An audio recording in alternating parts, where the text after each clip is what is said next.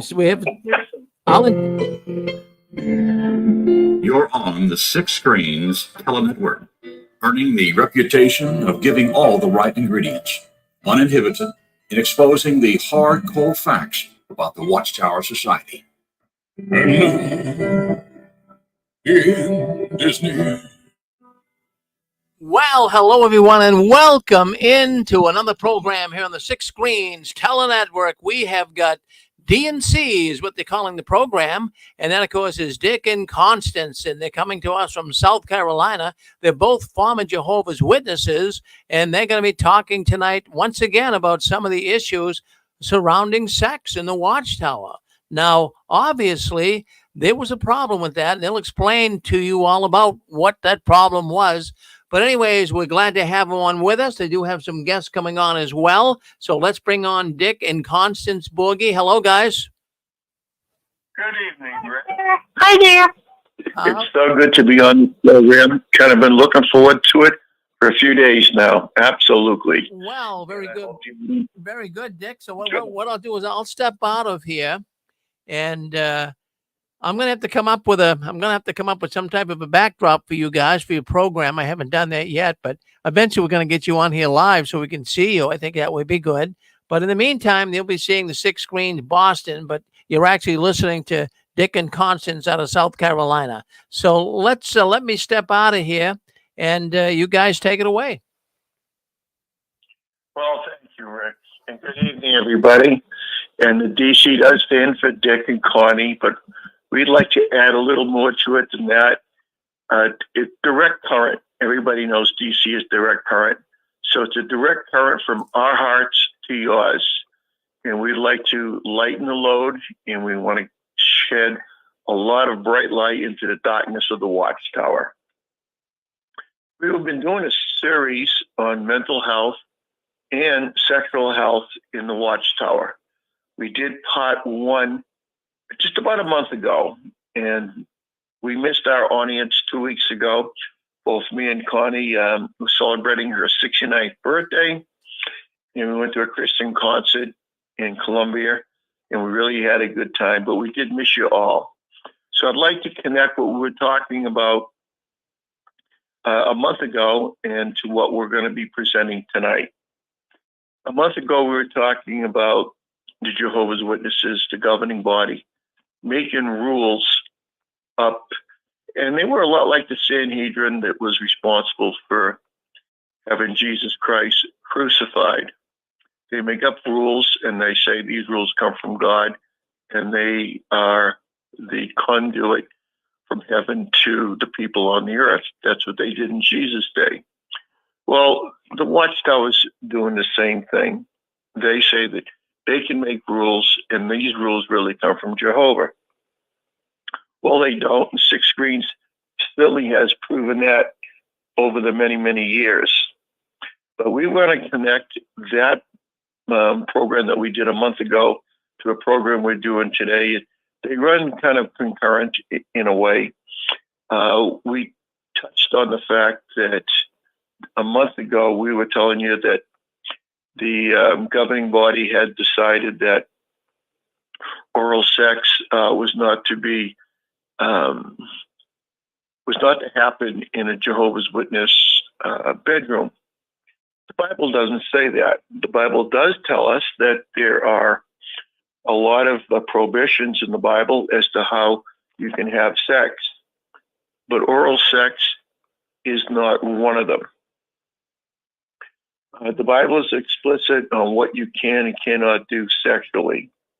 Yet the governing body evidently feels God left something out of the Bible, and they know more than God, so they will make it a disfellowshipping offense to have oral sex.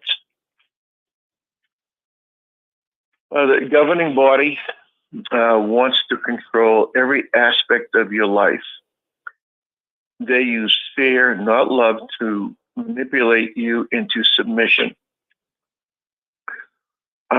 Whether you find oral sex to be revolting and disgusting or great foreplay, the decision belongs to the married couple not the governing body, and it has nothing to do with the elders that they should be concerned about. Very few elders are Bible students, are Bible scholars, are sex therapists, or even trained in marital counseling. So why go to them? A little personal story for my audience. I got divorced the second time in 2013, and my church offered a course called Divorce Care. So I took the course, and I found it intriguing, intelligent, warm. It gave me a lot of knowledge that I never had before. Never. So I took the course a second time. And the person that was conducting the course asked me if I would consider giving the course. Well, let me tell you about the course. The course is all written by people that had graduated from college with degrees in counseling. Then they went another 4 years to become doctorates in counseling. There were people that had majors in psychology and sociology. When they finished, their 8 years of college, they went to the seminary. And then for about 4 years in the seminary. And then they did 2 years of an internship, and then they were an assistant pastor. Well, these folks, there's a number of them, they've written books on marriage and so forth. They all wrote the books in relationship to the scriptures, and they pointed everything out in the scriptures. I didn't teach the course. That would be a stretch. I was a facilitator. I was kind of like called on people, and there was classwork to be done, and that was kind of my thing. I could never teach the way these people did. They were just true geniuses in the field. And it's unfortunate that course could help a lot of Jehovah's Witnesses, a lot of them. But they can't go to the Christendom, and they can't go to anyone who got a degree from a Methodist church or a Presbyterian church. But, any kind of church is not a Jehovah's Witness, not a Jehovah's Witness Kingdom Hall, they can't go to. But I learned so much from that course. It just, and I still have it. And the course is wonderful. They did it in videos. You just watch a video, about a certain subject in marriage, and another subject, and another subject. Jehovah's Witnesses really don't get that kind of training. And they'll tell you don't go to another church. Well, I'll tell you what, if you really wanted to get some help, you would take that course. It's really, it's just really a great course. All right. We at the Six Screens cast a bright light into the darkness of the Watchtower. We reveal their dark past, but in doing so, we're always fair. Rick mentioned that the JWs have a low rate of divorce compared to other religions. Does that mean Jehovah's Witness couples are more complete and happy in their marriages than other faiths? Jehovah's Witnesses can only get a divorce if adultery can be proven. Other religions are restrictive as limiting divorce only to adultery. And there are many other reasons that people may get a divorce. And Connie's going to just allude to that for a few moments. Okay, well, thank you everyone for coming on tonight. I was going to say, as far as other reasons why people do get divorced, first of all, there's 4 big ones. Finances is one. Sex is the other issue. Family relationships in terms of in-laws and family getting mixed in with the marriage and creating issues with the married couple. And the fourth reason are children. There's issues raising kids, blended families, all that. Those are the four issues why people get divorces today. But even more specifically, with the JWs, one is only allowed to get a divorce if there's adultery. Like I said a few weeks ago, I remember when I was in Watchtower in the 70s and early 80s, we had a brother. He was a witness, and of course his wife was a baptized witness, and they had a child, a little boy. He was about 5. And this brother, they seemed like a happy couple. Came from San Francisco. I mean, they seemed very, very nice, and things were going great. But sometimes you never know what goes on behind closed doors. Well, like I was saying a few weeks ago, apparently he got disfellowshipped, and then he was reinstated, and this happened probably about 3 times. And you start to wonder what in the heck's going on. Well, years later, fast forward, I had found out that he had been bisexual. So, he was hooking up with some of the gay men up in San Francisco. And anyway, the point I'm trying to make here was his wife, back in those days, she was not allowed to get a divorce from him. And that's because Watchtower's policies at that time, I'm not sure what it is now. I've been out 40 years. But at that time, she did not have scriptural grounds for divorce. That was not considered adultery. So anyway, in reference to this topic, you can have domestic violence in a marriage. You can have verbal abuse, emotional abuse, domestic violence. You can have alcoholism that can cause serious issues. You can have pornography that can cause serious issues for divorce. You can have gambling. You can have a lot of different issues. But with Watchtower, what we're trying to bring out with this cult is the only thing that they consider acceptable grounds for divorce is adultery. So did you want to add anything else to that? Yeah, just a couple of more thoughts. Just kind of going back to mental illness in the Watchtower. Let it go. Watchtower. Boy, was trying to help me plug the phone. Just getting back to that. There are some people, when you refer to oral sex, that is the only way that they can have an orgasm.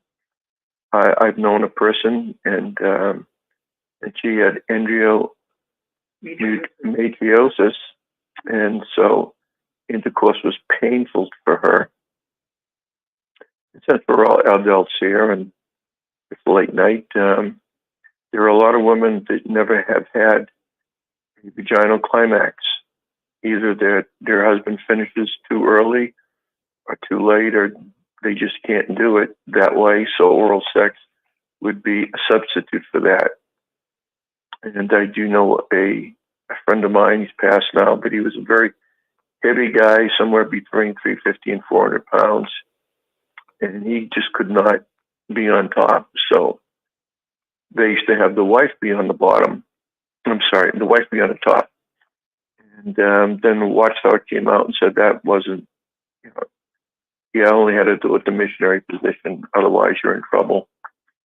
And that sister was always calling one particular elder and saying, my husband wants this, my husband wants that.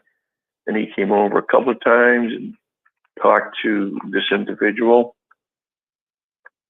And he was so angry that he was actually the presiding overseer of the little congregation, would come over to the house and say something to Mark. I'd say something to this guy. And he called me and said, the next time he comes over, he says, I'm going to put a bullet in his head. And I really, really believed he meant it. I tried to talk him out of it, and there was no talking him out of it. So I called the presiding overseer up, and at that time, I was disfellowshipped. And he said to me, I'll handle it. And he hung up the phone. There was no thanks, Dick, for looking out for me or anything like that, or keep coming to the meetings, nothing, just I'll handle it, click. So those are your Jehovah's Witnesses. Does anybody want to hit star 6? Want to make a comment on what we're talking about?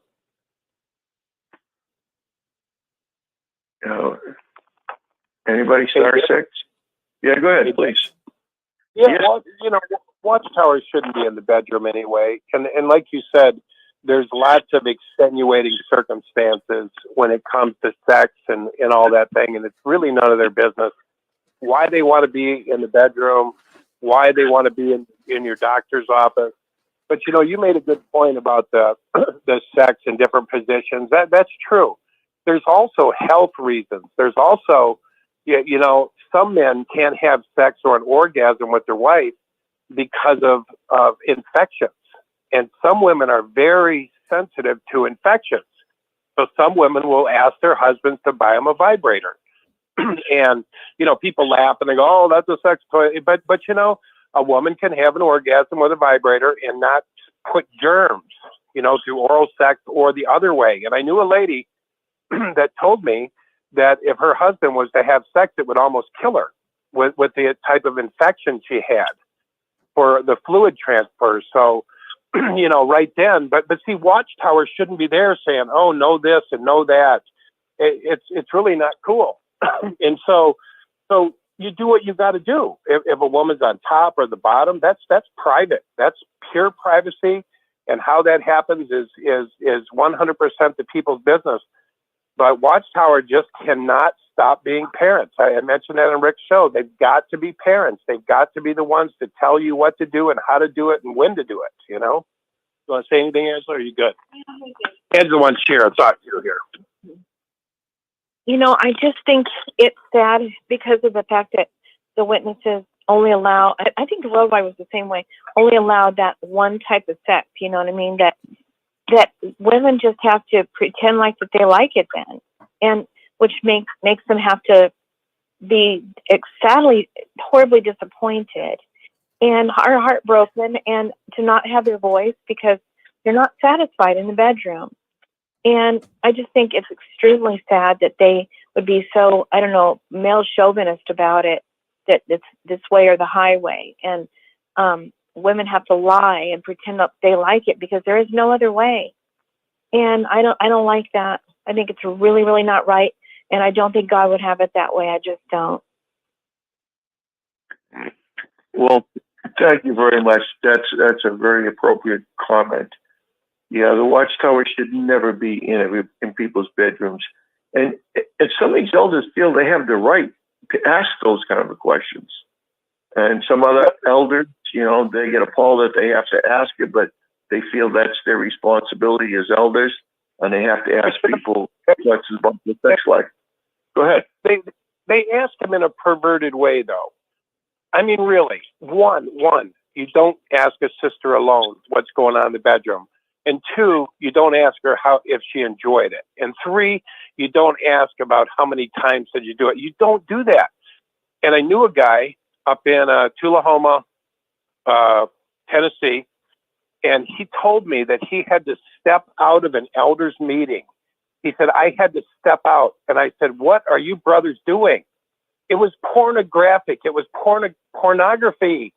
We got to call it like it is. It's pornography. You don't take a young woman, 20, 30 years old. I don't care how old she is. You don't take a woman in a back room with 4 men and ask how she enjoyed sex with her husband or how he enjoyed sex with her. That is perverted, and that is a form of pornea. I don't give a damn what they say. And that's sick, and that's got to go. And I think of any therapist or these countries that are looking at Jehovah's Witnesses. I hope someone's listening to this show tonight would take a look at that policy, because those men didn't quit. Those men that the guy that I'm talking about actually killed himself right after this. It wasn't but weeks after. They were like, we're going to do our own thing. They were trying to pick up on his wife also, asking if she needed a place to stay, but because it was obviously her husband's headed back to the world and the birds was going to pick his eyes out. He blew his brains out. And it really saddened me. all over. First thing was he stepped out of a meeting because they kept asking this young gal over and over and over. And he's like, is this some kind of joke? No men should have a license to do this, especially men that aren't trained. These men are not trained.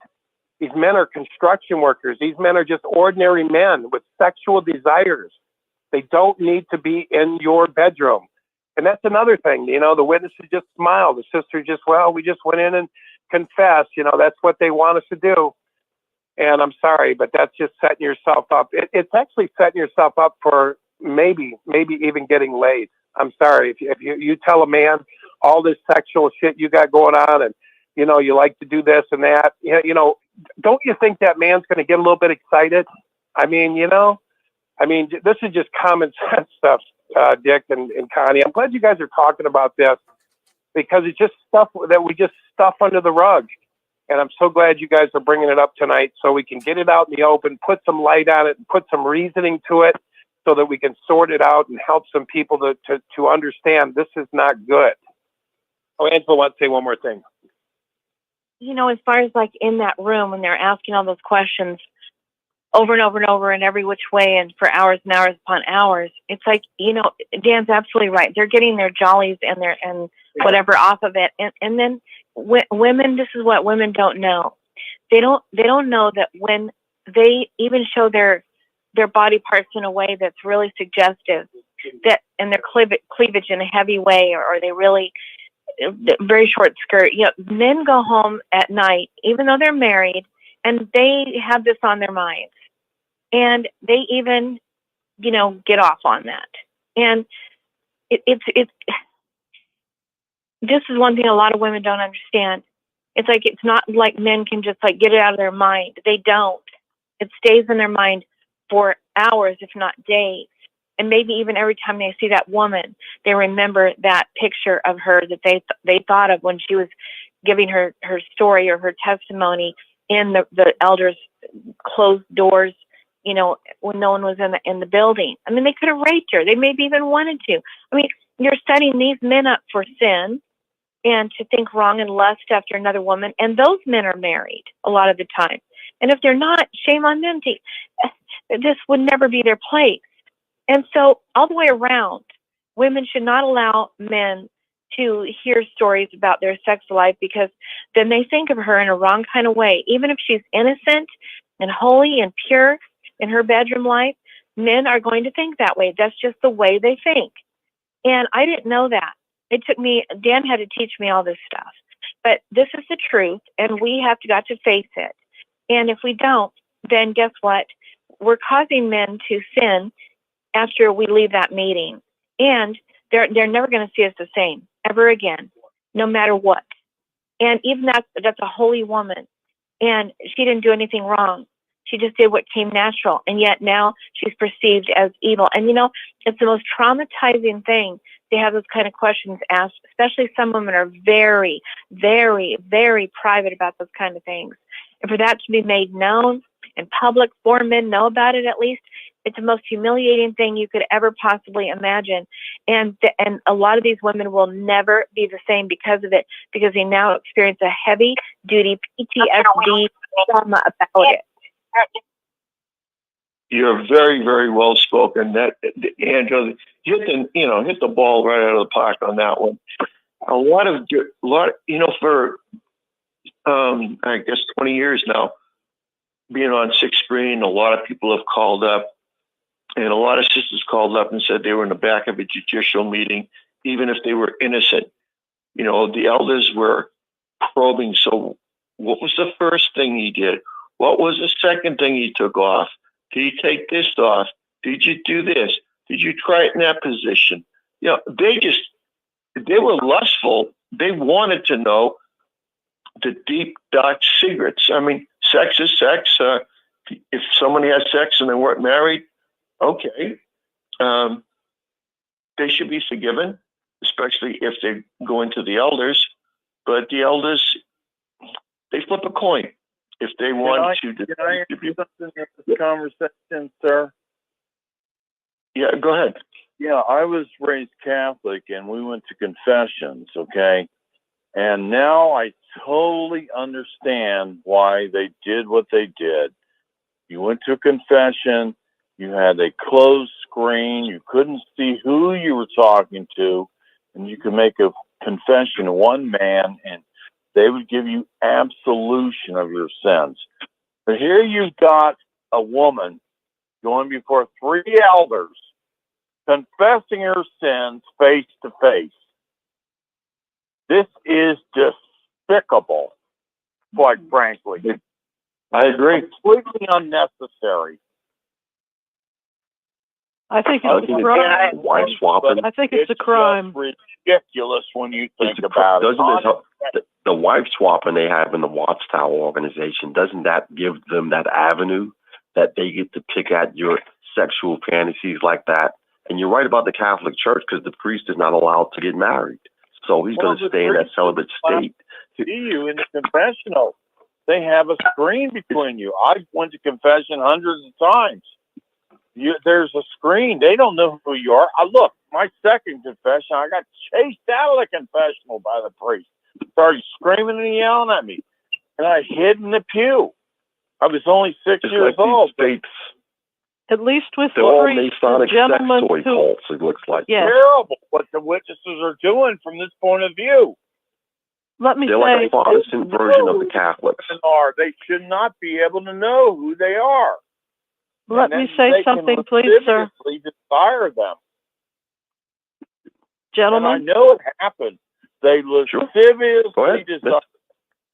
We have elders in my last hall that were nicknamed Dr. Ruth because they asked so many. For being so.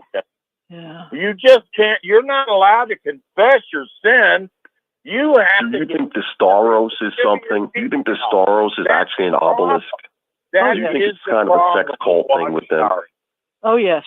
I agree with you, sir. Control over that, apparently.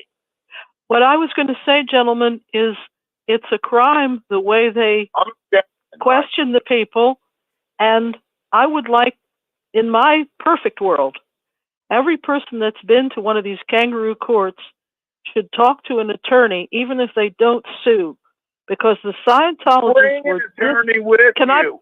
Could I please? Nobody is allowing people. Sir, I have a point I think would help everyone. Please. So do I. I know, but you made it twice. Really? I talked about attorneys twice? No, you talked about priests twice. You made a beautiful point, sir. I respect it very much. Go ahead. Okay. The Scientologists were brought down low for practicing psychiatry without a license.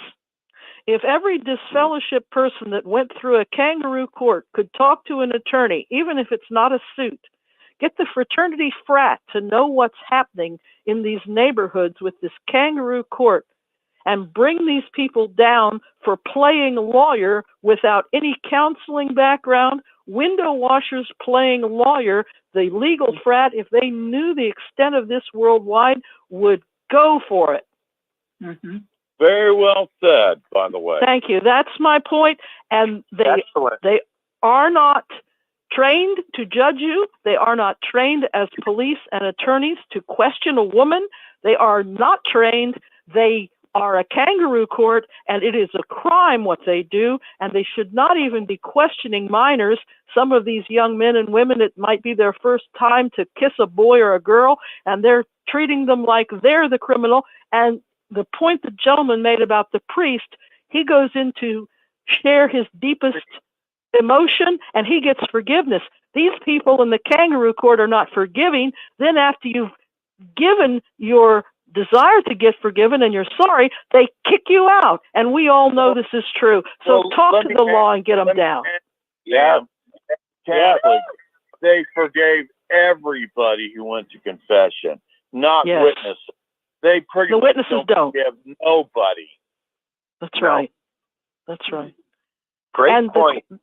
And the occult question from the gentleman with the lovely voice, yes, I think the Staros is a part of it, and I think they have a little phallic thing going on that goes back to Moloch, too. And that's my questions for this evening.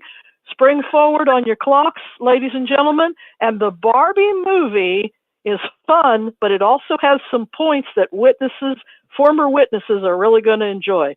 So Oscars are tomorrow, and get the clocks forward. Good night. Well, thank you, Pixie. There's going to be a lot of changes in the Watchtower. Rick alluded to them in the Who earlier are program. you, sir? I came on kind of late. Who are you that I'm talking to?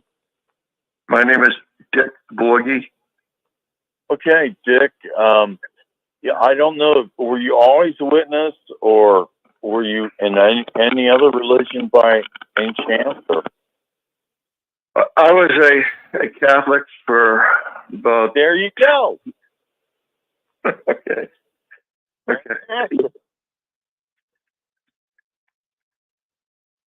Yeah, did you embrace the fact that I was a Catholic because I learned so much in comparison with the witnesses for 28 years.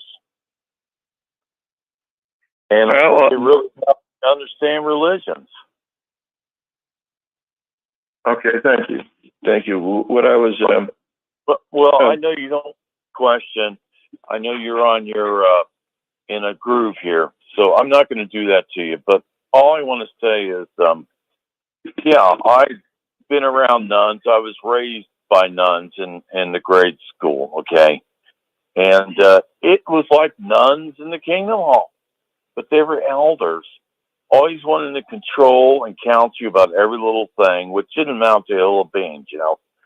This micromanaging is probably what's driving most people out of the organization. Not just the teachings, the micromanaging.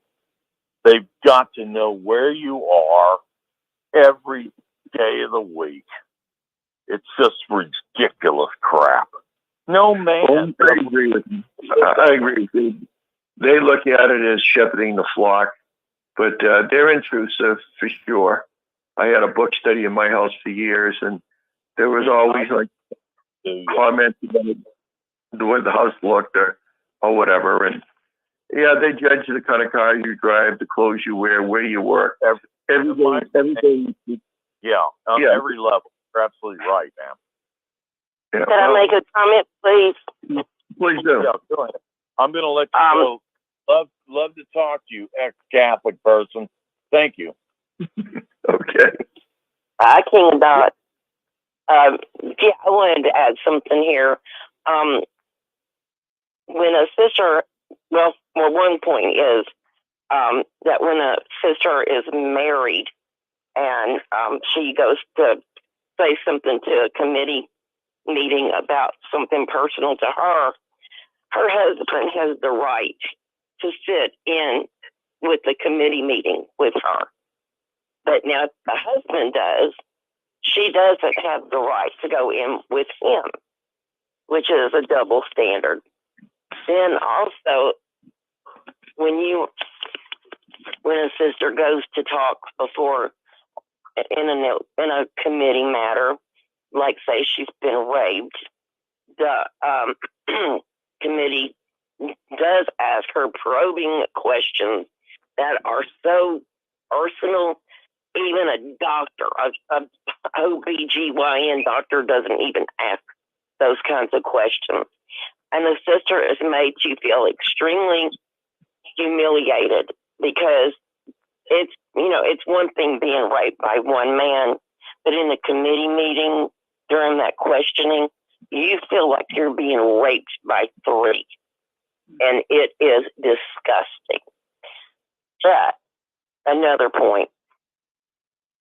One thing about a sister going before a committee, and she knows they've already made up their mind about what she's going to talk to them about. And, used to you have a committee meeting and then you'd leave and then you'd meet back a couple of times, or this is way back. And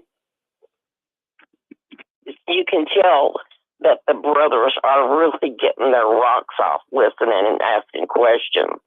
So this is just a joke, y'all. Okay. So the best thing a woman can do is sit directly in front of those brothers, just so, and make sure she wears a skirt with a slit right up the side and a low cut tidy with a couple of buttons unbuttoned, and just, very awesome undergarments and fishnet stockings and 6-inch heels. And then just pull one of those Sharon Stone moves on them. And then really watch them suffer. Anyway, that might have been off color for me to say that, but just felt like I had to. You were too funny. Well, I was going to say, I really appreciate your information. What I was going to say is, I remember speaking to a very close friend of Rick's. I won't mention his name, but he had been an elder for many years, and we had a great conversation. And he taught me something very interesting that I had no clue. He said that, the average JW has no idea that when there's a judicial committee meeting, and they're, of course, asked to come in, the point is that JW has no idea that the body of elders have already made up their mind before you walk in to that meeting. They've already decided that the hatchet's coming down, or whatever the judgment's going to be. And yet, when you're in the Kingdom Hall, we were always taught that, they're very loving shepherds, they're trying to shepherd the flock. No, they're not. No, they're not. It's, the average JW thinks, well, I want to go in there if I've sinned. I want to go in there and I want to talk to the elders. They're going to be loving and kind and give me spiritual food at the right time. No, that's not the truth of the matter. The truth of the matter is they've made up their mind already before you walked in. And I think that's what a lot of people need to really know, because, not everybody wants to go into a judicial committee, number one, and most people don't even know how the game, I call it the game, the rules of the game are played. But the elders certainly do know. And I'm speaking the truth. This is really the truth. Rich and I, our suggestion with regards to all this is that, these elders are not trained. They're not marriage counselors. They're not sex therapists. They're not any of that, right? So the point is that, we're all human. We all make mistakes no matter who we are. The best thing to do, our best advice that we're sharing with everybody tonight, is all you have to do is just say you're sorry to God. That's all you have to do. You do not have to go to the elders, because they are the judge, the jury, and the executioner, and they will totally destroy your life, okay? And they will. This organization does not have God's Holy Spirit. Does not. We have absolutely no fear of what we're speaking out here tonight to be the absolute truth. The governing body members have been invited several times to come on this show. If they don't agree with things that we've said, or Rick has said, or anyone has said, they are more than welcome to come on. But you know what? They're a bunch of cowards, and they refuse to come on. Okay? They do. They absolutely refuse to. And if we were lying, they could sue us. Well, yeah, if we were lying, they could sue us, but we're not lying. That's the bottom line. We're not lying. They're the liars. So that's one thing. The other thing I'd like to say in reference just about marriages, Rich and I were talking about where we were going to go with this conversation tonight. And this is something I wanted to address, getting off the sex part, but it's sort of all tied in together. The Jehovah's Witnesses have a tendency to get married very young in life. And there's so much pressure. Maybe many of you have heard me. I'm from originally the San Francisco Bay Area. I grew up in a congregation that there was a lot of young people. Most of them were sisters, of course. There were a few brothers. But when 75 came, I'm not kidding you, we must have had like about eight sisters that got married, one after the other. And they were all young. They were 17. The oldest was 25, and she thought she was an old maid. And, I was not born a witness. I'm grateful I was not born a witness, because, I can look at life in very different lens. And yet, I learned a lot being a witness. But the point I'm trying to make here is, they put so much pressure on people getting married so young that what ends up happening is that the JWs, many of them, okay, not all, but many of the married couples end up being absolutely miserable. And, life, life can be very, very enjoyable, and be full of love and happiness. But one of the biggest decisions a woman will ever make in her life, well, there's a couple of them. Number one, it will be, if you choose to get married, the choice is who you're going to marry. That's gigantic, okay? Because that's going to have a direct impact on your life, and you know it. Number two is if you are going to have children or if you're not. And number three, if you're going to have a career, what are your educational goals and your career goals? Those are the big ones that women face. And, my attitude in life, I know when I was in my early 20s, my mom always said if there was an opportunity for me to get married, not to pass it up. Well, that wasn't important to me. It really wasn't. It was to my mom because she got married about 22, 23. But I remember telling my mom, I said, Mom, I don't even really know who I am right now. So, I'm not really interested in getting married. I really want to know who I am as a person first. And then I can determine what kind of person I want to marry.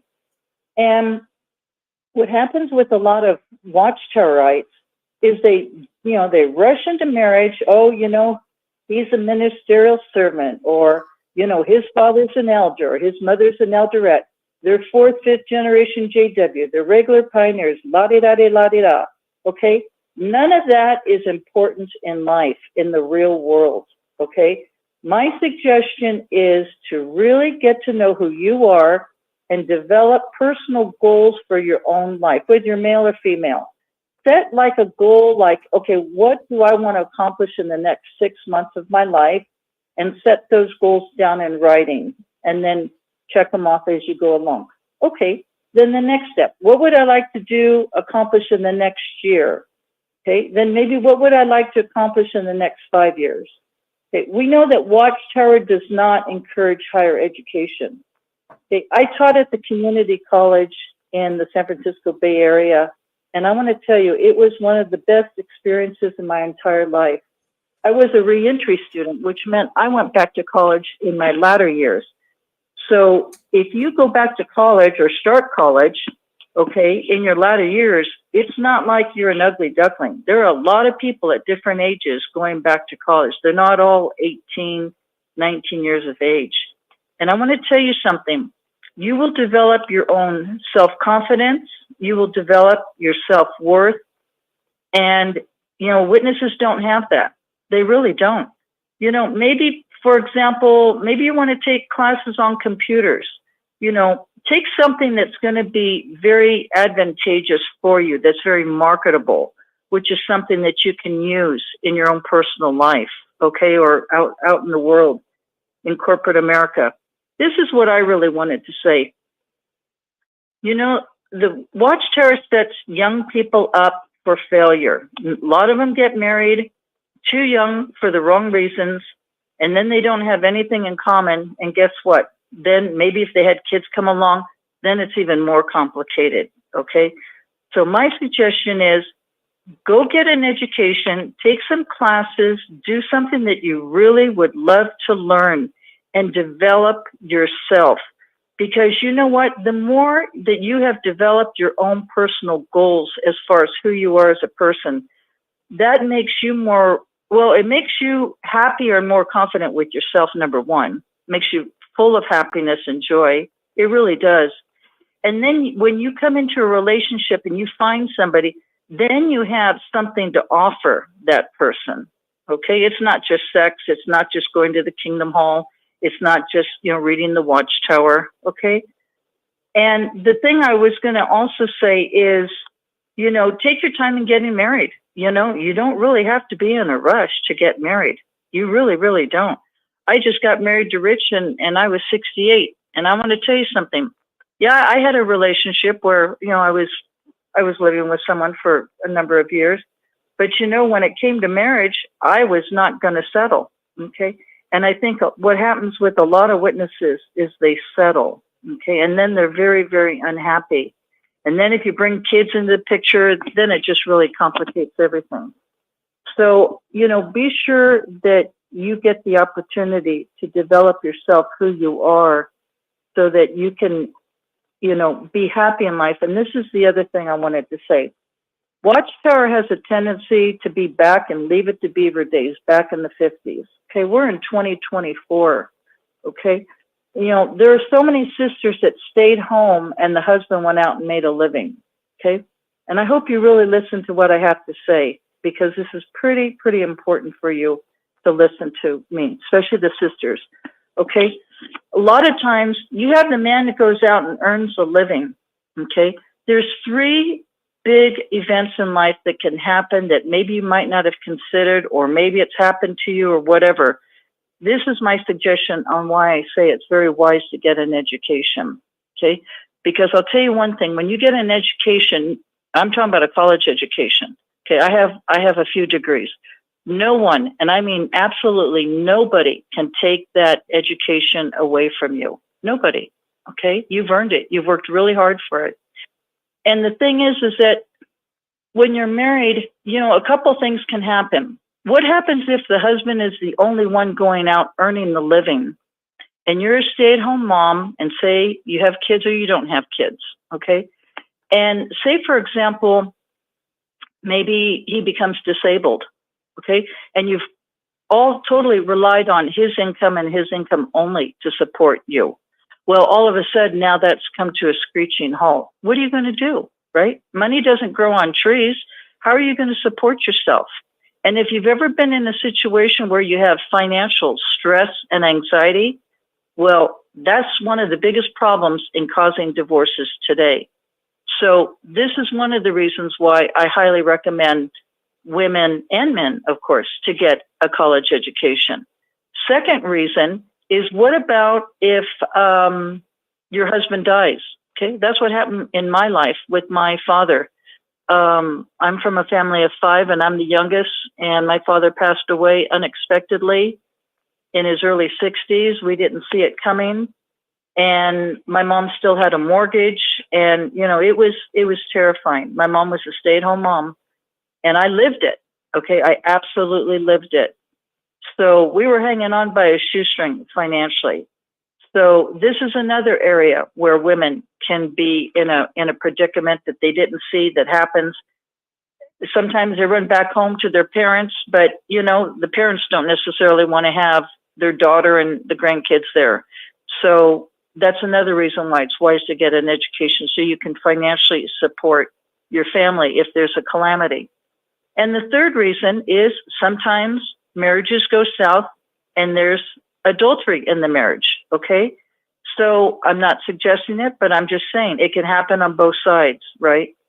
So a lot of times there's a lot of factors involved that comes to that point. So what I'm saying, and the fourth reason I'd like to say, I'm from the San Francisco Bay Area. When you live in the San Francisco Bay Area, let me tell you, you have to have both the husband and the wife working full time to pay those mortgages and those outrageous rents and the high cost of living down there. Especially, well, it's California. We don't live there anymore now, but the taxes are unbelievable. You're taxed for anything and everything out there. So this is what I'd like to say to people is, this is the real world, and it's very empowering. And we just really want people to have a wonderful, happy life. My attitude in life is anything that's really worthwhile in life. I don't care if it's a great marriage. I don't care if it's buying a home, saving up for a home. Maybe it's setting dreams for a college education and, planning that out. Maybe it's having your own business, any of those. It takes a lot of time. It takes commitment, and it takes a lot of determination and drive. Okay. And that's one thing you do learn as a witness, is setting goals. But the thing is that we just really highly recommend people to listen carefully to what we have to say. There's nothing worse than being in a marriage that is miserable. I've heard of domestic violence. I know a sister personally. You've heard me talk about her name, Lucille. She got married for the wrong reasons, very impulsive. Both she and her husband were baptized witnesses. And not the honeymoon night, but the next night, he started to physically abuse her. And then she stayed in the marriage 10 years. Why did she stay in the marriage? She stayed in the marriage because she was trying to set a good example for everybody else in the kingdom hall. In the meantime, she was living in absolute hell. Okay. And she talked to the elders, and the elders, you know, basically didn't do anything to help her. They did not. They turned it around and said, well, are you giving your husband his dues? You know, which you want to barf hearing that. And then the other thing is, you know, don't do anything to antagonize him. Like, really, it was all her fault? You know, the guy was a big giant and he had serious anger issues. And that's another thing I want to say, okay? So please listen to me on this one. Okay, I'm almost 70 years old. I've lived many years, and I've got some wisdom here to share with these sisters. You know, I don't care how drop dead gorgeous the man is. I don't care if he's driving the hottest car in town.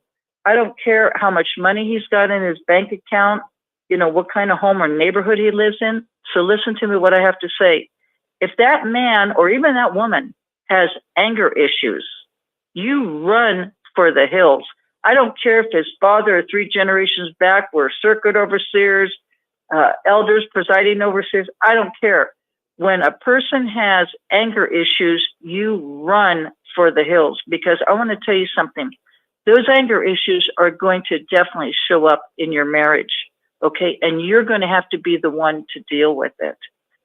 So, you know, look at what happened to Nicole Brown Simpson. You know, she got in a relationship, you know, unfortunately, you know, her husband had serious anger issues. I mean, women can have serious anger issues too. I mean, it goes both ways. But the thing is, you know, it can be very, very dangerous and people get killed. So, and then you got children, and the mamas are the mama's bears trying to protect their babies, and they don't have any money, right? He's out the one earning all the income, and she's totally powerless, and she's in an abusive relationship. Okay, and don't think this doesn't happen in Watchtower, because it does. And yet, you know, she's trapped and she doesn't know what in the heck to do and how she's going to get out of it. So I'm trying to empower women here tonight, and men. Go get your education and make some smart choices in your life, and take a cold shower if the problem is sex, okay? Don't just find Mr. Cutie Pie at the Kingdom Hall because he's a ministerial servant or an elder, okay? Get to know yourself and develop yourself very, very well. And so if something ever happened and you got married, you can still stand on your own 2 feet and support yourself and your kids.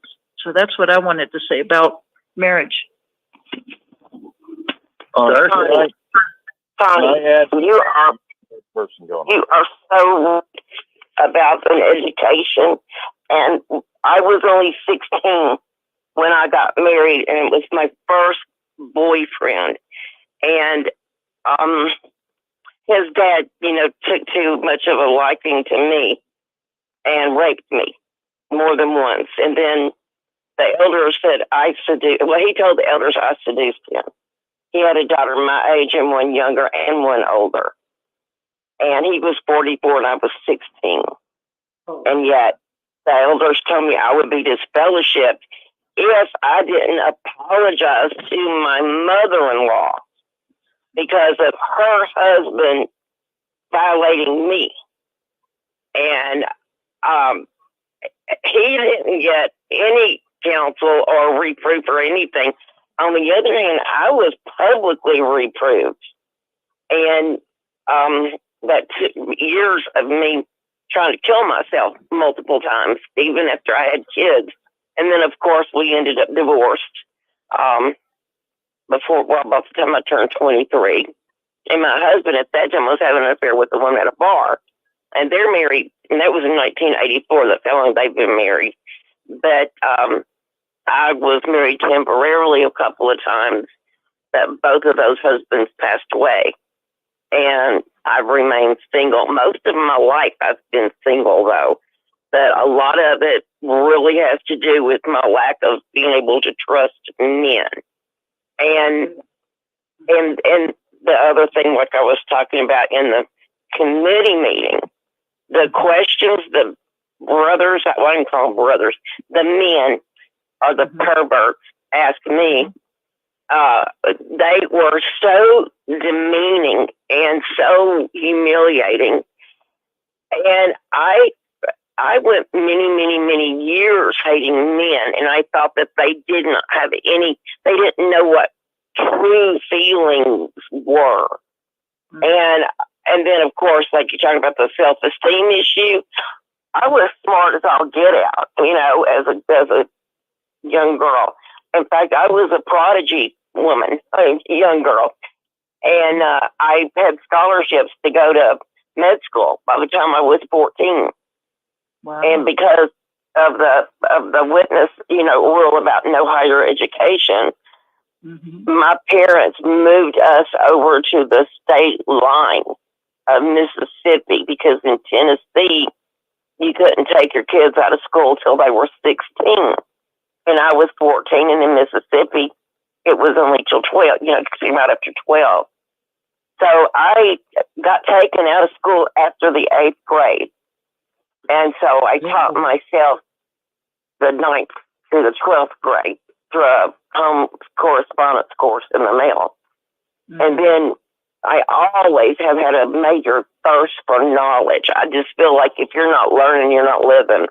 And to this, I'm 63 now, and I still enjoy, I'm constantly doing something. I'm disabled now and in a wheelchair, but I have a very full life. I'm always busy doing something. And then I talk to lots of ex-witnesses who are leaving the organization and try to, support them emotionally and mentally. God knows I've had enough therapy to be a therapist myself. And that was another field I was interested in for education, was being a psychologist or a psychiatrist. And of course, that never panned out. But anyway, I was just saying your advice about having an education, because by the time I got divorced, I was only 23. I had 2 little kids. My husband had nothing to do with our kids. And I did not want to be a witness. And he and I were married. Neither one of us wanted to be a witness. Well, he went on with his life. But I had 2 little kids. Right. I didn't have any way of supporting myself. And that's when I went back to college, too. But I had to move back home with my parents. And that's the last thing on earth I wanted to do at that time. Well, anytime, but I didn't know what else to do. I didn't have any friends that were not witnesses, because I was born in, and it was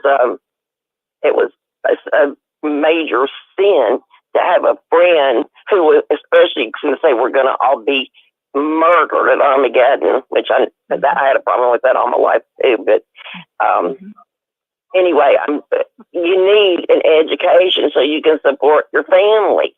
And that's also when the elders, talk to me about, me not being a good example, being a young mother with 2 little kids and going to college.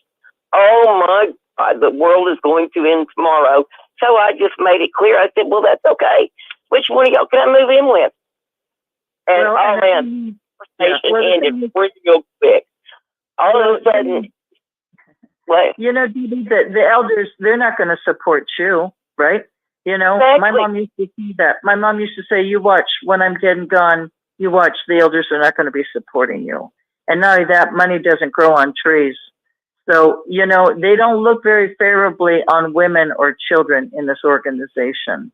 And yet you did not end up being, a divorced woman with 2 children on your own. That's for darn sure. Your marriage was dissolved. Your husband had his part to do with it as well, I just think they were counseling me about me daring to go to college, but when I brought up the idea of, well, then which one of y'all can we move in with? And then they're like, oh, well, maybe you should step out of the room for a minute. So you step out for a minute, then you go to consider. Well, in this case, we think it would probably be wise for you to go on to get to learn a trade, and be able to support your own family course, they had no intentions of taking on another woman and 2 kids, but that was just a way for me to, kind of throw it back at them. Right. I think that's brilliant. I think that was brilliant, actually, Debbie. It's just despicable that they took away your power, your ability to support yourself. They disempowered you. And it's so dang evil, it's just so evil. Because look, how many women are in the Jehovah's Witness organization and the Worldwide Church of God, which I grew up in, are in that position where they're, you're not allowed to educate yourself. So then what choice do you have but to get married? And then Dan, he was told by his uncle, oh, just marry one. They all have the same parts, the same movable parts. And so Dan's like, okay, well, I'll just go pick one. And you guys all know the story about that. And he picked one. It wasn't because they fell in love or anything. So it was a matter of convenience until the end came. I mean, it's just so crazy. So you don't even get love. You don't get educated. If anything goes wrong, you support yourself. I mean, it's absolutely insanity.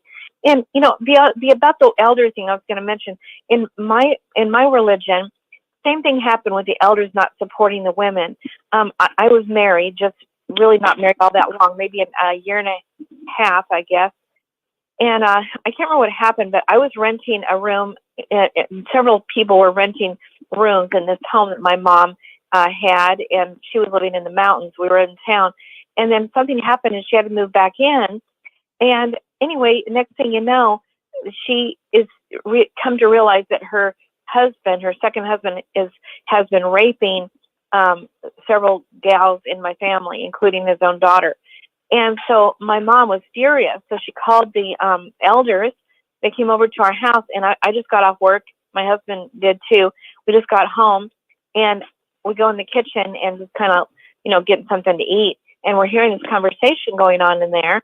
And I'm hearing him blaming my mother that he had been molesting, his daughter for years.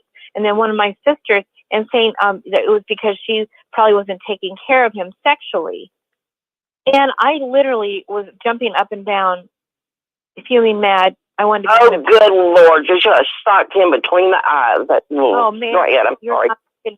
I was furious, beyond furious, and I just couldn't believe it, because the guy should have been put in jail. The cops should have been called.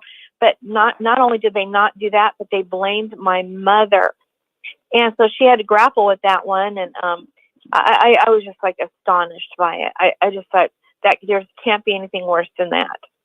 And so I don't remember what all happened, but my mother did get divorced from that guy, but she had to grapple with it for a while and realized that, no, I can't have my daughter living in the same house with this guy. I don't care what, even if I take care of his needs, this is not safe. And then she did have to file for divorce. I think that's how it went down. But just, can you believe it? I mean, boy, these men just thinking they're gods or something, that they can just lord it over the women and treat them like shit. It amazes me. Well, when that happened with my father-in-law, he had a daughter my age, and one younger than me, and one older than me. I mean, he was 6'4". I was 5'6". He was a big railroad man, and I mean, you can't fight off somebody like that. And okay, well, did you scream? Hell no, I didn't scream. There was nobody there to hear me, and I went somewhere completely different in my mind, because when that's happening to you, it's like you cannot believe that is happening. It's just it goes beyond comprehension at that moment, and I just had my head back, and I just just kind of left my body. I didn't feel anything. I just wasn't there anymore. And then it was over. And then I'm like, wait a minute, did that really happen? And then then he tells the elders, I seduced him. I was scared to death of that man. Absolutely scared to death. And he had been doing things in front of my mother-in-law. He would, and the other kids in the family, because there was still 2 girls and a son at home, and the one was married. And right in front of them, he would shove me against a wall and he would try to put his tongue in my mouth, and I would be wrestling and make him get away from me. And she actually told me one time, "Don't be so frigid." And I'm like, "What?" I said, "Look, my daddy never did this kind of stuff to me." And he would put his hands down my pants and up my shirt. And I mean, I was raised in a very, very, very strict witness household. And this, I didn't know that could even happen.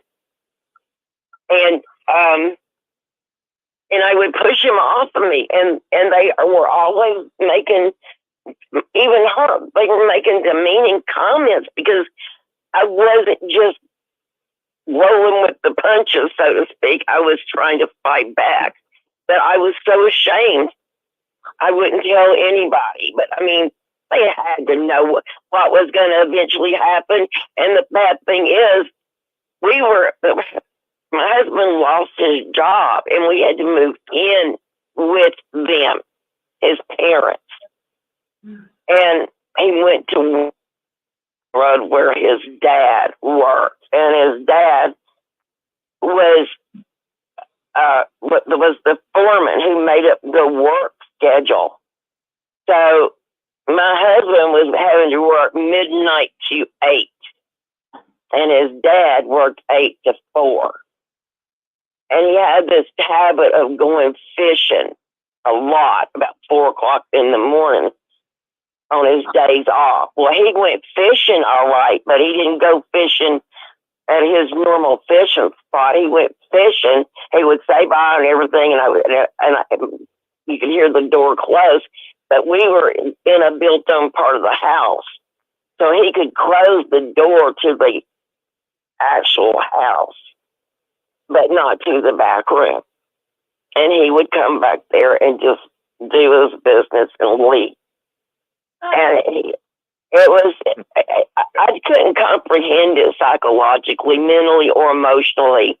And I just wanted to check out of life. And I have no idea how many times I tried to commit suicide, or how many times I ended up in a psychiatric facility. Many times. I mean, and other witnesses didn't do that kind of thing. But at some point, sometimes I would just go check in because I was scared of what I might do. Even with my kids, the last time I did try to kill myself, I was in a coma. And my kids, I honestly had laid pills out for my kids. And I told them we could all take these and go to sleep. And we would wake up in a new place and everything was going to be fine. I took over 400. They didn't take any. We had 4 witness families on our street. And they ran and told them that I was trying to kill them all. Of course, I mean, I guess in my own, I wasn't thinking I was killing them. I just thought, I don't know what I was thinking. I was so far out of my mind, at that point. And I did get dressed in black, and I ate everything. I did my makeup. I fixed my hair. I had a black blouse and a black skirt, black hose and shoes, everything. And I laid down on the couch. And then the next thing I remember, someone was kind of putting their arm around me and saying, "Let's walk out here." And we walked, and there was an ambulance, and they said, "Can you get here?" And then I was out cold, and I was in a coma. And then when I came to, of course, I was in intensive care. I didn't know how long I was there, but I had been given a 2% chance of survival at all. 2%. But when I woke up, my mother was sitting in a chair next to me, and she was embroidering. And I remember when I saw her, I was so angry. They ended up having to put me in 4-point strength because I was hell-bent on killing myself again because I was so angry that I was still there with my mother, of all people. And I don't know. It was just so, thinking back on it, I'm like, was that really my life?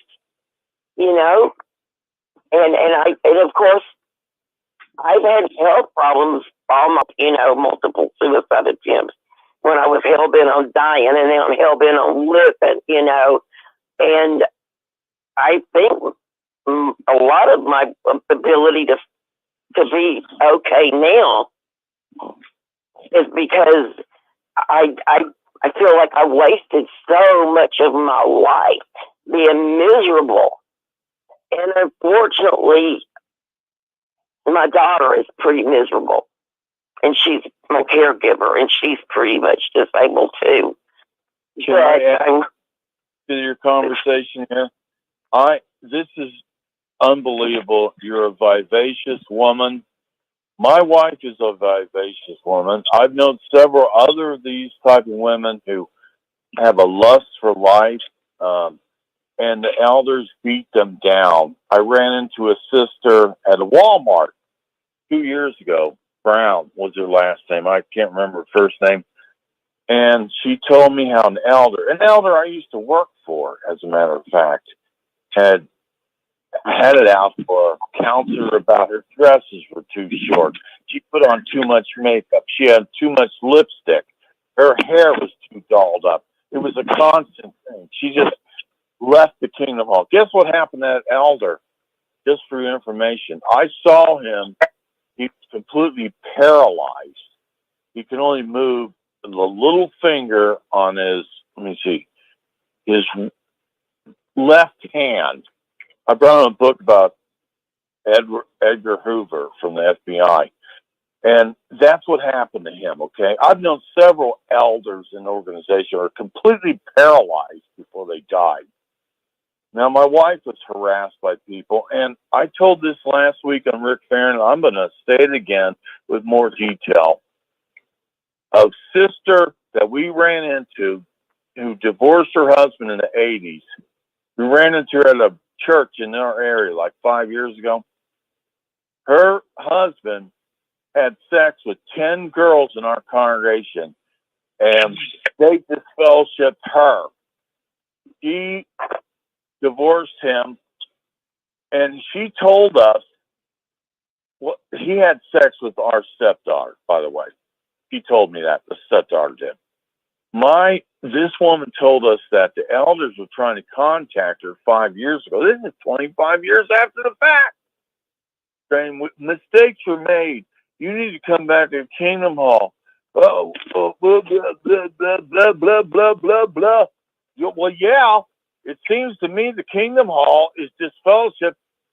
The man didn't get disfellowship. Several of the girls got disfellowship. My daughter didn't. I think she hid it from them. But this is what they're doing. They're anti-women. We don't want to blame it on the man. And then they hired the sex abuse people too. They're mostly men. They're all men. This is a radical stupidity going on at the Kingdom Hall. You've been abused by this crap. It's apparent in the organization. Thank you so much. It's despicable. That's a good point. Wait, I know y'all, I'm talking too much probably, but you talk. My dad was an elder, okay?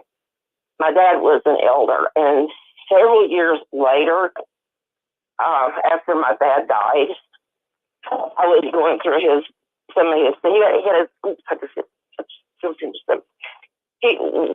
he had his own business out of his house, and anyway, short things. Long thing short. I found a copy of a letter my dad had written to my former father-in-law. And my dad told him he forgave him for what he did to his daughter. My father-in-law never did ask for forgiveness. He didn't deserve it. He didn't deserve it from my dad, and my dad did to me. I know my dad did it for his own benefit, because resentment is like drinking poison and waiting for the other person to die. And my dad was a different kind of elder. My dad was super, super sensitive. And anyway, it really angered me for many years that my dad did that. I didn't feel like my father-in-law deserved forgiveness. What exactly he did? A letter forgiving them for abusing somebody, or what? Yeah, my father wrote a letter to my father-in-law telling him he forgave him for destroying his daughter's life. Oh my God. Oh my God. And I couldn't believe he did that, because I'm like, that man don't deserve being forgiven. He told the elders, I couldn't seduce his sorry ass. I didn't seduce that man. He was a damn pervert. And it wasn't just me. He did that too. There were females in his family. God to forgive him, you know? He's dead. I don't care. He's dead. And he died a pretty bad death, I do believe, because he died of mouth cancer. And I can only imagine that would be pretty bad, you know. But, yeah. I also wasn't on birth control during that time either. And I will leave that to your imagination. I have 2 children. Sure. Yeah. Well, you know, geez, people, I'm sorry, I don't want to interrupt the host of the talk, but go ahead. You know what? There are abortions going on in the organization. I've had circuit overseers tell me. Oh, I would never have an abortion. Yeah, well, I'm not saying you did, but I do know that a lot of people are. They're actually reduced to that point because of the way, probably because of the way the elders treat them. They're going to blame everything on the woman. This, I'm sorry, I'm heard enough tonight to know this organization is anti-woman, period. Yeah. Beyond hell. Well, can I say one thing? When I said I have 2 children, I'll leave that to your imagination. Yeah. I didn't mean it in any way that I would have not had my children. Right. It's just the way they were conceived. Yeah, right. Wow. You know, you don't always know. Back then, we didn't have the DNA stuff that we've got now. Well, you know, I'm going to tell you, I totally understand, because my wife had a child when she was 15, okay? And she had another child a couple years later, and she was very young when she had her children. I raised her children. I totally feel for women in these situations, and I don't judge them at all. And that's how the witnesses should treat women, but they don't. And that's why they need to be exposed. They've got a problem. They don't love people. I've got to let you go before I get too emotional here. Thank you so much. And sister, you go on in peace. Thank you so much for your story. Yeah, thank you. Can I make a comment, Rich? Yeah, please do. Yeah, I just want to go back to what Connie was saying, because if women will take care of themselves, get an education, know who they are.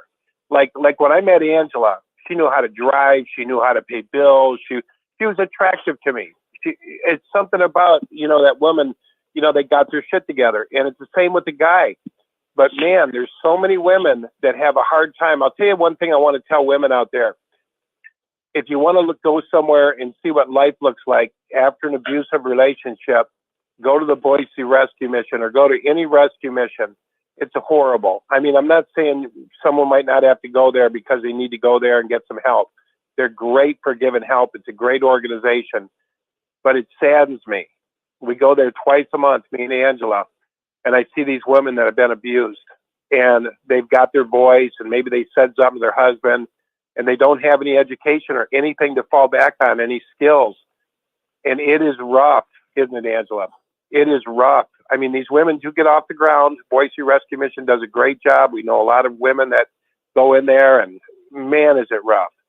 And it could all be avoided. Like Constance said, so many good points. get an education, know yourself first. Don't just marry a man because he can handle a damn microphone or read a Watchtower.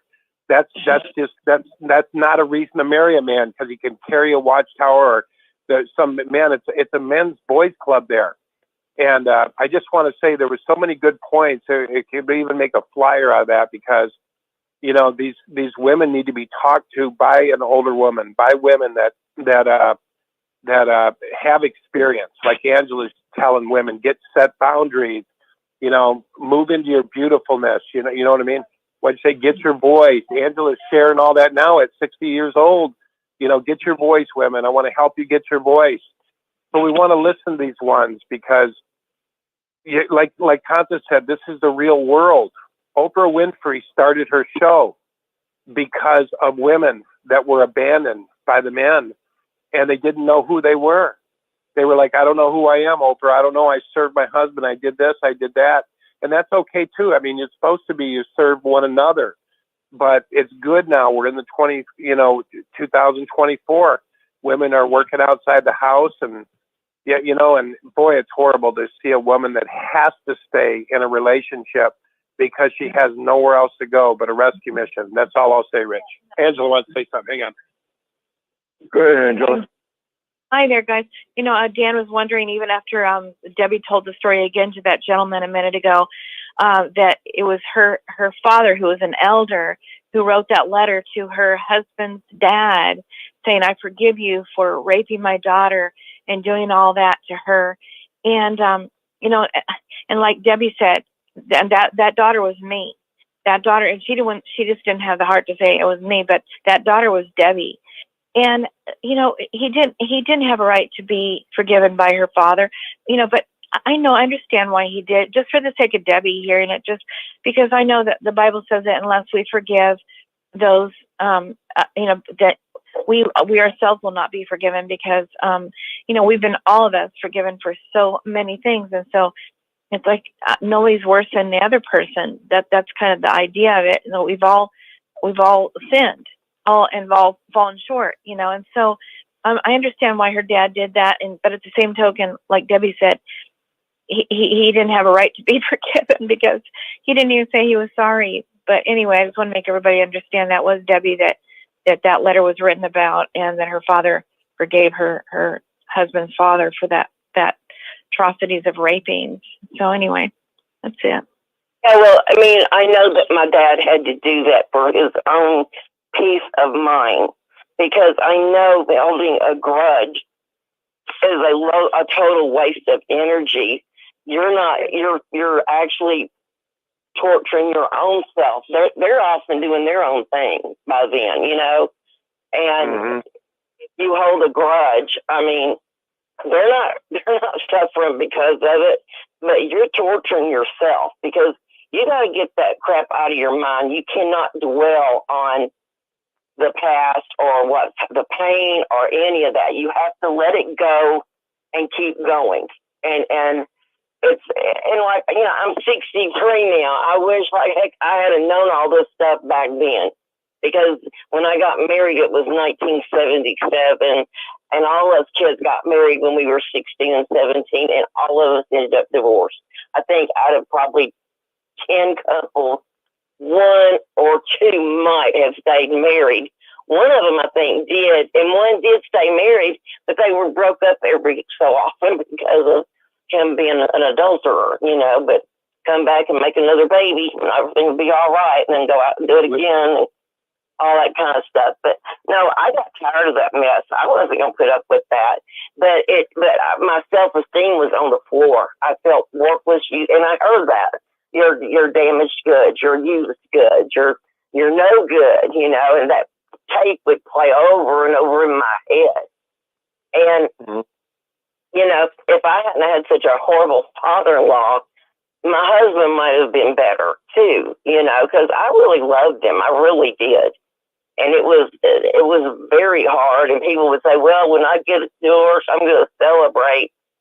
I didn't feel like celebrating at all. To me, he didn't even show up in court, but to me, it was a death. It was the death of my marriage and the death of my kid's father, you know, and then he just checked out of their life completely. And maybe my son wouldn't turn into an alcoholic and a drug addict and be homeless somewhere on the streets of Omaha, in and out of jail. I haven't seen him now in 5 years, so I have to keep that buried too, because if I dwell on that, I get very depressed. A couple times a year, I do get not disfellowship. I get depressed a little bit, but I'll let myself kind of wallow and feel pity for a few hours. And I'm like, okay, you're done. Let's go. You know, just, you know, I don't want to fall back into a cycle of depression ever, because been there, done that, and I ain't going back. And I just feel like now I'm a stronger woman, and I'm on my own. You know, obviously I can't always make it financially, but I do the best I can. But I feel like I have something, you know, to offer other people now, because I don't dwell on my problems or anything. In fact, I'm actually happier now than I've ever been. And I've been through hell and back more than once, you know. But and I'm happy, though. And I do, you know, a lot of women especially get referred to me that are leaving the witnesses just by other ex-witnesses that, you know, refer them to me. And I can really be empathetic, and I can feel what they're feeling. Because, like I said, I've been there. I felt that I was them. I was, you know, at one time. But now I'm grown up finally, at 63. I'm grown, you know. And people say, well, you're old. Well, my grandkids think I'm a fossil, you know. But in my brain, I'm not 63. I'm young, you know. I'm real young. And I intend on living until I'm at least 100. You know, and I just tell my grandkids, I said, look, if nothing else, it's just out of spite. I'm living that long, not necessarily because it's spite of them, it's just in spite of life. I'm still surviving and going and being happy, no matter what. I just wish I was stronger physically, you know. Being in a wheelchair is kind of constricting. You're like, I'm just going to get up and go get that. But then your brain, it takes, you know, I was 50-something years old before I ended up confined permanently in a wheelchair. Actually being confined permanently in the last since 2019. And it takes forever for that to register in your brain. Because you take it for granted every day. If you see something on the ground, you're just going to walk over and pick it up. Well, if you can't walk, but you try to, you end up face down on the floor. And after breaking so many bones, you would think your brain would figure it out. But, you know, sometimes it don't. You know, it's starting to now. I'm getting too debilitated and too much pain to keep letting myself fall down. So that's just it. I choose to not fall down because I try to think before I do anything now. And before, it was just by rote. You know, you just do it because you do it. Then when you get in a certain situation, you can't do that. You have to think before everything. And I wish I could go back. Not that it would have made any difference with my body, but I still wish I could have gone back and enjoyed more time that I had before I ended up like this, you know. But I still... We thank you for coming on. And there's a lot of people, I'm sure, right behind you that would like to... Okay. I'll now. Thank you. Thank you very much for coming on. Thank you.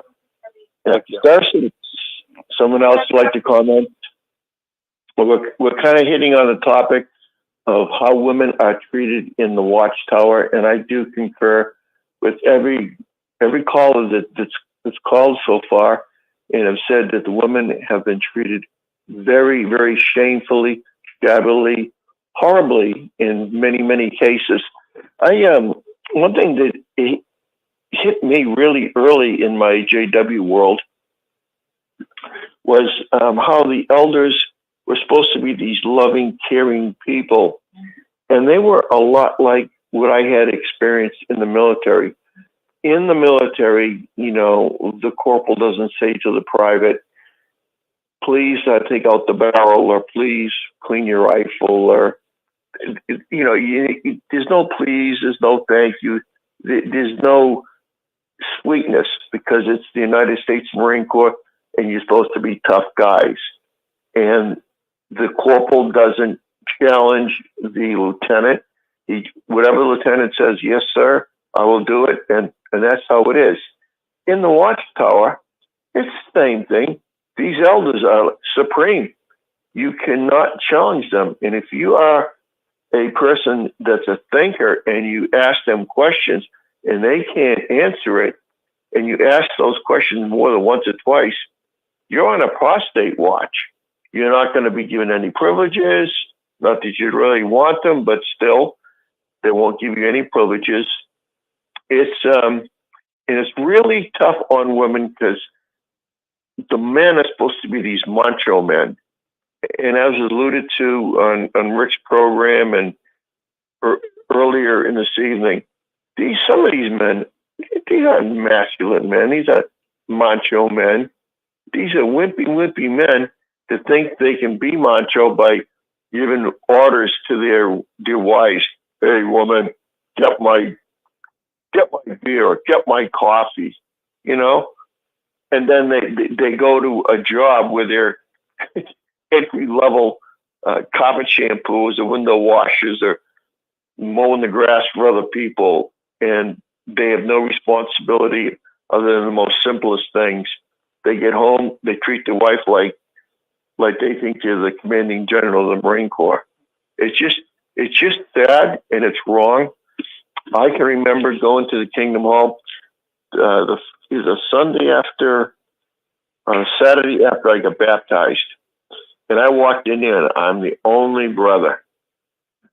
And it's like, oh my God, what do I do? I've never conducted a meeting for field service. When these sisters all putting these little rags on their head and showing respect, and I got a woman in her 70s. Oh, Brother Borgie, can I go out with Sister So-and-so to a back call? What am I going to say? Oh, you can't. I was 22, 23. I said, yeah, do whatever you want. But why should I be in charge just because I got baptized last week? Here's my wife. I wanted to say something.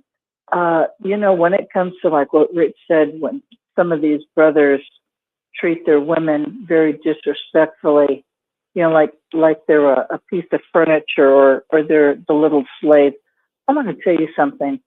That is a very, very unhealthy marriage. And let me tell you, the women, they build up a lot of resentment towards their husband when they're treated like that.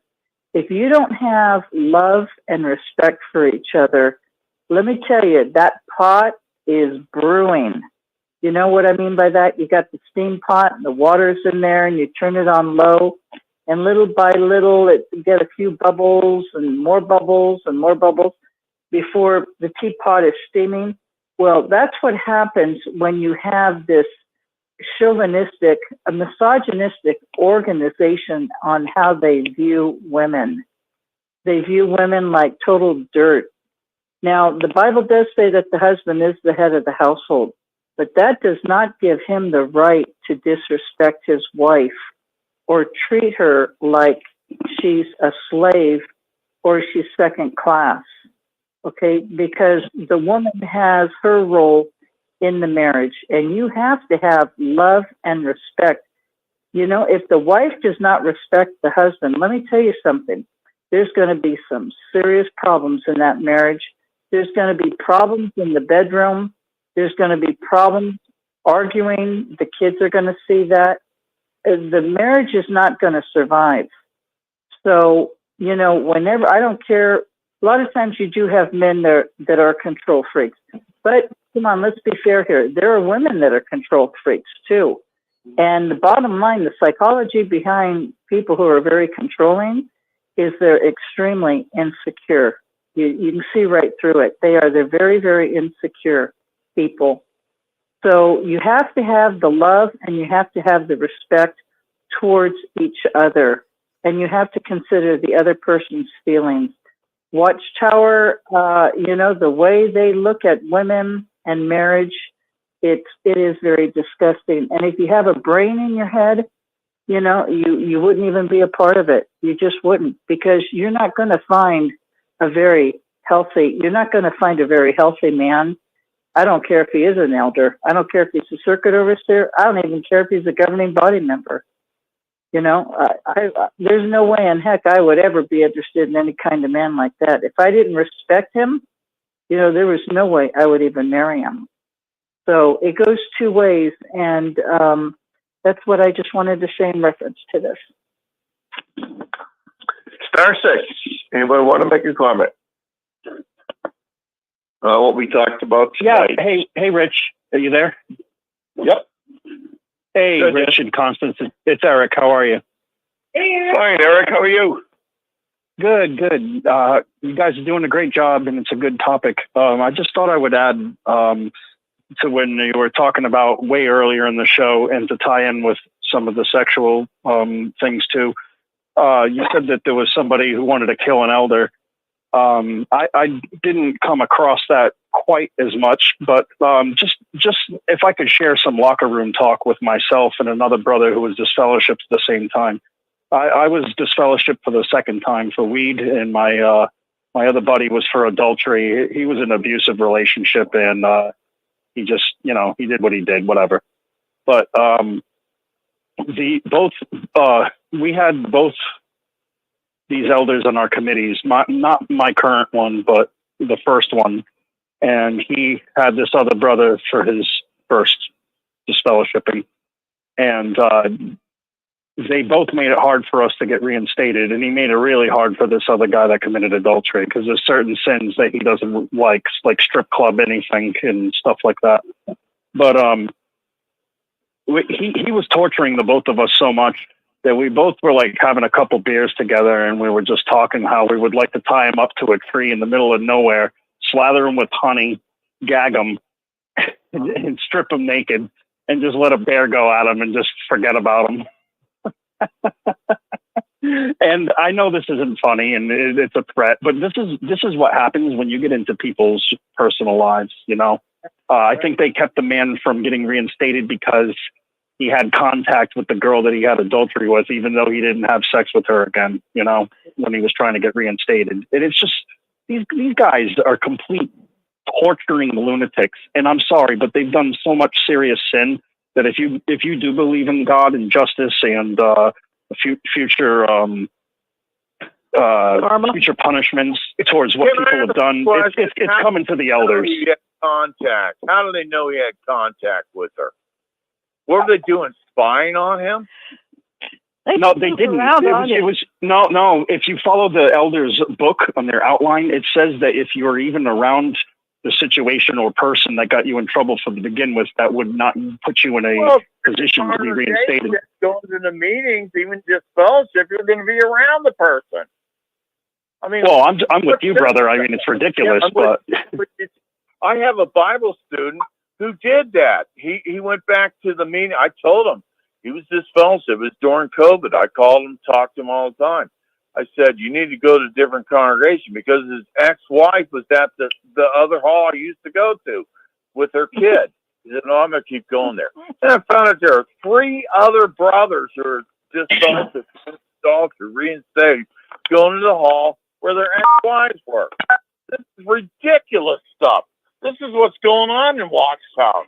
How can anybody even have any spirituality going to a hall like that? God, it's a mess. Not a safe place. And no, it Eric is not. pointed out something interesting. It would make a fun show to list all the things that are not illegal that they're against. All the things. Go ahead, Pixie. It would be a fun show of all the things that they disfellowship for that, that are not illegal under U.S. law, for instance. Mm-hmm. Like talking to someone you had adultery with, or smoking a cigarette, or I could go on and on. Right. But they're so out of touch. They're causing their own demise. Yes, stupidity. How can we encourage them to cause their own demise some more? No, we can't do anything. They're doing it to themselves. That's not a bad thing. A little Aikido is not a bad thing. But Eric, I was going to say, it's interesting how a lot of the elders think they're so squeaky clean. Yeah, well, when you've been in the organization long enough, you realize there's a lot of hypocrisy with the elders. There's things that they're doing that the average person in the congregation doesn't even know. Well, It dawned on me when I was 14 that they were the Pharisees. Oh, you're right. They have so many double standards. It's absolutely unbelievable. I tell a story quite often on Six Screens where this one sister at our hall got pregnant, got disfellowshipped, had the baby, and then she left the congregation with her new husband. 2 years later, not in the same congregation, but a sister congregation, sister gets pregnant. Her father is an elder. She doesn't know what to do. She gets an abortion, okay? And then she told one of her best friends, and her best friend ratted on her because she said, oh, you've got to get this cleaned up and or you're going to die at Armageddon. All that BS that they throw at everybody. And the only thing that happened to her, she got pregnant and an abortion. The only thing that happened with her, she wasn't allowed to go to her sister's wedding. She was going to be the maid of honor, and they kicked her out of the wedding party. An eldest kid.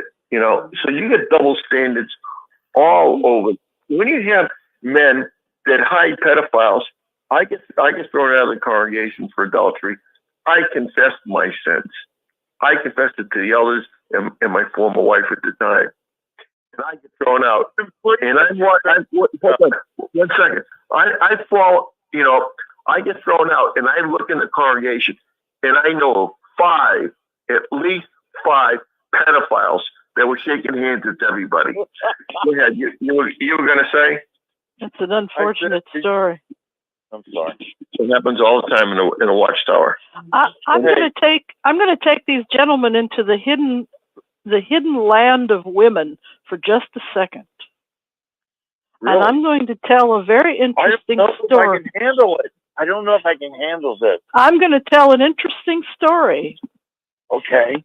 The one lady, these are people that are they're not rich ladies.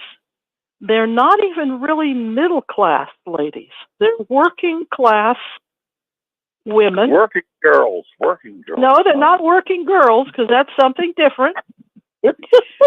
I know what that's called. The one lady, I don't know if she was married. I think she was. She was a black lady in an urban environment. And the other lady was a white lady married in a very rural environment. So these ladies are in two different socioeconomic worlds. One is way out in the countryside with a truck, and the other lady's in the city with cabs and metro and cars and all that. Both ladies have daughters. The daughters are the generation of now, this different generation. But both ladies do the same thing, and it's very wise. Now, this would require a doctor to approve of this, but both ladies with teen virgin daughters put their daughters on birth control pills.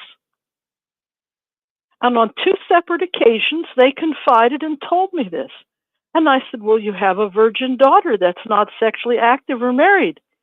And the black lady in the urban environment and the white lady in the rural environment told me the same thing. They said, we're putting our daughter on pills now because she might kiss a boy later, and we don't want her to get pregnant before she's finished college. Wait! And the other one said the same thing. She could be accosted in the woods or from a thug in the big city. And we don't want her to have an abortion. So we are putting her at 14 or whatever on these pills in both environments. when she goes to college and finishes college, she'll marry at a certain level. She'll have an education. She'll marry a gentleman with an education. She goes off the pill as a young bride. They have beautiful children and they live happily ever after. And it's a true story. I swear on a stack of Bibles, and it's true. I believe you. I knew girls in high school in 1971 who were on birth control. Their parents put it on it. Trust me, it was a new phase, new radical stuff, the sexual revolution. And this is in today's world now, where the girl's 14. You don't have to support your kids when you're older. That's the best part of it, you know. Yeah, and so they could get an education. But these sisters, they don't seem to have educated mothers, and they seem to be living in a 19th century. I won't even say 19th century, because the suffragettes of early feminism were all about education and celibacy until you finished university and you married a gentleman that had a university education. So they're before women getting the right to vote in 1916. They're back in 1890. Well, let me add to what you're saying here. You know, Woodrow Wilson was completely against women's right to vote, a Democrat president. And, of course, he had a big stroke, and his wife pretty much ran the presidency for the last 2 years. Indeed, she did. Yeah. Indeed, she did. But yet the Democrats have been against everything all the way, okay? But they've pinned it on the Republicans. I hate to be political here, but it's a fact. Well, I just wanted to make the point that these sisters need to be educated for themselves. I had married ladies come to me that were sisters that had birthed several children, and they didn't seem to know beans from butter. Well, they're only supposed to be barefoot and pregnant. Yeah, I guess. I do like to make a good pie, but... Can I make a comment here? Practice birth control. Can I make a comment here? It's all about practicing birth control, okay? I want to can I make a comment? I'm so sorry. Yes, I'm glad to hear from you, dude. Yeah, I was hearing something about Democrats. It is quite interesting when you look at the Congress. The women in the Congress are on the Democrat side. And when you think about Democrats before 1960, they were one thing. But after Johnson got in and did the Voting Rights Act, the Civil Rights Act, a lot of those people who were against that went to the other party. And so the Democrats tend to support women more than the other party does. I do have a comment about the subject that Constance and Dick were dealing with. Yes, go for it. I have a comment. Yeah. This is Zachary. Zachary. My book, Zachary. Let him talk. You know. Are you King of Dots? I'm going to be Prince of Dots soon, but you can talk. But are you the one who in the past has posted as King of Dots? Okay. Yeah, I'll be demoted soon. Good to meet you. Good to meet you. I love you. So there was this earlier when they were talking about the subject. I did notice they were pointing out how it seemed like they were pointing out how Dick and Constance, how the witnesses tended not to grant a divorce if a woman had a husband who was homosexual. I think there was someone who was mentioned who was bisexual. So I wanted to comment on that. I can't say that I can give accurate information on what their position was, but I think I can say what I researched one time, years and years ago, about this subject and their reasoning, the witnesses' reasoning. That's what I want to address. Not that I'm supporting it or saying they were right. There's a couple of scriptures that you can think of that they used to emphasize. One was the scripture that says that a man, anyone who marries, divorces, I think, and marries another, marries another, except on grounds of fornication, commits adultery. So they were saying that the only reason for which you could be divorced and then get remarried was if a person commits adultery, and that could only be on grounds of fornication, from what I remember.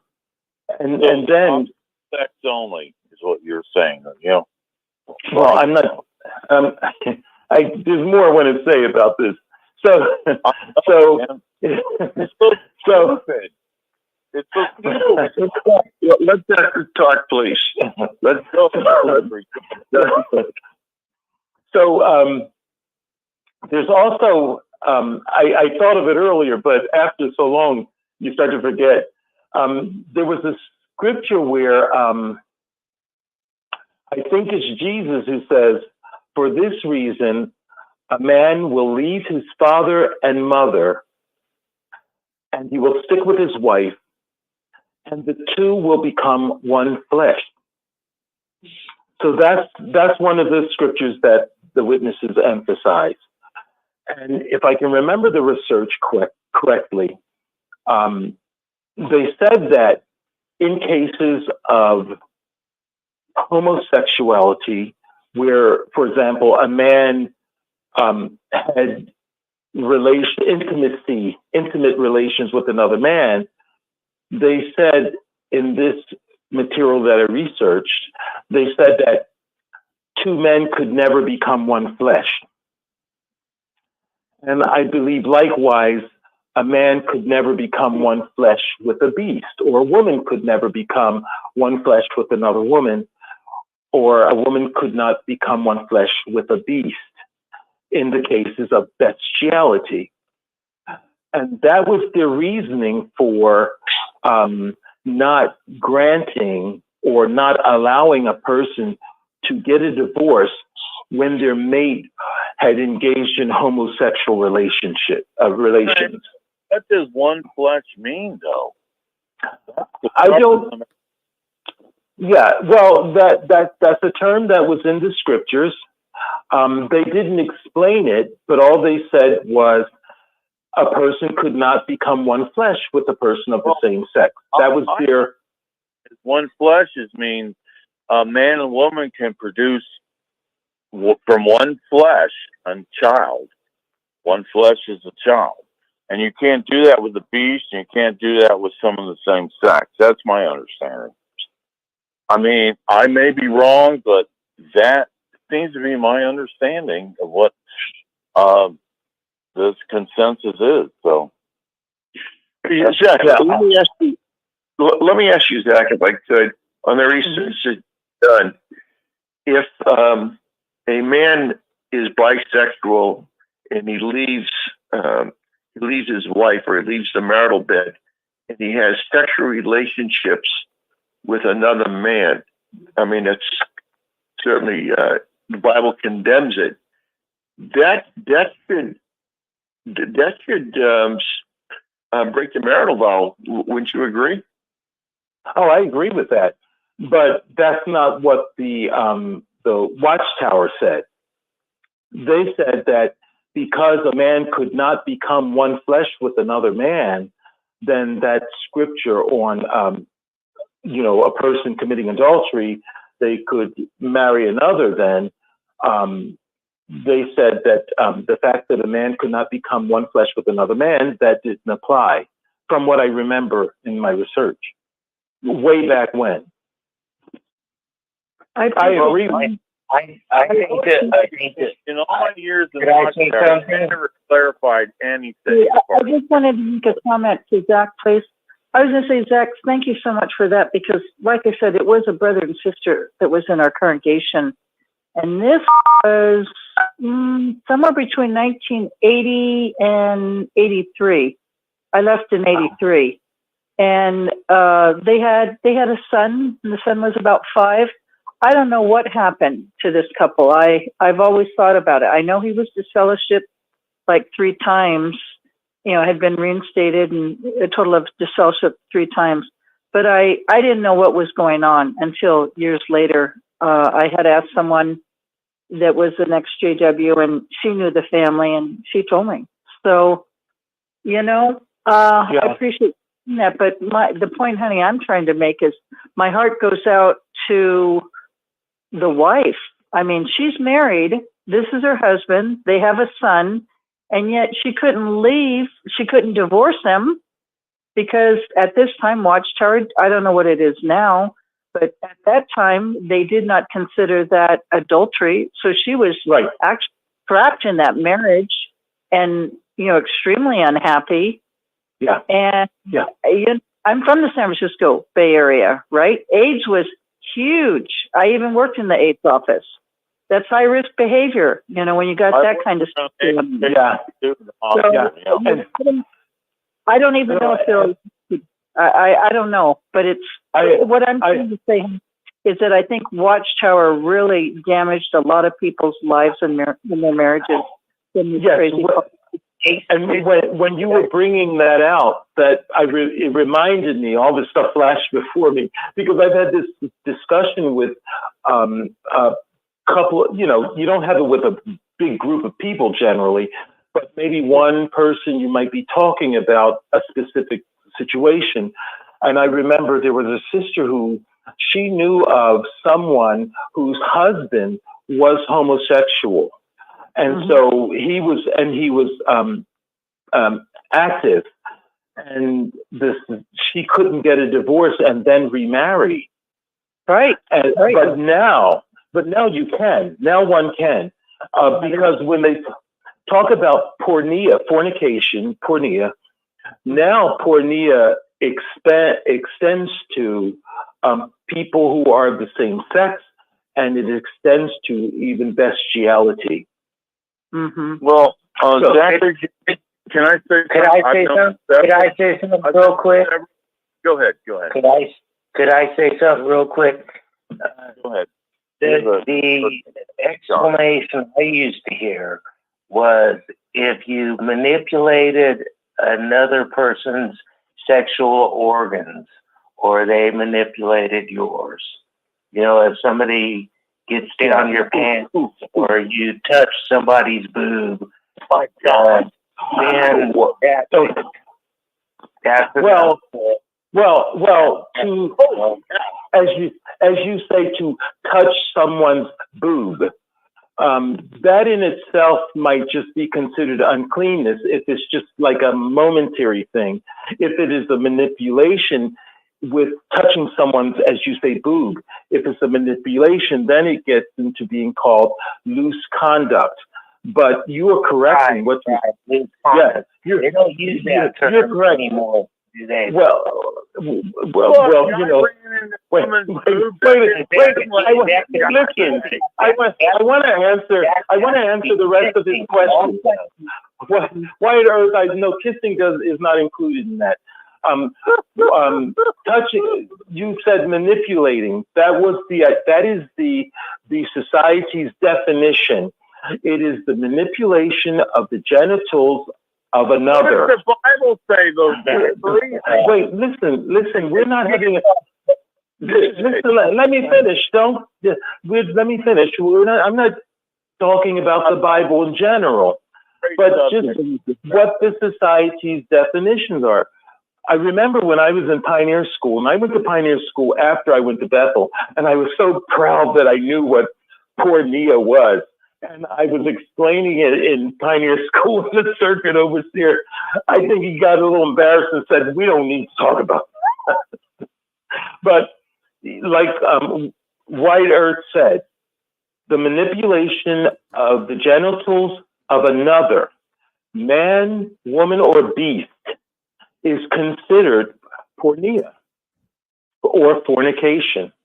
Can I say according to the society? Porneia, actually, the literal Greek translation is about prostitutes. Listen, this is Connie show. Hello? Hello? Hello? Could you please let Zach finish and stop interrupting him? He's got the floor right now. Who am I talking to right now? Who am I talking to right now? This is Dick Borgie, and this is my show. Boykin, and this is your show. Oh, I'm sorry, I didn't know it was your show. But I've talked to Zach a lot of times, so I thought I could speak up. Interrupting him, we can't really do a three-way conversation. So let's you know, you keep interrupting. Please let Zach finish. Thank you. Yeah, I had basically covered it. It's the manipulation of the genitals of another. It's not a momentary touching or unintentional touching. That kind of stuff gets passed off as uncleanness.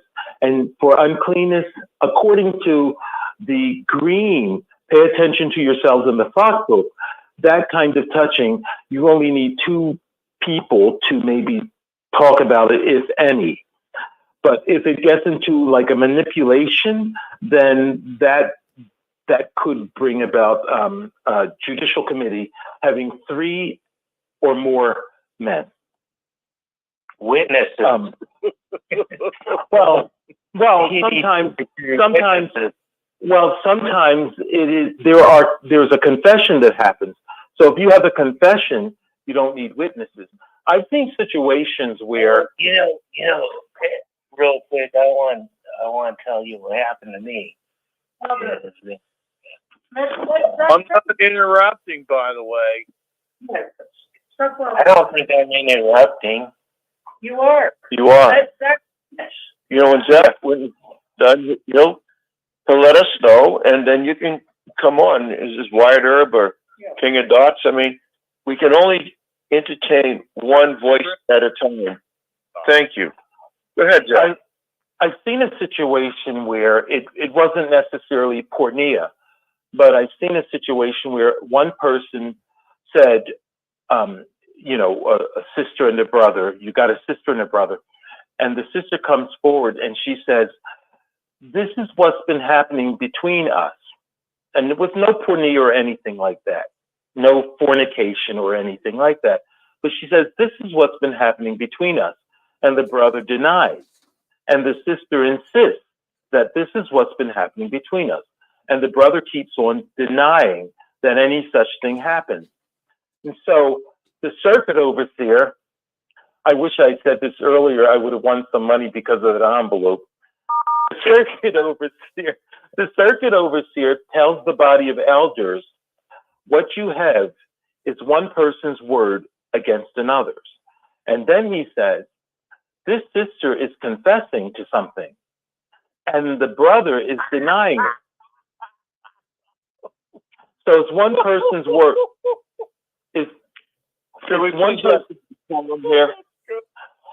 It's one person's word against another's. And so the sister's pioneering, the brother's a ministerial servant, and so the sister ends up, the circuit overseer says, you have to delete her because of her confession. But as far as the two of them are concerned, this brother has denied it. And so you only have one person's word against the other. And so the sister ends up getting deleted as a pioneer, and the brother continues on. But it doesn't just get... Exactly right. I've heard that same story before. So the brother, so time goes on, this thing starts up again.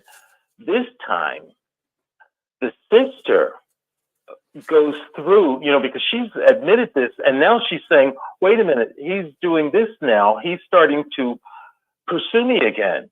And so, because he was a married person. And so she's considered scot-free, because before she said, we kind of spending this much time together. No fornication, no loose conduct or anything like that. But you got one person, a single sister and a married brother. And so it turns out that that brother is the one who really gets the hammer. He gets the hammer. So I was an elder, and I do notice on Sixth Screen, it's always Sixth Screens. It tends to seem to be always the elder. But I've seen it from all sides. And I say that the bad and the good goes from the bottom up. If it's you remember the food pyramid used to be horizontal lines, the food pyramid, and then they changed it and the lines became horizontal. That's how I find the good and the bad goes in the organization. You've got from publisher without any privileges all the way up to elder or whatever. There's good and bad. There's sincere, and you can be power hungry, and when you're given that power, then you have it and you can use it. But if you're at a level where you don't have the power yet, you can still want it. And I was a presiding overseer, and I had people coming, always reporting on other people, and they were not just elders or pioneers. It was across the board. Can I ask a question, Zach? How many people have you DF'd? I didn't count, but I can say this about that question. We had a circuit overseer come to our congregation one time, and he basically complained. He said, "Do you know how many judicial committee hearings we've had in this congregation in the past year or so?" He said, "We've had so many." He said, "But you don't know about them because the person was not disfellowshipped and the person was not publicly reproved." So I can say that we were not the people who, or at least judicial committees I served on. I did notice older brothers asked more questions, but the younger brothers did not get into all that detail that we often hear about. Younger brothers wanted to know simply whether or not there was pornea or loose conduct or uncleanness. Well, Zach, wouldn't the congregation overseer know all of this? Everyone just fellowship, every judicial committee, they appoint the people to the judicial committees, don't they? The presiding overseer does not appoint the people to the committees. The body of elders. The hell he does it? I'm out of here. Did you? Well, for those who remain, the body of the elders appoints a judicial committee when a valid accusation comes forward. Now, in some congregations, they may have done it differently, but we did try to play it by the book. But wait a minute. You're bringing up a term I haven't heard in a long time. Loose conduct. That's a really broad term. You didn't hardly have to do anything to get loose conduct. Was. Do they even say that anymore? I think it is. The literature or anything? Well, it was in the literature. Well, my last time at a congregation meeting was in 2008. My last time being with a body of elders was early 2008. And so they were still using the term loose conduct at that point in time. Yeah, that just so I don't know what they do today. That just basically means whether you're a man or you're a woman, you're just some kind of whore. Well, it was supposed to be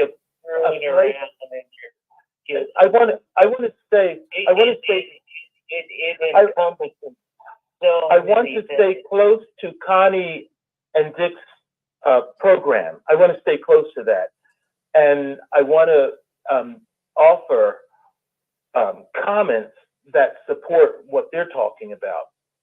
So loose conduct was in the green, pay attention to yourselves in the flock book, was a flagrant violation of Bible principles or something like that. And loose conduct could be when you start touching and you're not engaging in fornication, but you just start touching and manipulating breasts and things. Well, manipulating. But I want to stick close to Connie and Dick's program, what they're talking about.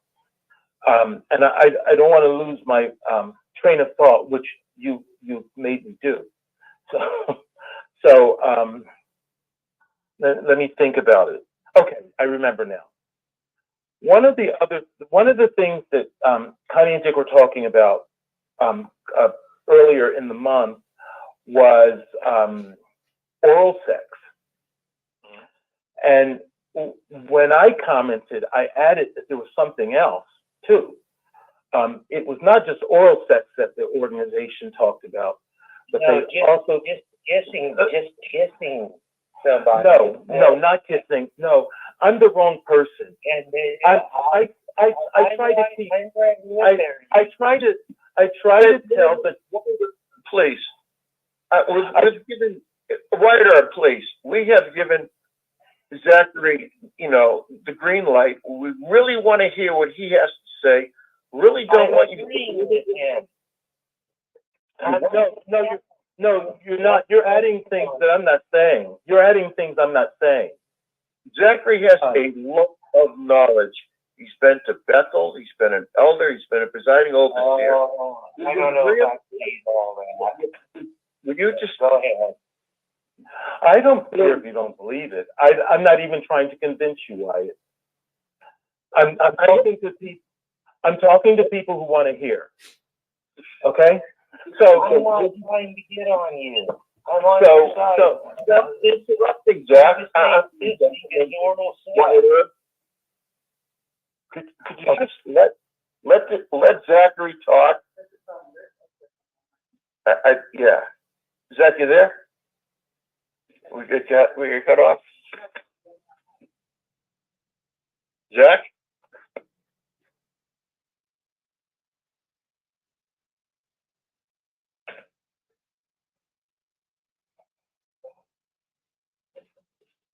I just wanted to say to you guys that I'm sorry that you and myself keep getting hijacked by this man.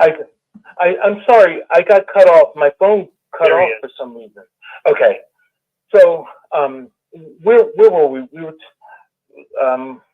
Where was I? I know he brought in kissing, but that's not what I was talking about.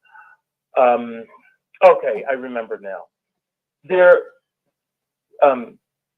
Connie and Dick have been talking about the society and their ideas about oral sex, but I remember when I commented, I could remember the statement that was used, and I have to correct myself. I called myself a kid back then, but I think when this came out, I was not a kid. I overused that term because it kind of puts your age down lower.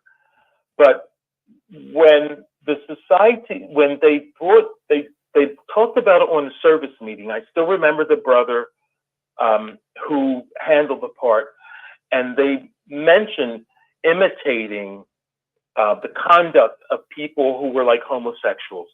And they said, such as the penetration of the penis into the mouth or anus of another. So they were talking about not just oral sex, but also anal sex, apparently. So that was one of the things. Okay, getting to married couples.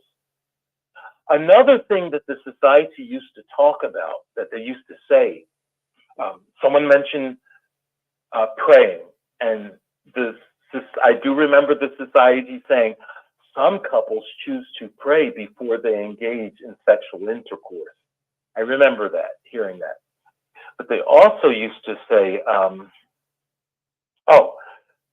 when it comes to foreplay, couples have to watch out. They didn't put rules forth, but they did say something like couples have to watch out with how far they go, how far they carry their foreplay. So they acknowledged foreplay, but they did kind of say couples need to watch out how far they carry their foreplay. That's what I was trying to say earlier.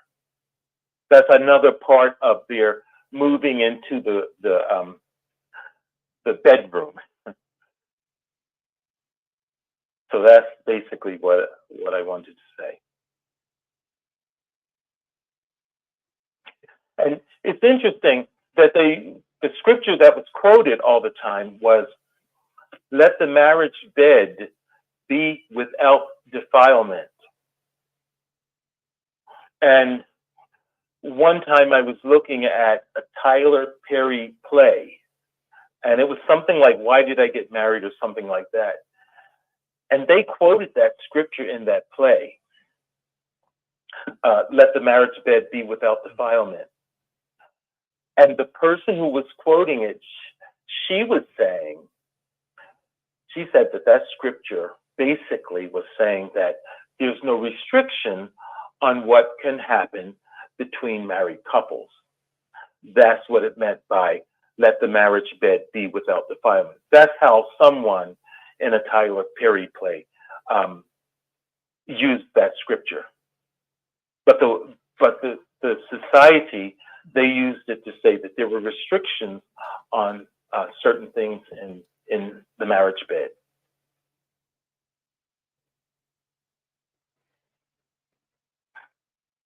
Okay, somebody else's turn. Hello? I love your voice, Zachary. It's beautiful. Thank you. Thank you. Thank you, Grace. Where's Connie and Dick and King of Dots? What happened to them?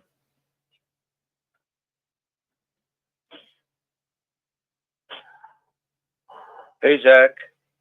Hello? Hi, this is Larry. Just want to say hi. Larry. Hi, Larry. Hey. What happened to everybody? I don't know. It wasn't the line, so if they left, I don't know.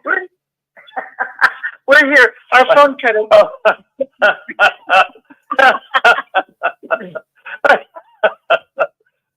It looks like everybody disappeared. I can't see anybody anyway, but it's still the same feeling. It's a Royal Rumble.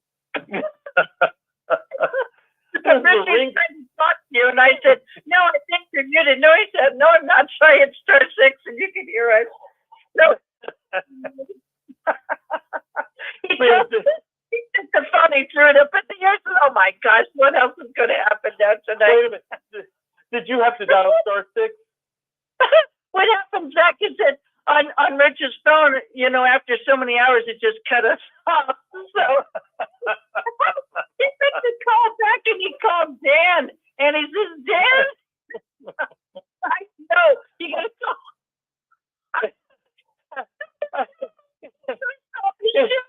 We could hear you, but he was mute. It felt like I was being shunned.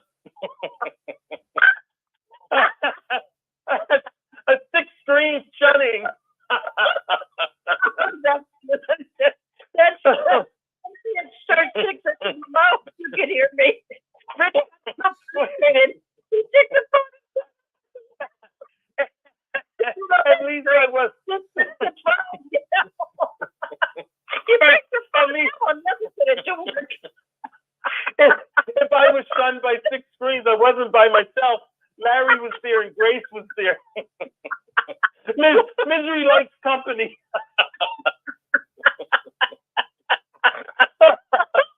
We didn't mean to abandon that.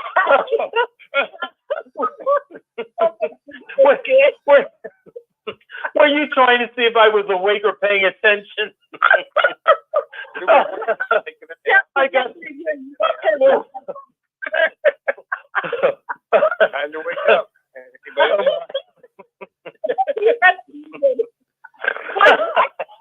We jumped them. For a minute.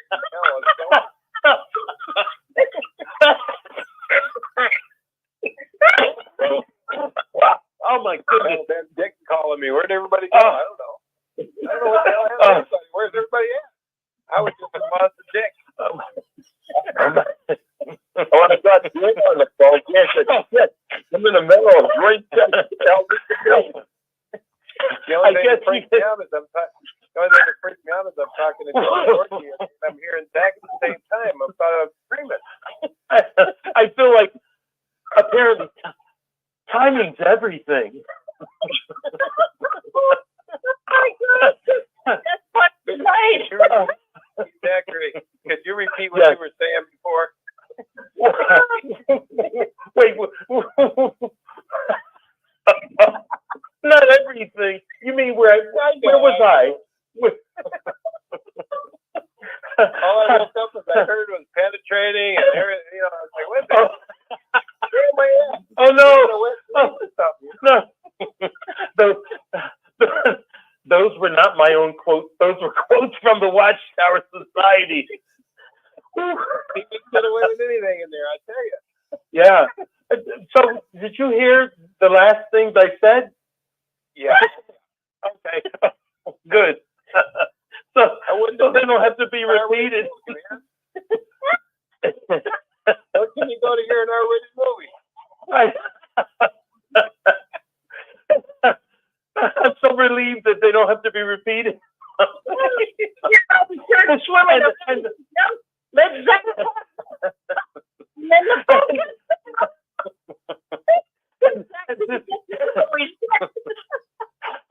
This is all stuff I heard at the Kingdom Hall. Kingdom Hall service meeting. Better than the porn shop, I gotta tell you. Oh my goodness. I was like, oh yeah, no. my ears perked up like a dog. I was like, what the hell's going on in 6th Green? I was thinking, oh no, did I say too much? I wasn't gonna put the phone down a minute. I was like, where the hell's that going with this one? Everything I said. Everything I said. When I get into that, when I get into that stuff, I try to take it as close to the quote as possible.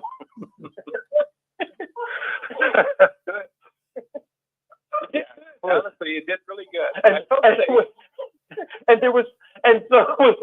Let me say this. And then the sad thing is, I'm trying to remember, and this was probably in the 90s. This is when I was presiding overseer. And there was something, I can't remember exactly what it was, but you know how the only way you can get a divorce and remarry, you can divorce, but you can't remarry if you don't have the grounds. Right, without committing adultery. Right, except on grounds of adultery. So there was something about, I can't remember it exactly, I can only be general. How do you prove it? And I think that there was something about if a person has a statement from their spouse that they committed adultery, that they committed, fornication, then that person could use that as proof of their mates committing fornication, which would be except on grounds of adultery. That would be their mate committed adultery, and that would free them up to get divorced and be able to remarry. That's the big thing. Are they able to remarry? And I remember a sister that came to us, and I'm very careful about this because it really is people's personal information, so I'm careful about how I talk about it. There was a sister who was leaving our congregation. She's going to another congregation. She was trying to establish that her husband had committed adultery, but I don't think he was a witness. And she was asking us about that, and we were explaining that to her, that if you did have something from him, that would help. But I think that the witness viewpoint is that you can depend on testimony or statements from people who are baptized witnesses more than you can depend on or believe people who are not witnesses. So I can't remember what what the little thing was that was in the way, but it might have been the fact that her husband was not a witness. But she was going to another congregation, and she was hoping to straighten that out still in our congregation. Sad thing is, sometimes as an elder, you don't know anything about it. You don't know about the person, you don't know about their situation, and you get hit with it, and you're trying to restate what the society's position is. And you don't want to go over that line and add to their burdens, but at the same time, you want to go up to that line and be in harmony, because at least as I was an elder, I really believed that it was Jehovah's organization. And everything that they did, I believed they were doing it, it was scriptural. So, you know, Zach, you bring up a good point because, you know, I wonder how many marriages where there was a separation and yet they weren't free to get it, to remarry, I should say, you know? Right. Yeah. Right. So, I mean, some people, they don't want to admit that they committed adultery. So let's just take this. So say, for example, excuse me, a couple is married and one of them is adultery. And so she wants to have scriptural grounds, but he doesn't admit to it. So right. Can she divorce him or not? She has to have the scriptural grounds that he confesses to it, right? Right. And if he doesn't admit to it and she doesn't have proof, then it makes it difficult for her. Right. She could get divorced, but then she can't get remarried because in that Pay Attention to Yourselves in the Flock book, it's a green book before the latest elder book. And I guess the ones where they're basically internet books where they can just change it every day. But in that book, there was something called an adulterous marriage. And then an adulterous marriage was a marriage where a person got divorced and they remarried. They got divorced and they married somebody without having those quote unquote scriptural grounds. Mm. That was called an adulterous marriage. Right. Yeah. Yeah. So a lot of people have been affected by all these rules of Watchtower yeah. rules. You know, yeah. Jack, one of the rules that, I don't know if you even call it a rule, but I still have a good friend of mine that confessed to me that him and his wife fooled around, as he put it, before they were married. And he went, and he'd been married 8 or 9 years, and he was having some problems with his wife, but it wasn't over sex, it was over money. So he went to an elder and he said, I need to confess that before me and my wife got married, we had sex. So the elder said to him, listen, keep that down, don't tell anybody. Yeah, thank you for telling me. He says, I got to confess to you, me and my wife, we had sex before we got married. So there was 2 couples there. Right. Yeah. So they had this kind of a rule that I think in the latest SWAT book, I haven't read it, but I heard that in that book, they were stating that if you're an elder and you had sex 10 years ago or something like that, and you haven't slipped or strayed or whatever you want to call it, then that it can be swept under the carpet if there are so many years and so much sin under the bridge, so to speak. Well, I've heard that, but not from an elder book. That's in a Kingdom Ministry. That originally came out in the Kingdom Ministry, and it must have been sometime in the late 70s. As an elder, I was made aware of it, and we did have that kind of thing happen where a sister was like in her. I want to make sure I don't identify people, but she was in her 50s, and she confessed to having committed fornication 20 years before.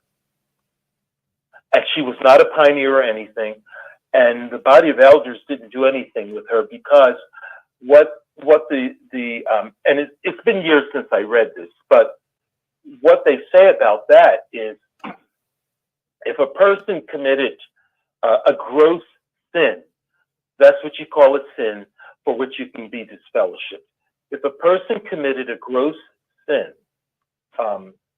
years ago, I forget how long the time period was, but you have to look at whether or not they seem to have,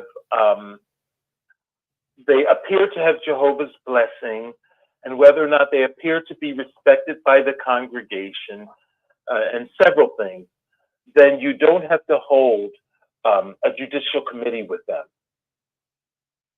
You don't have to hold a judicial committee hearing with them. You don't, it's not like, the term swept under the rug is kind of one of those sayings that's kind of, I don't want to use that idea, but you don't have to set up a judicial committee with that person. Now, if that person is a regular pioneer or an elder or ministerial servant, if they have some position of privilege, or if they have, let me say the right words, privilege of service, then you do need to let the organization know about it, let the society know about it, and express your feelings. So they don't have to be met with as a judicial committee, but if they have privileges of service, the society would like to know about it, and they would like your observation. That did happen with us too.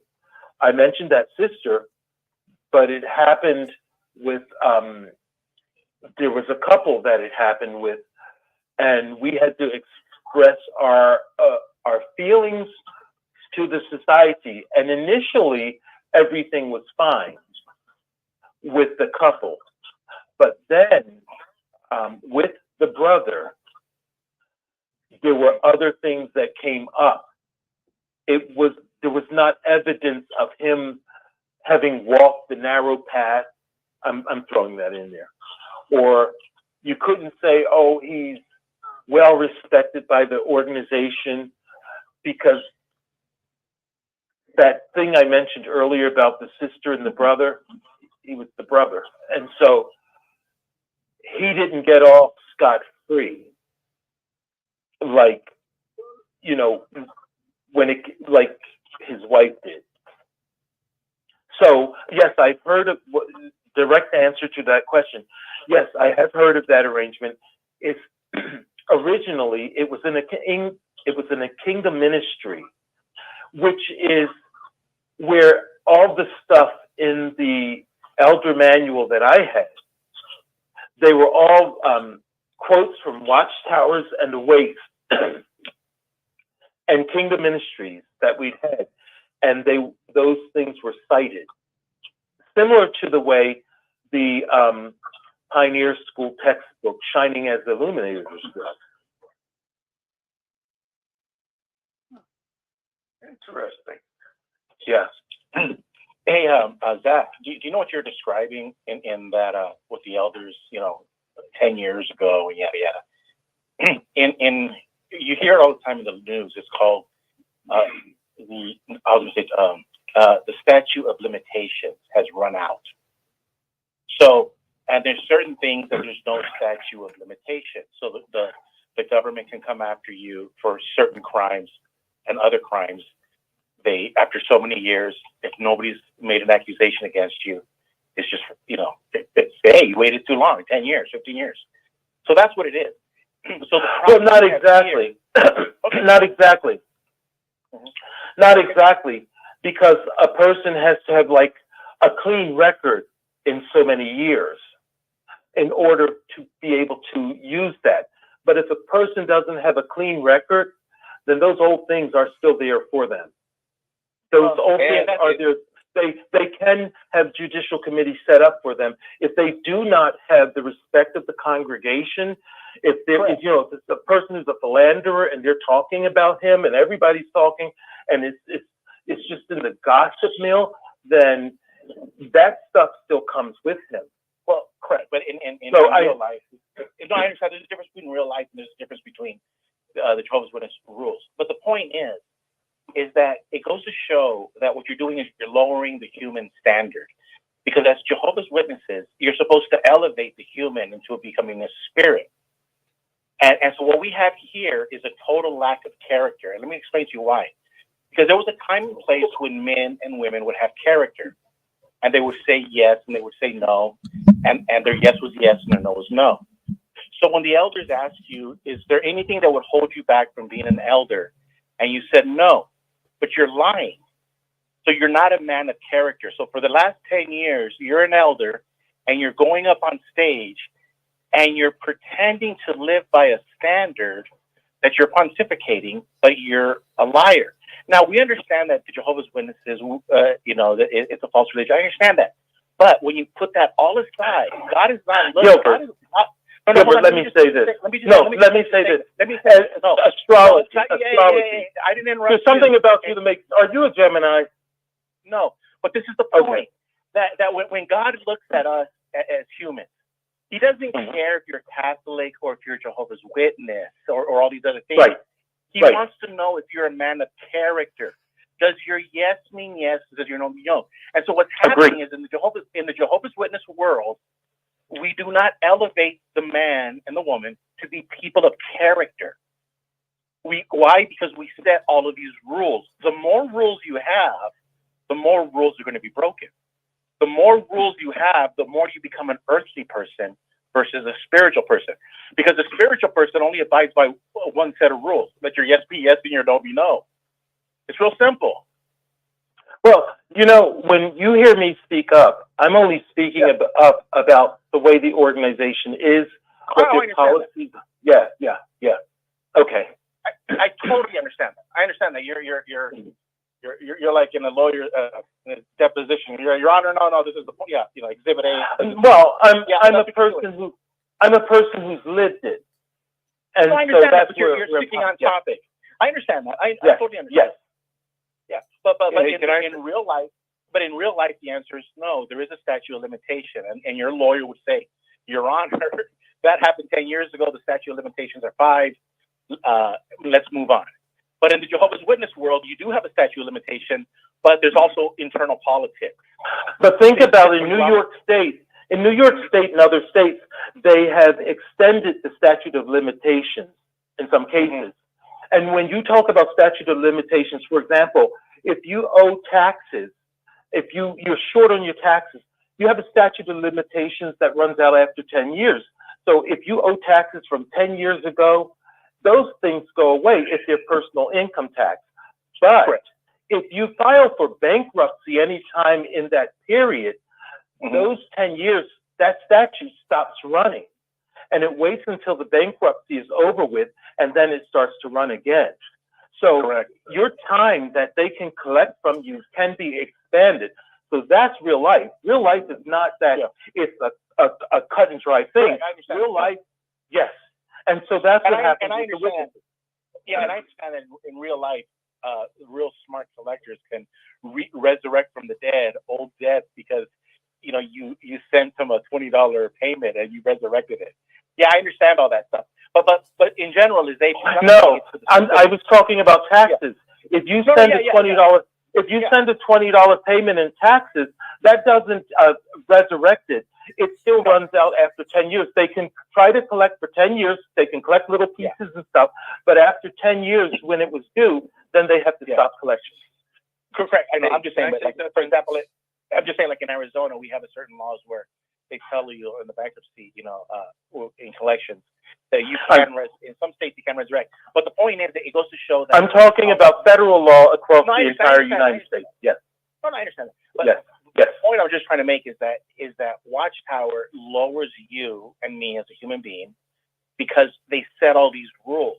And if you pay attention to the teachings of Jesus Christ, he limited the rules. He simplified everything to where a 5th grader can understand. A 6th grader can understand it. It was so simple. And that's how they derive their power, because they have all of these bedroom rules and all these other rules. So the more power you give the government, the church, or whoever, the more of a slave you become to them. And they don't elevate you. They bring. That's why they say it brings you down. How do you bring a good man down? Well, you give him a whole bunch of rules. Hey, that's how you can I do say it. something? Wait. Oh, sorry. Hey, I just want to say about Watchtower statute of limitations. They don't have any actually, because I know. When they looked into my situation, things had happened 30 years ago, and they held it against me. Okay, you know what that means. I'm gonna tell you that was done on Seinfeld when Elaine and George Costanza's dad they were he went to go pick up his son in jail, and he says, "What the hell is that supposed to mean?" And she said, "Whatever the hell you want it to mean." That's Watchtower. No, so Watchtower has a statute of limitations on paper, but it means whatever the hell they want it to mean. Just like the Elaine Seinfeld thing. But let me. Oh, go ahead. Sorry. So no, that's just the whole point. That in paper they have a certain set of rules, but the color is right. But I'm going to say this. I don't think you can always say Seinfeld moment ever. I don't think you can. I don't think you can always use Watchtower as an excuse, because I think we all have responsibilities for ourselves too. That brother that I saw, the Watchtower didn't bring him down to what he was. He was doing what he did, and that's what. If I could tell you the drama that went around that, it was like this was his own doing. Watchtower hadn't brought him to it. So I don't think we can use the Watchtower as an excuse for what we do or don't do. That's why when I hear people talking about getting school in, well, I'm grown. I'm born in witness, born in, and I was all in. But when it came time for me to go to, I'm getting close to graduation from high school. I told my mother, "Mom, I think I want to go to college." My mother was like, "Okay." My father had already died. And I went, and no one could say anything to me in my face, because the 4 years that I was in college, I must have missed at most 4 meetings, maybe 5, if that much. No one could say a word. I only found out later on, and because I took my own responsibility for myself. I wasn't going to let the organization. I didn't think in terms of governing body, but I wasn't going to let people. I wasn't going to let people tell me what I could do or not do. What I did was I got my volumes out. I researched to see what I was allowed to do or not allowed to do. My mother's best friend was a pioneer, a sister. She was a regular pioneer. She was a book study conductor, and she made statements to me about what the society says about college. And she referred to a question from readers from 1975. I looked that up, and I saw with my own eyes that the society did not restrict you from going to college. They did not smile upon it, but they did not restrict you from going. And I decided to go. I looked in all the Wake magazines, 1962-ish, about college, and I tried to find out the things that they had against it. There were 3 areas that I could see. One was bad association, living on campus around ungodly people. Another one was being around professors who don't believe in God and how they could erode your faith. And there was a third thing I can't remember. And so, it was about just being around bad association. So I decided, okay, I'll commute to college. I'll commute. I'll do this. I'll do that. And I went. And when I went to Bethel, I went there with 2 degrees in my back pocket. One of them maxima cum laude, and the other one with highest honor. And what do you call Phi Theta Kappa, and a bunch of other things. That's what I went to. That's what I went to Bethel with. You know what I mean? So I think that we have to take responsibility for ourselves. I understand it. I believe it when people say that things happen to them, and I understand how people feel. I don't have a problem with that. But I do say that every little thing that happens is not because of the Watchtower Society or 7 members or 8 members or how many they have of the governing body. I think that there is an important thing to take control of your own destiny. And it's like Constance is saying about getting an education. That way you can take control of your own destiny. And when things come up, you can kind of get out, deliver yourself, and earn a living. I'm not disagreeing with you, but I'll simplify it real simple. I agree with everything you're saying. I think I said it simply enough. Yeah. It doesn't need simplification. No, it does, because Jesus Go talked ahead. at the very end on Matthew 7 about building a foundation. And that foundation I mentioned earlier is called character. When you're a man of character and you take a stand for yourself, when the waters come, you're going to be swept away, and that's what happens in a lot of these in religion and so forth. People get swept away. But a person who is firm and he's a man of character and speaks like a man of character and is firm in his resolve, well, what happens? The evil people will go away because it's too hard. They're gonna water always searches the easiest route, the lowest point. So that's the reason why Watchtower doesn't teach its children to be men of character. Because if you teach a kid to be a man of character, then he's not going to be pushed around when the waters come. He's not going to be a pushover. And so it sounded like to me that you were given some seeds of character as a young man, and then when you became an adult, it blossomed. And you described a man of character and a man of conviction. And so you were able to weather the storm. And a lot of people in this channel, when they call in and they tell their stories, they didn't have that concrete foundation. And I go back to saying it's by design. Watchtower by design, it destroys the foundation of these children that grow up in it. And it sets them up for failure. And you hear it all the time in all of these Jehovah's Witness stories. We were set up for failure. We were set up for failure. But something happened in your life where... I don't feel like I was set up for failure. I'm so sorry. I don't have that same feeling. Okay. I feel like things like... let's be You're frank. entitled to be wrong. You're entitled to be wrong. Go ahead. I feel like I'm entitled to be frank and honest and truthful. Yeah. I feel like this. Humor, man. You have to Watchtower without sense of humor. Come on. Roll it. You're constantly trying to find something wrong with me, aren't you? I have a sense of humor too. I have a sense of humor too. Right. Okay. Listen.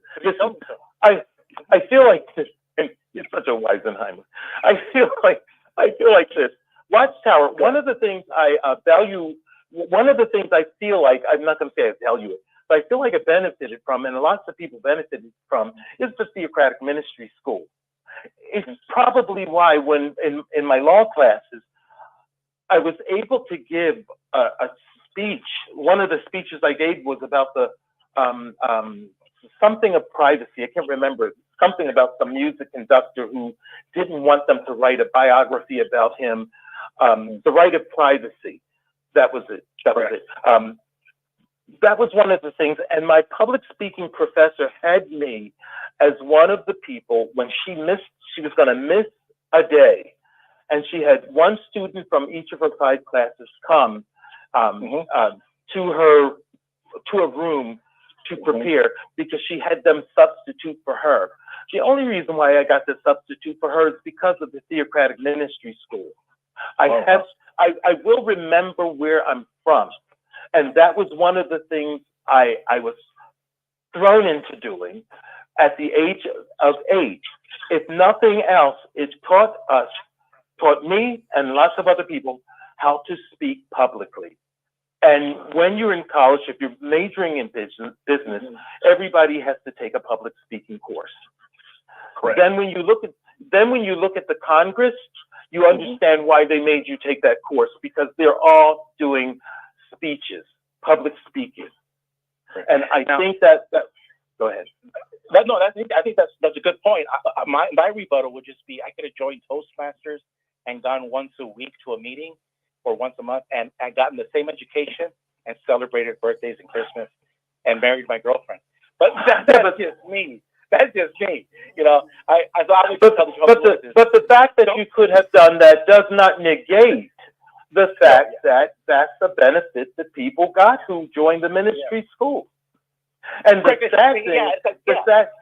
sad thing is that women, sisters, didn't get to give more talks. That's a sad thing too. I think so. Yes, they should be given more talks. So basically, I'm just saying, hey, Zach's right. You could have gone and got a 30-year mortgage at 20% interest, but Gilbert's saying go to Toastmasters. Mortgages don't come at 20% interest. No. Listen. Get a 10-year mortgage with 1% interest. It's better. So that's what I'm saying. Go ahead and be a slave for 30 years to Watchtower at 20%, or go to Toastmasters and get it done a lot cheaper. I'm just saying. I agree 100% with what you're saying. All I'm saying is that because I thought the same thing you did, and I says, no, Gilbert. I could have gotten the better. What did you think? What did you think that I thought? You said you thought the same thing I did. What? Oh yeah, about the theocratic ministry school, because I was a conductor. I was a conductor for over 10 years of theocratic ministry school, and I given talks and everything. And I agree with you on the women. Women should have been allowed to give standing speeches. That's a shame.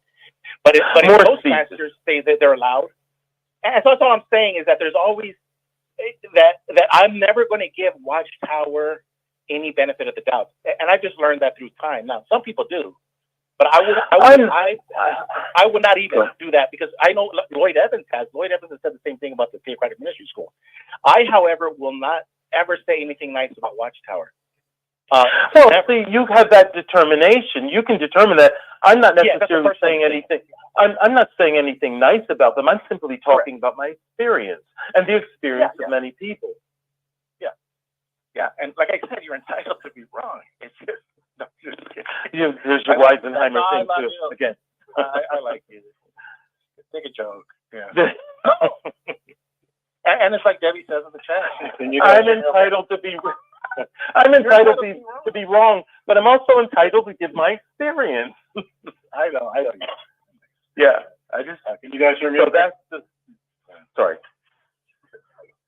Oh no, hey Zach, I wanted to relate the story if you guys don't mind, right along the same line in terms of some of these laws against fellowship and all of that. You're hard to understand. Are you far away from your phone? Get closer to your phone because we can't understand you. Okay. Get How closer. about now? It'll be good. Okay. Maybe I will. About that. Can you guys hear me now? Yeah, that's good. Okay. So just a quick story, and because I wanted to ask, because I'm eventually going to get to a question I'm going to ask. I had a friend who was disfellowship. Wasn't really even officially told why, never found out why, for 18 years, 18 years, and I mentioned this on the 6 Screens before. But what was interesting is he told me that while he was out, he attended a Bible students meeting. And it kind of blew my mind because I didn't even know Bible students were still around on any level. Rick had Bible students on 6 Screens, and it was fascinating. It was about 11 years ago. Oh man, I missed that. It was fascinating. I think I just discovered 6 Screens maybe, 3-4 years ago or something like that at the most. But in any event, real quick, he attended the meeting, and just like Watchtower does the love bombing at the end of a meeting, they love bombed him. And when, of course, they were fascinated to find out that he was a disfellowship Jehovah's Witness. And there were actual Bible students who had left the Jehovah's Witnesses and joined the Bible students. So it was just a really interesting, thing going on, kind of hearing everybody's story. But getting to the point that really interested me was the Bible students, when they started talking to him, and somehow the subject of this fellowshipping came up. And they said, yeah, we know that you guys, meaning Jehovah's Witnesses, we know that you guys like to disfellowship and all of that and shunning. And he says, we don't do that here. He says, oh, really? He says, so if something comes up, what exactly happened? So a guy steps forward and he says, well, I'll tell you my story because this is what happened. He says, I cheated on my wife one time. He said, and my conscience bothered me, and I came, he says, and I talked to the equivalent of their elders. He says, but what we do here is we follow that verse in the Bible where you take the matter to the congregation, and the whole congregation weighed in. He said, so after the meeting or the service, whatever they call it, and I would imagine it was a midweek. I can't see doing this on a Sunday, but who knows? And so he stood up. The elder said, okay, such and such has something to talk about. So he stood up and basically he relayed what happened. And everybody, I guess, of a certain age kind of chimed in as to what they thought should happen. And they basically said, well, we think you should be forgiven and given another chance. And if there's anything that we can do to help on any level, we're a phone call away. And then the sisters gravitated towards, his wife to comfort her. And they also comforted him. They did the exact opposite of what Watchtower does, which is, sit you down somewhere and shame you to death. They comforted him and made themselves available to him. My question after that long, boring story is, why doesn't and this is not just to you, Zachary, I don't want you to feel responsible. I just always wonder why Watchtower doesn't follow that same suit and follow that scripture. It seems to me that the same way they do with a lot of things, they kind of cherry pick what verses in the Bible they want to follow and ignore others. Has anybody ever heard of organization? That? Oh, sure. But I've always wondered why they don't follow that. You're talking about that's because they're an elitist group, and so they want everybody to say, "Oh, we're the cleanest." So that's what it is. It's our group is cleaner than anyone else, and if we find out anything, they're going to be put out. It's not about forgiveness. It's about being such a clean organization. When you say they say take it to the congregation, you're talking about specific scripture, right? Yes. You're talking about Matthew 18th chapter? I thought Zachary, I'm not looking at it. I'm actually doing some woodwork right now, but I thought it was in one of Paul's letters. I thought it was in one of Paul's letters. Well, the one where they say let them take it to the congregation, the way the witnesses explain that they're doing that is they say that taking it to the elders are sort of representative of the congregation. That's what they try. That's how they try to put it. Yeah, but when Rick had those Bible students on like 10, 15 years ago, might have been 25 years ago. No, not really, but about 10 years, 11 years ago. It might have been about 10 or 11 years ago. There was something they addressed that it was so interesting because and I don't want to go beyond Dick and Constance. Are we stepping on their program too much? No, you're right on target, and we want people to know how strict the Watchtower is. And Zach gets a lot of good info, and so please continue. Okay, when Rick brought them on, it's been a while, years ago, and I think they were two sort of like elders of the Bible students. There was something they said that made me realize something the witnesses were twisting. The witnesses always mention that I guess the elders are selected theocratically.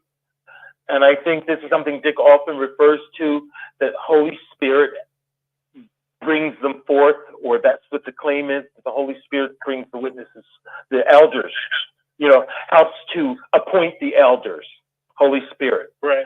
And the witnesses will often say that it used to be that elders were appointed democratically, but now they're appointed theocratically.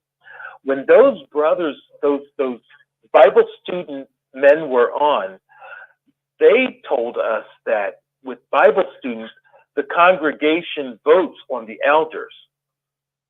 Exactly. And that's what and that's what the society was using to say that they used to be selected democratically because the entire congregation voted on it. But with the witnesses, it's not the entire congregation, it's the body of elders that votes on it.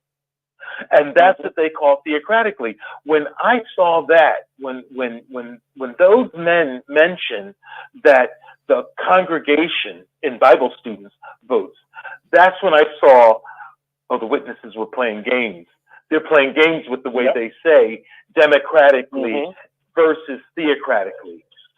It's just fewer people voting on it, but it's still a majority vote. When you're voting it's still on a majority vote, it's Yeah. still a majority vote. So I was thinking about it from the standpoint of, for one, the sisters, who are much wiser than us, would have a say on things. Maybe perhaps a lot of the issues that people were dealing with would have been taken into kinder consideration when a congregation is involved. And elders, because I can tell you, there's been many times, and I'm sure you know about this, I'm sure other people know about this, where they have an axe to grind. They don't like a certain person, or something happened. I knew a brother who was disfellowshipped on really trumped up, no nothing charges, and it all went back to he had dated this elder's daughter.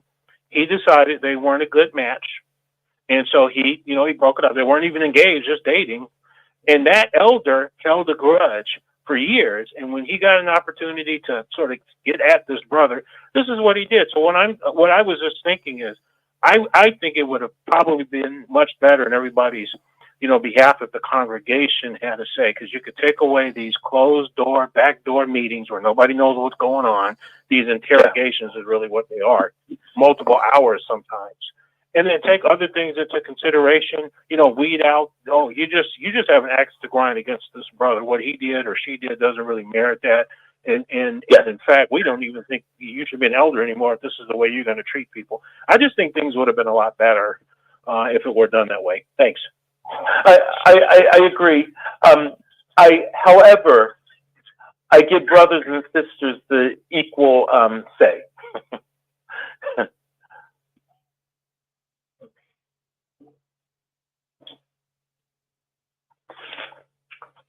Anybody else? Okay, thanks.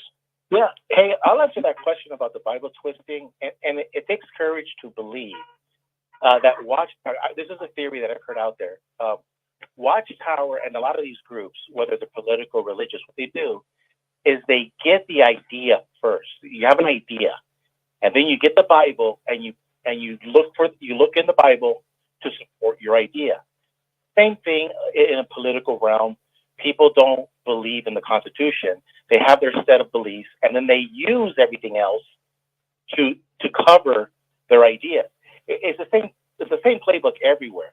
But when we stick with religion, a lot of religions today they start out with, this is what we believe. How and where are we going to find Bible texts to support our beliefs? Case in point, the last one that we saw was the beards. We know that it was all stupid. But Watchtower has this belief, and they go, we need to make this change. Now, where do we go and find this? So they go find some obscure text. We all know it was stupid. We heard Samuel Hurd. But that was a perfect example of, we believe in something first, and the Bible is just something we use to cover ourselves. And so that explains why Watchtower jumps around and doesn't listen to this Bible text or that Bible text, because it doesn't fit the narrative that they have decided in their committees that they want to follow. Well, that is well said. I think you're right on target. Yeah, that's why I'm the GB. Oh, GG for GB. I gotta say this about GG for GB. You hear me, right? Because I've been putting myself on mute. Okay, let me say this. I have to compliment you. The Christmas show, when Rick was putting on the mask, I did look at the comments, and I saw you put senator and Nobel Prize winner and something else. Yeah. I appreciated you. That made me respect you much more, that you put those actual facts in there. Yes. Don't think it was not noticed. That's all I'm saying on that. But it takes a lot of courage to believe that a lot of religious groups, political groups, business, whatever, they have a set of ideas, and that goes to show the evilness because they don't let their yes be yes and their no be no. And I think in a nutshell, that's really all of the acts that all of these ex-Jehovah's Witnesses have to grind.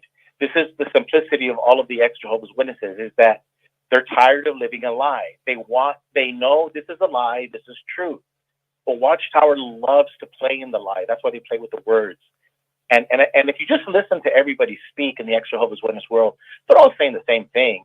They're sick and tired of lies because they know what it leads to. They saw in their personal life with the Jehovah's Witnesses what lies lead to. And this is that's why Watchtower is so evil, because they have an agenda and they use the Bible as a cover for their agenda. I'm trying to get these acronyms right. Do you believe? Do you know what a PME is? Yes. Okay. Do you think PMEs really believe? Well, I always thought PMEs were men who had sexual problems. But PMEs, do they really believe? No. No, PME. No, I want to make sure you understand. PME is physically in mental. Yes, because they're idolaters. I told Rick today, and I told Rick today in the oh my God! If you do not, if you do not raise up your hand and say, "Hi, my name is fill in the blank," and you say, "I'm an idolater, I'm alcoholic, or whatever," if you do not admit it, you'll always be in denial. And so the PMEs are idolaters. They're worshipers of men. Wait a minute. No. I don't mean what's your meaning. I mean, what do people mean when they use the term PME? What is that an acronym for? Do you know? Physically and mentally in, yeah. Right, okay. So a person who's going to meetings and stuff and they mentally believe, do you think they really believe? Well, I think I would say that just my gut feeling would be today in 2024, about 50% do, 50% are in it for the motions because of family, friends. It's a social club. The Jehovah's Witnesses are a social club. That's just like my gut instinct, my feeling. I don't know. I can't prove it. But that would be a PMO. You know about PMO. Okay, we're correct. Right, mental. Okay, but I'm talking about the PMEs. Do you think they really are in? Well, no, they're worshipers of men. I'll give you an example. The governing body was on it for years. No, listen. The governing body. No, wait a minute. When you say that, I think about when I was in, and I wasn't worshiping the governing body. Sorry to tell you, I really was worshiping Jehovah, God, and I thought. No, look, you're denigrating people. I thought that he was using them. Yeah. I was serving God, and I thought God was using this organization, and I didn't think of the governing body as so wonderfully great either. So that's what I'm asking about, because the reason I say this is I spoke to people recently. You heard me talking about earlier that I had a family thing going on, and so I spoke to some family members who were in, and when I hear them talk, they sound like they really are still saying the same thing about Armageddon. You know, it's right around the corner. It's right there. It's coming. Okay, listen. I told Rick at the end. Jesus told Peter, "What business is it of yours about John? You follow me." If you're not following Jesus, you're scattering. You're wasting your time. If you're not following Jesus, you're following somebody else. But so my question is, hold on. You may have thought you were following God, but you weren't. But the moment, trust me, Zach, the moment you raise up your hand and say, "Hi, my name is Zach. I was an idolater. I was a worshiper of men. I followed men, and I didn't follow God." When you do that, you're going to come back and you're going to say, I don't think I'm going to say I was a worshiper of men. You're not going to hear that from me. You went door to door, Zach. You went up on stage. But I'm not going to say I was a worshiper of men. I'm telling you, I believed I was worshiping the creator of the universe. We were all worshiping men. We were all worshiping men. Eric, I'm sorry, Eric, and I'm sorry, Gigi. You two may have tried to please men. I did not. Okay. You two may have tried that. Hold on a second. I did not try to please men. I was disfellowship 2 times, brought in the back room 17 times. I never tried to worship men. But I admit that trying to please my family and trying to please everyone around me, I was trying to please the governing body, the elders, my parents, and everyone around me. We all were guilty of that. That's my point. That's what I just said. You were trying to please men. You were trying to please men. Yeah. And the fact that you disfellowship twice meant you came back and got reinstated. Yeah. Yeah. So I got reinstated once. I got reinstated once. It took collectively 9 reinstatement letters for them to reject my wife and I and never let us back in. You're projecting your actions and feelings on other people. There are people who are sincere and they believe they're worshiping God. I was so disappointed. Frankly. I thought I was worshiping God, but now looking back in retrospect, I know that I was worshiping men. That's what Gilbert's getting at. Because even though our hearts were good, it doesn't matter. I will not allow you to come and jump in on me. Watchtower. I will not allow you to come in and jump on me. I am telling you how I felt. And just like if I were this person who was crying and I would be pampered, but I'm not that person. And I will not allow you to tell me that I was sitting around worshiping the governing body or men. I thought we were all worshiping God. We thought that, but in actuality, we weren't. That's the point. I was That's the Duke. That's the Duke. That's the deception. I will not allow you. Worshiping God, of course. Eric, I will not allow you. I will not allow them to try to tell me. Yes, I am. It is very personal, and I will not allow you to come in and tell me what you want to tell me. I'm telling you how I felt. It's not for you to come and tell me and insist how you think I felt. Zachary. I didn't. Yes. You're not listening to me, Zachary. Yes, you're not listening to me, Zachary. Someone else called my said Zachary. Okay. I want to hear that. No, you're calling me out. So why can't I defend myself? You're calling me out. No. And you're not even listening to what I'm saying. You're not listening to what I'm saying, brother.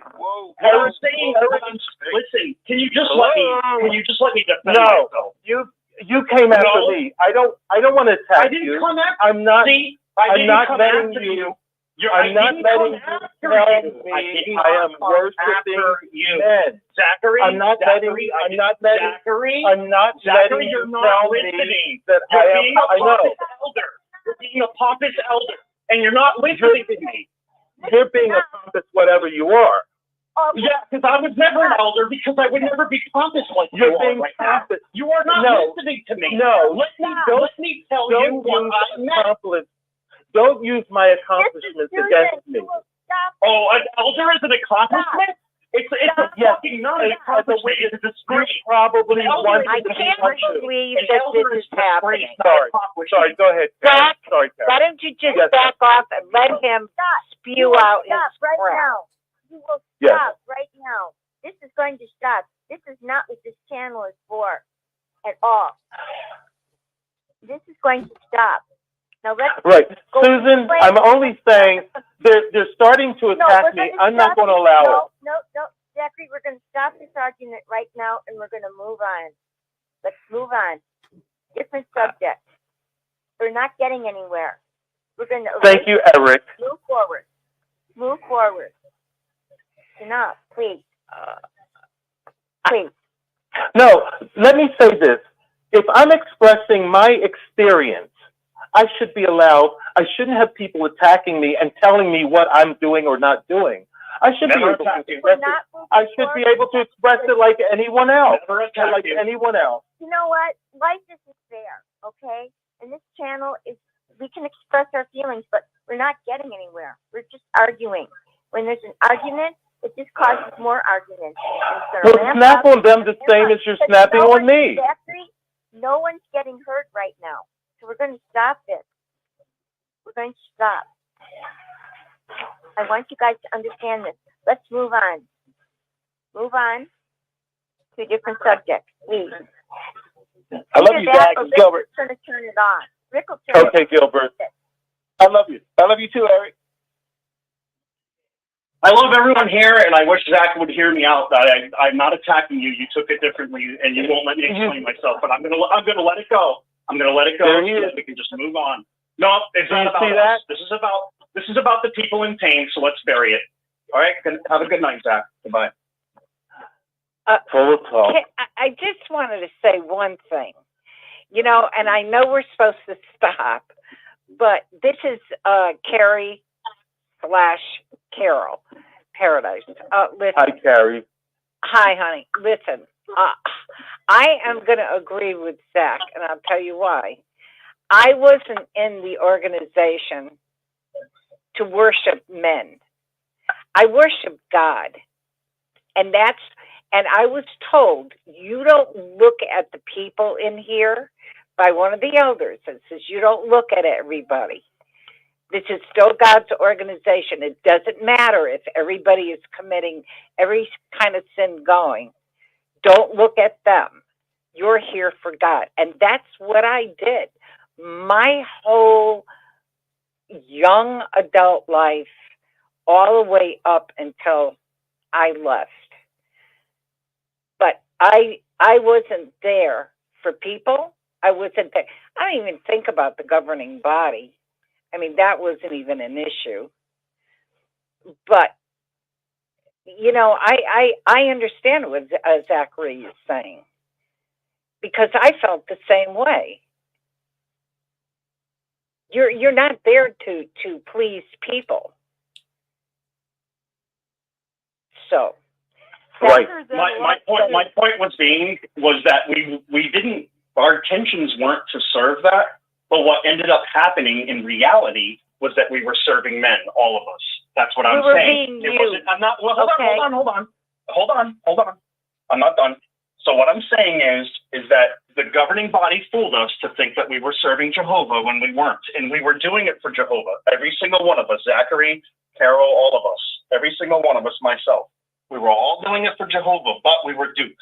And in the reality of it all, we were serving men. And that's what I'm plainly saying, is that we were following men. That's my point. And that's my only point, is that we were serving men. That is because we were in the matrix. We woke up out of the matrix and we said, holy shit, I'm not going to do this anymore. When you finish, may I speak? May I speak when you finish, Eric? Susan, may I speak when he finishes? Hello? Did it happen again? Oh, okay. I'm muted. Okay. I think that I can say that everything I looked at, I always looked at the scriptures.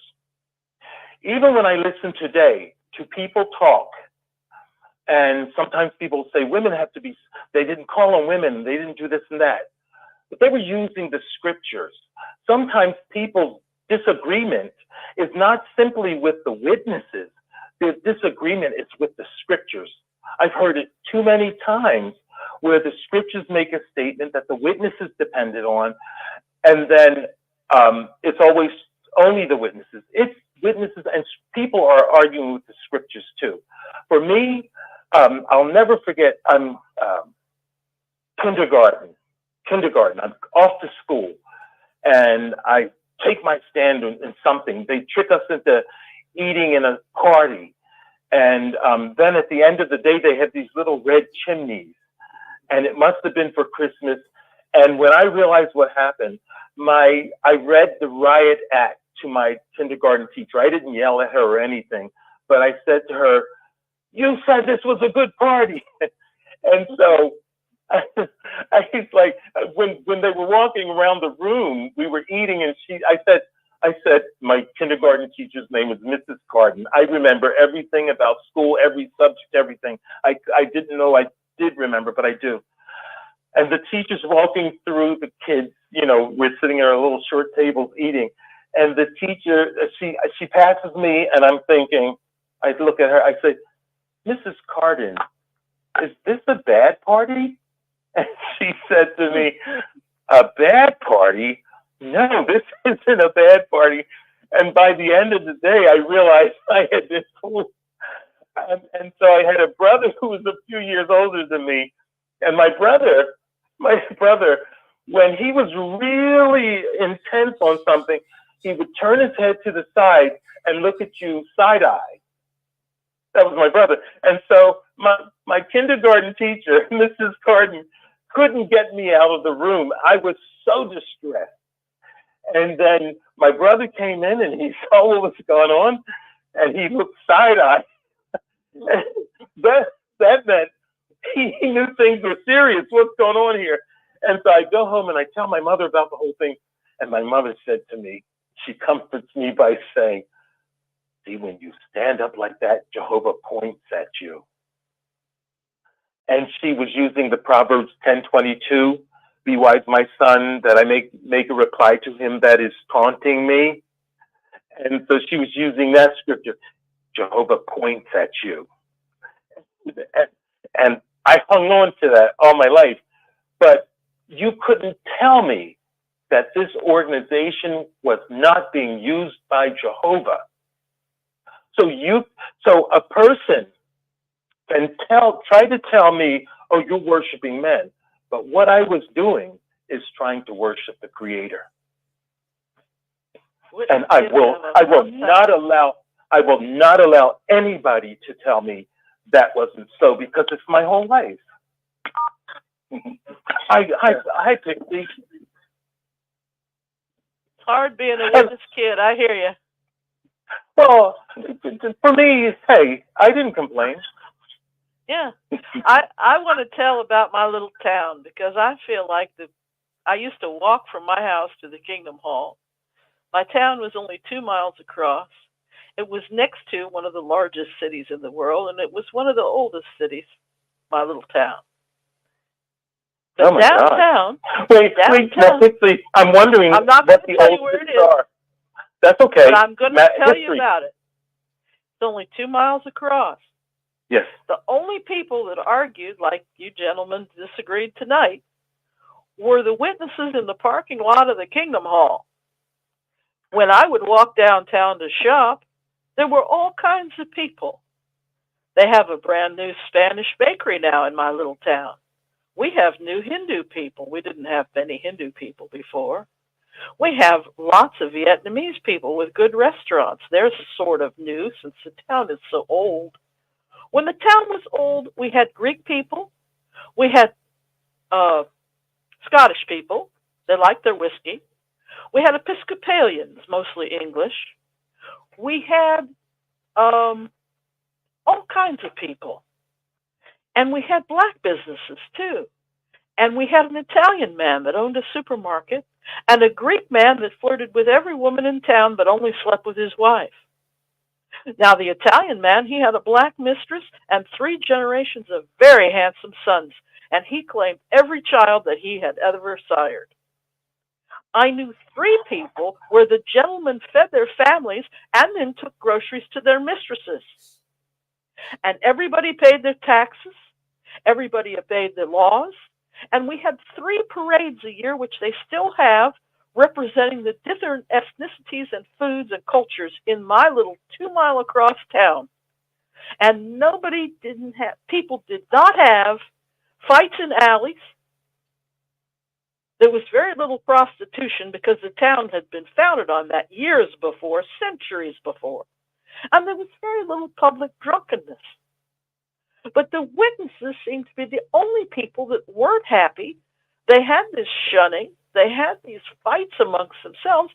And everybody else in town seemed to be very civil and took part in voting and seemed to have a happy town. Was your town a square town shaped? Yes. Yes, I know we the had town. The town square. Yes. Was the whole town a square? Yes.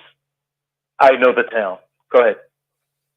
And it was a joy growing up there. And I had a fine education for free. And looking back on it, I loved going to the Kingdom Hall. I loved being a witness kid. But as I aged, I noticed that the unhappy people were shunned, and the unhappy people at the Kingdom Hall were the ones fighting in the parking lot, and not these worldly people downtown. So factor that in. This was not a safe place for us. That's the end of my story for this evening. Hey, Pixie, this is Gilbert. And Zach, let me tell you this real quick joke. I thought to Pixie, and it'll explain, because I really like your point of view of what you were describing, and I believe that you're honest and sincere. But the question is, who do you mean, Pixie? No, you or me? Oh, okay. I'm sorry. So I'm gonna tell you the joke, and it'll explain it. So I'll say, okay. The other day, a man came up to me and says, "Hey, do you want to be a Jehovah's Witness?" And I said, "No, I can't, because I didn't see the accident." That was from the Unknown comic in the Gun Show. But the point is this: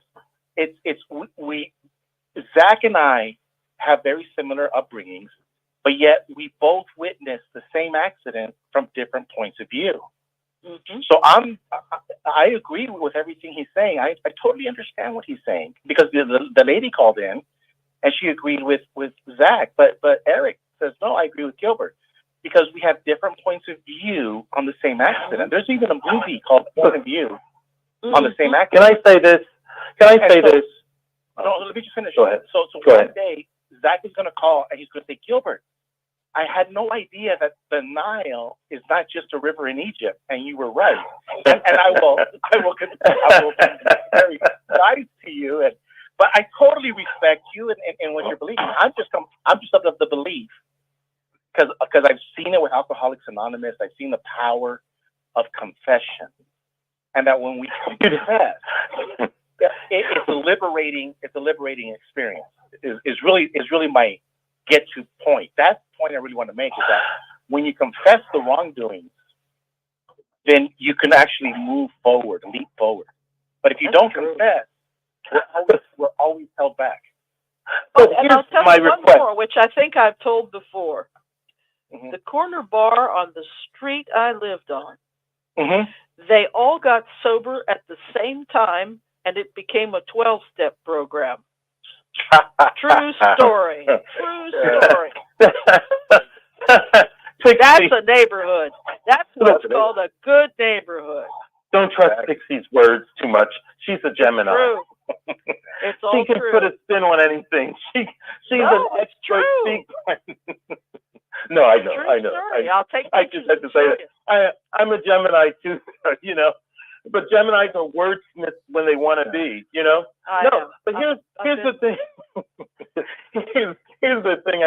The funny thing is, when you tell your cousin, who is a worldly person, who knows you as a witness all their life for years, when you tell them, oh, I think I might talk sometimes a lot more than I want to, I'm a Gemini, and then you hear your worldly cousin go silent. Mm-hmm. And you realize she's shocked to hear you refer to yourself as an astrological sign. That happens. But let me say this. I just want to be able to. People express their feelings about their experiences. I want to be able to express mine too.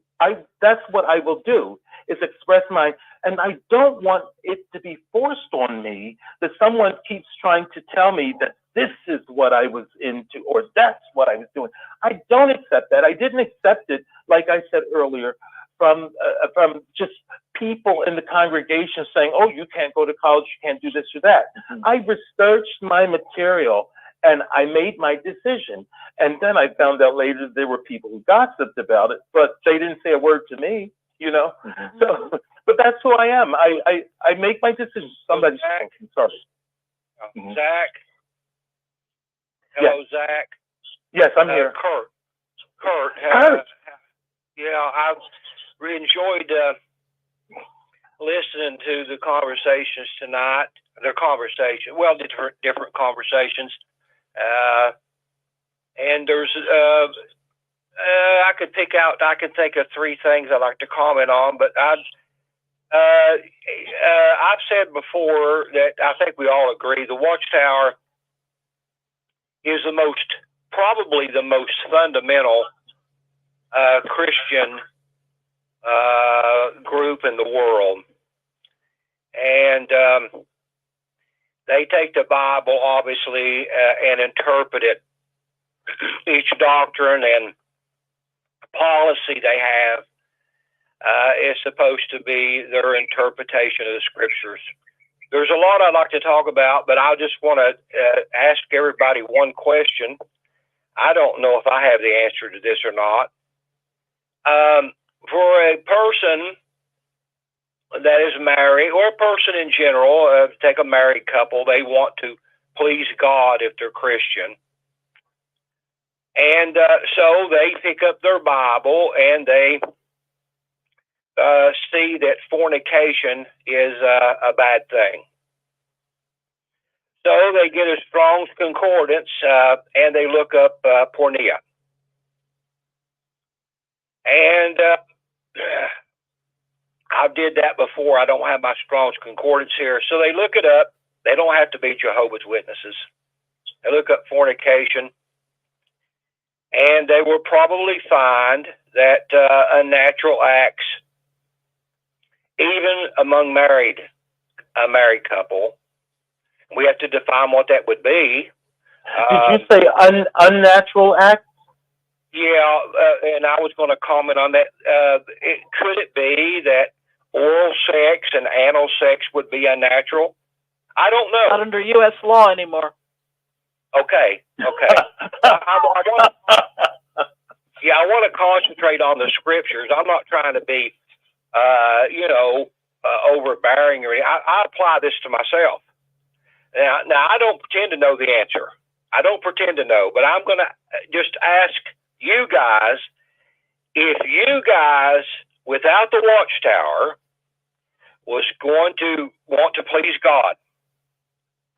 I no longer seek to do that. I no longer seek to do that. I hear you. I understand. That's a very bold statement. Yeah, but I'm saying for anybody that does, seek to do that, and you tried to wrestle with the pornea, you tried to figure out what it means, and then you come to a conclusion. Now the Watchtower came to a conclusion, and they printed it, and they encouraged. It maybe is a weak word, maybe encouraged the brotherhood to acknowledge this word. Encourages to put a heart into it. Yeah. Some towns don't like it, even if it's not religious. My little town had a bookshop that had lots of magazines, comic books, girly magazines, magazines of different towns like Dallas and Richmond. The largest magazine selection I'd seen anywhere. And they had the Constitution on the wall, and they said, we're going to have this magazine shop. Well, it was very expensive to have a magazine shop, and I think me and 4 other people went there, so that closed. The town didn't want it. Right. I understand. Yeah. When you mention the Bible and you mention unnatural, what did you mention? Did you say unnatural acts, or did you say pornea? Or were you associating the two? And natural acts, I don't even know what that means. I don't know. I can't remember if the New World Translation ever uses those 2 words together. But, again, amongst us, we know, I guess we agree, common sense would say that the Bible in general, with its moral code, would infer, at the very least infer, acts that were done in sexual acts that would be disapproved. Leviticus addresses it, but the Code of Hammurabi, otherwise known as the Ten Commandments, does not. Hey, Kurt, wait, the Ten Commandments is not the Code of Hammurabi. Yes, it is. No, it's not. Go to Smithsonian. No. It is. Yes, it is. No, that's not true. The Hammurabi Code, if you see that, it's so much writing on the stele. Well, there's more to it's it. much more than the Ten Commandments. Yes, but the top 10 are exact. Let me answer Kirk's question. No, but Kirk answered the question, and let me answer his question. Kirk, it's real simple. You're going to the Apostle Paul, and now you're not elevating the human being. Remember, we got to elevate the human. Too many rules lower us. Jesus addressed it, and I'm going to give you 3 examples. Jesus says the two will be one. So if a husband and a wife become one, it's none of our business what these two people do in their bedroom, because the two are one. We should not even have an opinion. We should not even think about it. It's you and your wife are one. Number one.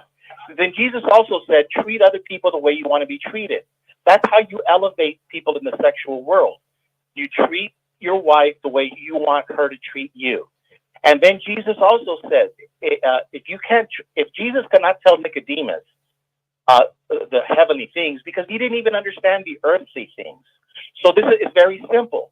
If you have a penis or a woman has a vagina, if God cannot trust you on earth with a penis and a vagina, then hold on a second. How is he going to trust you with anything else in the afterlife? That's what Jesus said. If I can't trust you with the small things here, how am I going to trust you with the bigger things? So what happens is, the point I'm trying to make, Kurt, is that how do you elevate the human being? By not worrying about oral sex, by not worrying about all of these things. That when you close the door and you're with your wife, you just abide by those rules of Jesus, or the teachings of Jesus. The two are one. Treat each other the way you want to be treated. It's that simple. It's that simple. But religion complicates things. And that's why we have these fights. Because everyone. Can I get the talking stick? Go ahead. I'm done. But Okay. Let me be more direct in that answering that question. When you look at the Bible, you see this. There's an account of a man who was with his concubine or something like that, and these men came and they raped her all night long, and she died. And then the Bible gives these details about her body being cut up into many parts and sent to the 12 tribes of Israel. If it is that specific about something like that, why can't it just come out and say what unnatural acts are?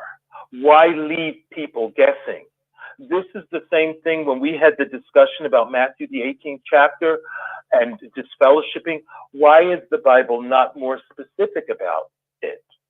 You know what I mean? So why not be more specific about these unnatural acts? What are the unnatural acts? You know what I mean? In Leviticus, the animal is killed and the person is killed. And I think that was U.S. law until recently, and is still U.S. law in some states. That is a bestiality thing. But I'm talking about the one where there was a man, I don't know if he's a Levite or what, but the woman with him, his concubine, they came out and they raped her all night, and then she died, and then he wanted to make a point. He cut her body into parts and sent it all around to the nation of Israel. I'm saying that's extremely graphic. And I'm also saying, so then if the Bible can be that detailed on that, if there are unnatural acts that are disapproved, why doesn't it say what they are? And if it does not say what they are, is it for someone to come in and say it must be this or it must be that? No, that's a good question, and I do not have the authority to say it. But no, I'm answering. No, I didn't mean you. I was just saying to that kind of question that Kurt had asked. No, I understand that. And I'm just saying, me personally, I do not have the authority, nor will I ever try to say I'm the authority on this. But to help who's the other guy on the line that just called in? Kurt. To help Kurt understand even this point. I do not, because I go back to simplicity, keep it simple, stupid. I do not worry about unnatural acts, and I'll tell you why. Because I'll never do it. You see, and that's just me personally. And see, that's the beautiful thing about uplifting the human being. The human being that's uplifted doesn't have to worry about unnatural acts. Why? Because he just ain't going to do it. And but a fleshly person, he's always thinking in the flesh. But a spiritual person, a man of the spirit, doesn't even worry about it. Doesn't even think about it because it'll never happen. Because he just won't allow. He won't do it. And see, that's what I understand. Now, one thing, that with a person believes, and of course you have your conscience. Paul in Hebrews said that he had a wicked conscience until he came in contact with Christ. But at any rate, we know Paul talked a lot about the flesh, and we had to deaden the flesh and be more spiritual, and to please God, especially in the first 5 chapters of Romans. It's pretty much spelled out. This is Paul speaking. Now, the important question would be, when I talk about Paul, would be, do we believe that the scriptures, the New Testament, well, the entire Bible, is inspired? Is it inspired? And if we don't think it is, then all bets are off. But if a person, and there's a lot, people that believe that every word is that Paul wrote and Christ was written about Christ and so on, is all from the Holy Spirit inspired. So we have to make that decision. Now, if we decide that it is, then we have to wrestle with some of the doctrines. I think some of it is and some of it isn't. And I think some folk singers are inspired. Yeah. I think some of it is just old Jewish men writing laws. And if can I make a... Oh, sorry. Sorry. Wait, check this out. If you're and Kurt, no offense, but if you're Gilbert, can I just make a quick statement? No, let me finish this. If you always bring up Paul, but we worship Jesus. If you live your life, Kirk, and I'm not trying to be mean to you, but if you live your life never talking about the Apostle Paul ever again in your life, your life will be great. But here's the point: that as long as you're focusing on all of these issues, you're never going to find the answer, and thousands of years will go by, you'll never find the answer. But the moment you elevate yourself into a spirit status, you don't even think about these things. I don't think about what is unholy and dirty and all that stuff. Why? Because I don't have to live in the physical. I'm already in the spiritual. You see, you have to not think about the Apostle Paul, because he's going to bring you down. Jesus brings you up. Yes. The Apostle Paul brings you down.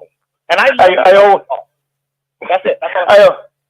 I often say, I often think can I just make one statement? Mm-hmm. No, let Zach finish.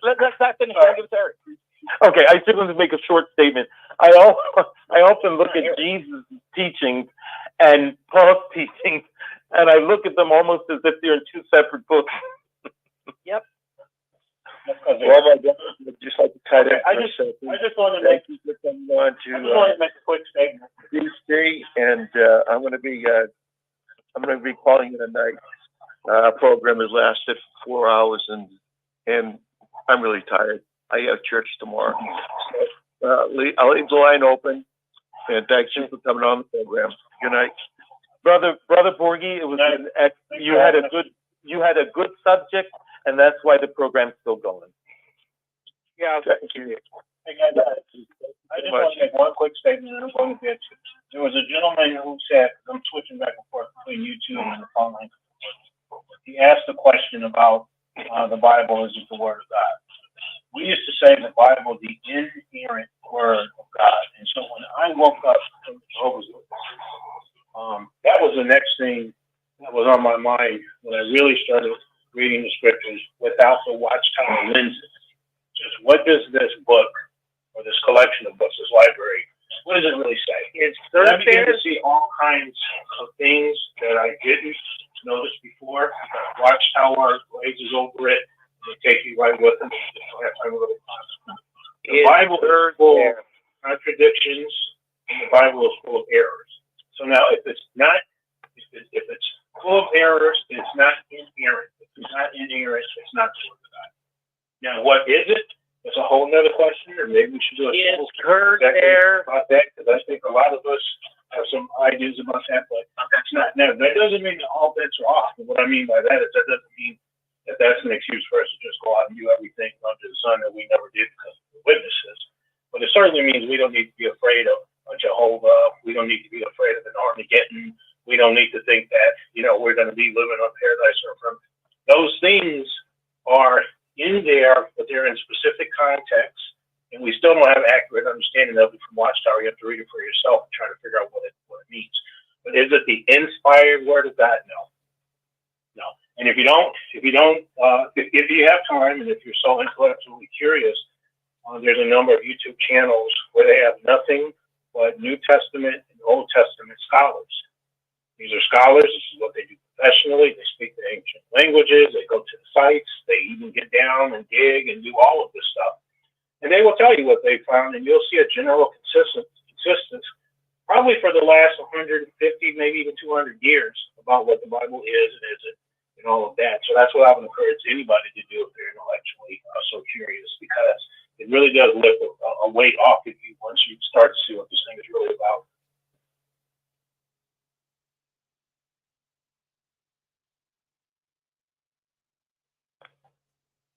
Yes, that sounds interesting.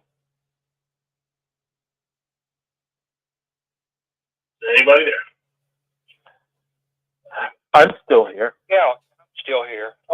Is that Jack? Yeah, I'm here but too. It's been an interesting conversation. I've been listening all night long. I thought I'd call in and say something. There's something else I wanted to bring up.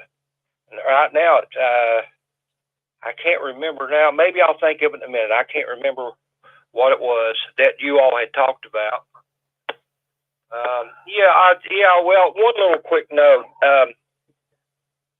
I heard you all discussing people that are in the Watchtower. I think all of us will agree that there are people. I have two sisters and their husbands, for example, that are in the Watchtower.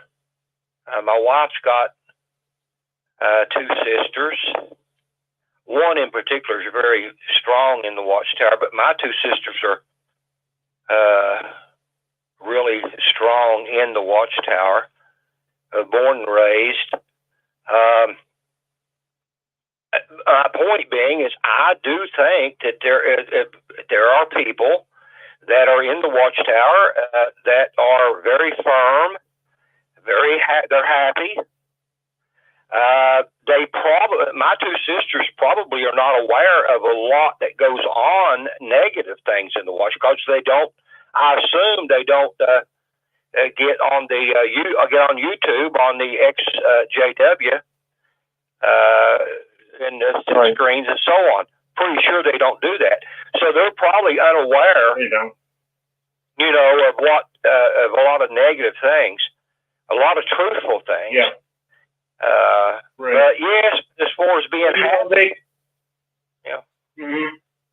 Go ahead. There's a fantasy. There's really a fantasy that Watchtower sells. That's the selling point. If you go all the way back to day one, for anybody that either met a Jehovah's Witness or something like that, they were sold a fantasy. It's like, oh, I see you had a death. Yeah, I had a death. Oh, did you know you can see your dead loved ones again? That's the fantasy. That's the hook. That's what gets you in. So a lot of people, like you said, they may be very content and happy with it, but they're living a fantasy. And it's just not real. There's nothing real about it. I mean, and even Watchtower, like here's one of the things that I was taught. Let me ask you this about that statement you just made. Can I ask you a question about that statement you just made, where it's a fantasy? You can ask me anything, sir. Okay. When you said they'll ask you, can you see your dead loved ones? Now, I understand in the Jehovah's Witness world, seeing your dead loved ones again means getting up and walking on the earth. But in other religious beliefs and spiritual beliefs, don't they teach that you still can be able to see or communicate when you do the Great Passover? Well, I didn't mean, no pun intended. I didn't mean that. When you, I really didn't mean that. When you pass, then you have you are welcomed by loved ones, but it is not in this current format that we have. Do you believe? Are you saying you don't believe we can see loved ones after we pass to the next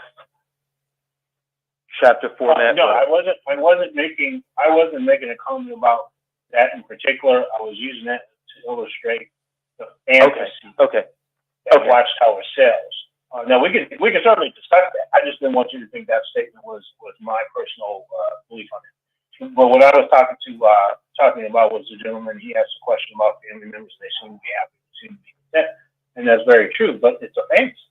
It's not real. There was 2 weeks ago, maybe 3 weeks ago now, there were a small group of Jehovah's Witnesses that were taken hostage in Nigeria.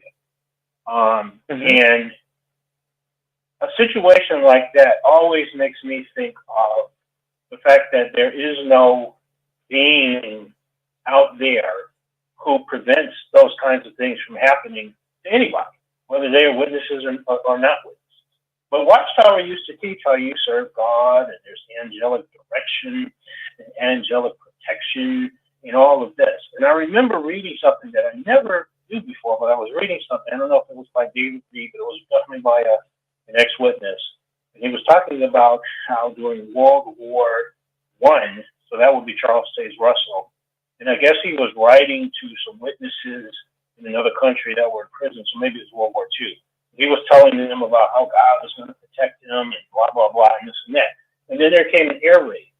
And so everybody was ordered to move out of wherever they were to safer area. And the witnesses, they stayed right where they were because God was going to protect them. And of course, the bomb dropped, killed every last one of them. This is what I mean when I use just as an example of fantasy. In just the last couple of years, we've all heard the news from Rick Barry about different people that have gotten killed and different terrible things that have happened. There is no protection. It's a fantasy. You know, and I've heard stories about witnesses and housing projects. I'm in Chicago, and they went out in the housing projects, but the bullets started flying, but none of them got hurt. It's a fantasy.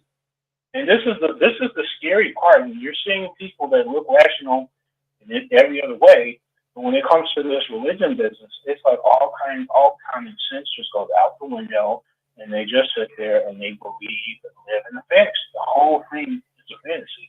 Watchtower uses the expression spiritual paradise. We live in a spiritual paradise. What does that even mean? It's not real. So if it's not real, it's a fantasy. What are you talking about, spiritual paradise? No such thing. But Watchtower is very much in the real world. Billions of dollars in real estate all around the world, investments, everything that's in the real world. And then they go and they sell this fantasy to the witness. That's what's really scary and concerning. I told his sister, I said, don't listen to what they tell you. I said, well, how did I say it?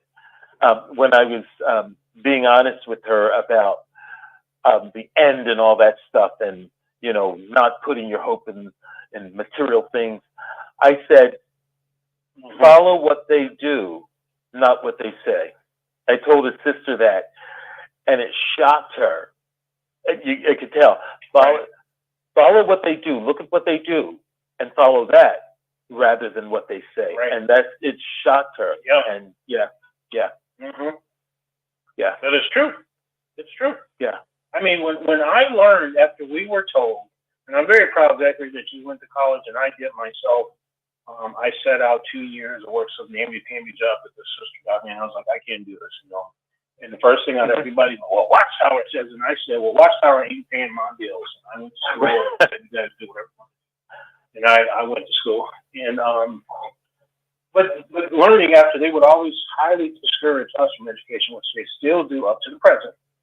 And then you find out that Watchtower, on the dime of the other witnesses, sent people to school, lawyers, and I'm sure other people, whatever they need. So the hypocrisy of it's bad when I do it, but it's okay when they do it. See, but my experience, and that's what I've been mentioning tonight. I guess it doesn't go over well, but my experience, my experience is, I went to Bethel in mid to late '80s. I was there in Bethel. So before that, I finished up high school, did college, and did a couple of years of professional work, so that I had things in place when I left Bethel. I wasn't planning on having things in place because I thought Armageddon was coming any minute. But I would have never disobeyed and gone to college. What I saw was, you heard the friends talk about it, and it always sounded like, oh, college, this and that. And with me, my mother's best friend was a sister that they used, book study conductor. She's a regular pioneer, wonderful person in the eyes of the witnesses, and she really was a wonderful person. And my mother had 3 children and a husband who was not a witness. And this sister had 3 children, and her husband was not a witness, and he turned out to be a bigamist. So one day he was no longer there, and she had to be rebaptized and all that. But we talked. She would talk to me sometimes in field service, and she said something to me about going to college, about education, and she said, does the society really say no? And she referred to a question from readers that was from 1975.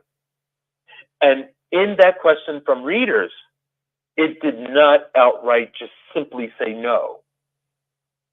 And, it's like Mary treasured it in her heart. I treasured it in my heart. I loved school. I loved high school. And when I was ready to graduate, I got depressed because I wouldn't be coming back, but back to the high school.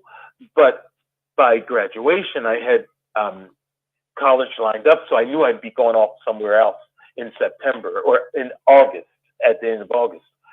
But friends said it, but when I did my own research, it was not so strong as a strong no. And if I'm talking to somebody now, they may, how people fact check on the internet while you're talking. Oh, well, it says this, it says that.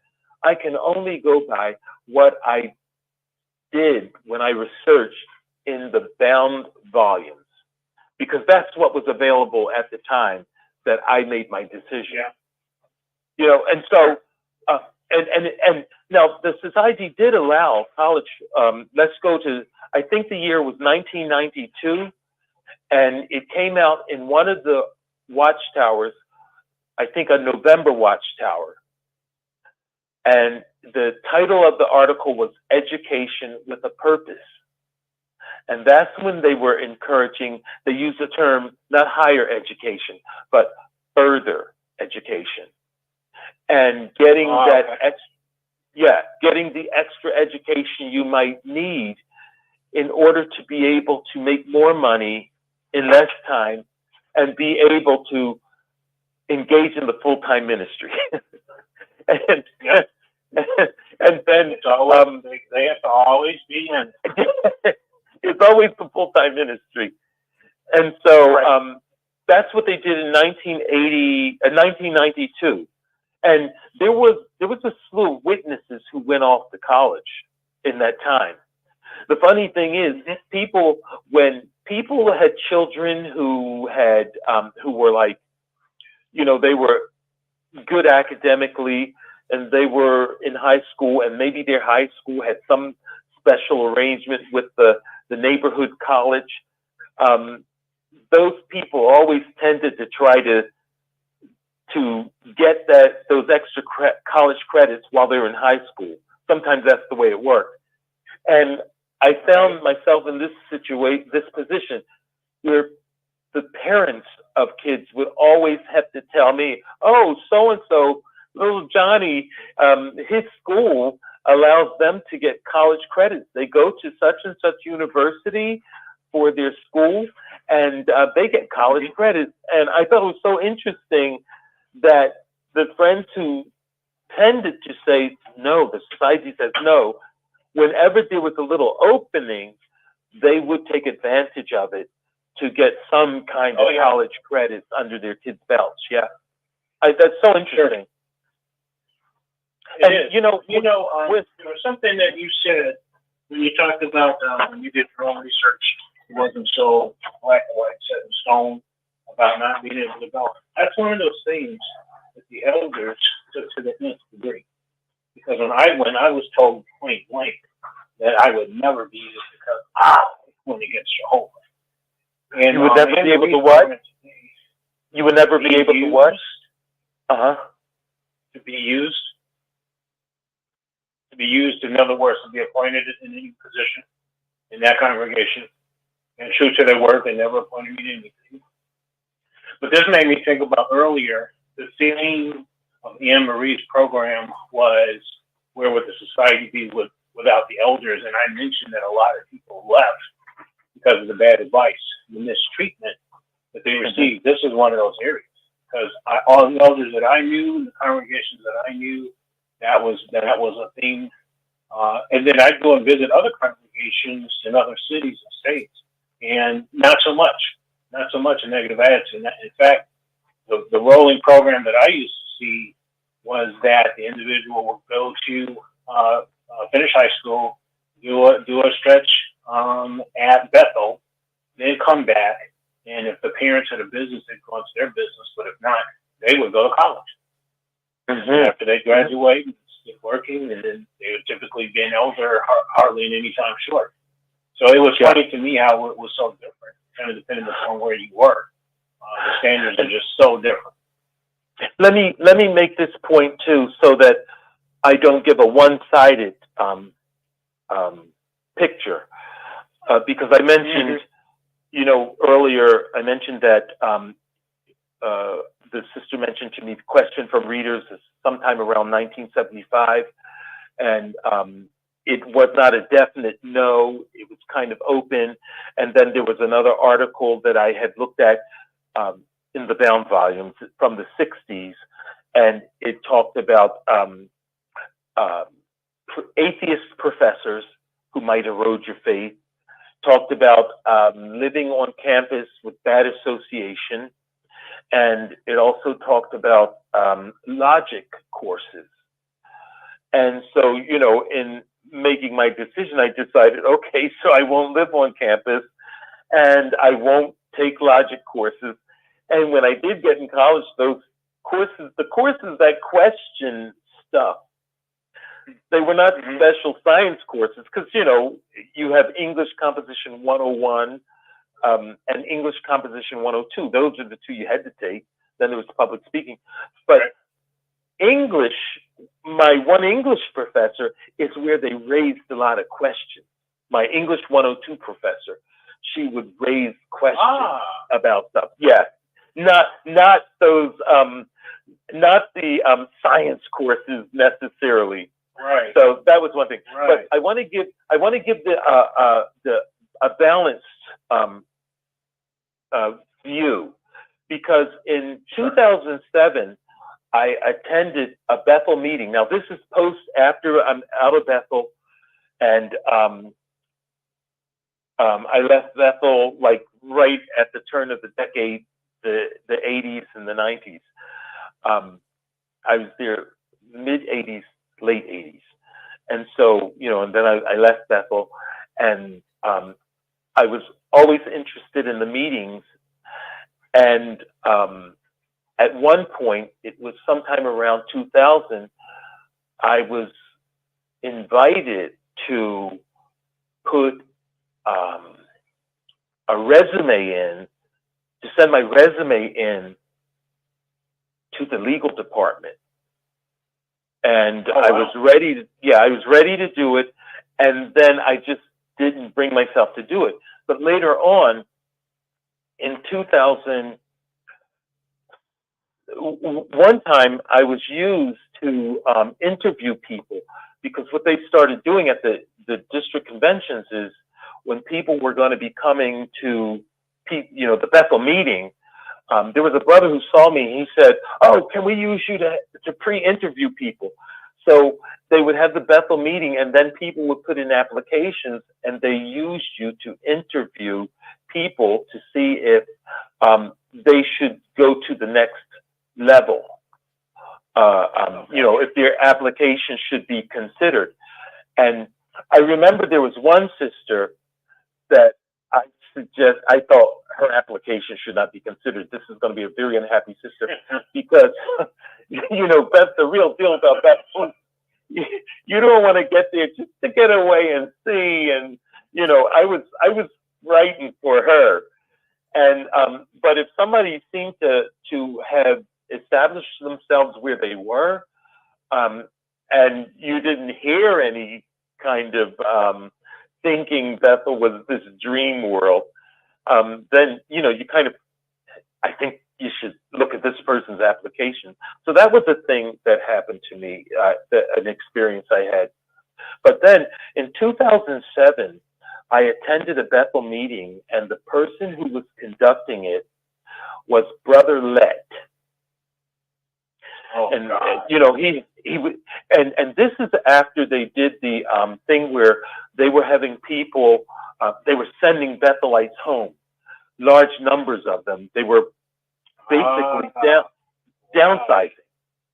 And so when I was at that meeting, I'll never forget how tense it was, because I saw Bethelites that I knew, and they just, it wasn't that, Stepford happy looking situation. This is the town of Stepford and everybody's got a smile pasted on. These brothers looked like they were tense and worried and concerned.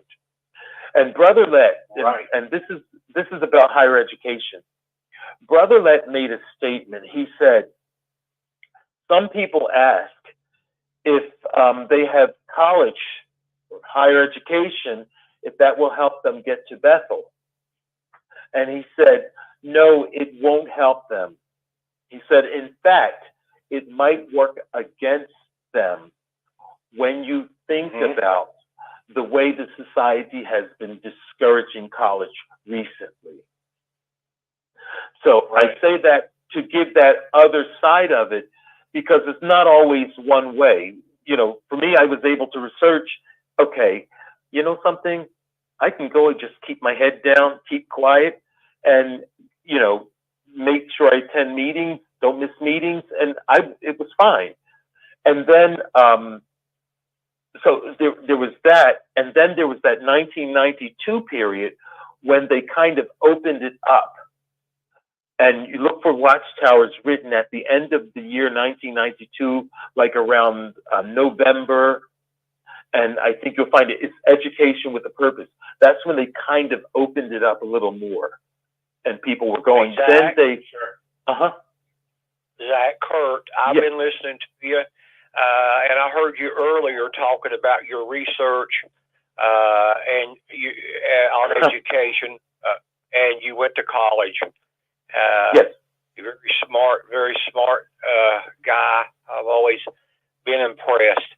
And I've never done any research on it, but I've listened closely to what you said about it. Again, you all might agree with this. And again, thank you for all that information. It sounds like they may have waffled some on their view of education. But again, back to the fundamentalism. Generally, you guys know this, generally, the typical Christian believes that in the beginning God created 6,000 years ago, the entire universe, including the earth. And so, not all Christians believe that, obviously, but so for a person to, pack up and go to Harvard or whatever, Berkeley, or really any college, they would go there and be taught that the Earth is 4.5 billion years old, et cetera, et cetera. So we know these things. So a Christian, a Christian that is a young earther, a 6,000-year-old Earth, would go to Harvard, and his faith would be tested. And well, let me say this. You mentioned 6,000 years. That was at one time a witness teaching, but the witness teaching also expanded to each day being possibly 7,000 years long. Yeah, that's true. That's true. But the sixth day, they would date Adam's creation to 4026 is what unless they've changed it. So the sixth, the creative day, when Adam was created, they trace it back. Now it's a little over 6,000 years. So I may believe the scriptures teach a pre-Adamic race and all that. But anyway, college, not going to college and getting this education is very hard on most people. Very hard, and it's just practically destroyed some people's lives, I'm sure. And the Watchtower is terrible for that. But like you explained there's been some waffling on it because you've done all this research on it, which I haven't. I have not done that research. Well, I've done some research, the old stuff research, and then living through 1992 and studying those Watchtower study articles. I lived those real time, like anybody who was around then. And then in 2007, it's just a meeting I attended, and I saw there was a change back to really discouraging it. So some is research and some is living through it. Yeah, I got you. Mm-hmm. I got you. Go ahead. And it's just I'm not. Go ahead. Yeah. No, yeah, I was just thinking the hypocrisy of it, because when Watchtower, and we probably, just judging by the tone of everybody's voice, we're probably all at least 50 years old. So if you go back to the 50s, a person could make, with no education, a decent enough living to get married, have a couple of kids, get a house, get a car, go on vacation, and enjoy a decent life and look forward to some kind of retirement. So for Watchtower to say at that time that you didn't need college and so forth and so on, you could almost accept that. But we all know in the time that we live in now. Well, first of all, we're living in a time that's unprecedented, even with education. People are struggling, and the future is very uncertain. But for Watchtower to continue to encourage people to not get an education in this day and age, it really shows zero regard for people. They could care less about how your life turns out. They just want you to donate your time, your money, your energy to their purpose, and that's what I have a problem with. Because Watchtower doesn't take care of anybody. I remember being a kid, and I'm going to shut up, being told by a circuit overseer about how it was a part, or it was a Watchtower or something, that they were talking about how in this Satan's wicked world, and people were getting laid off from their job, and blah, blah, blah.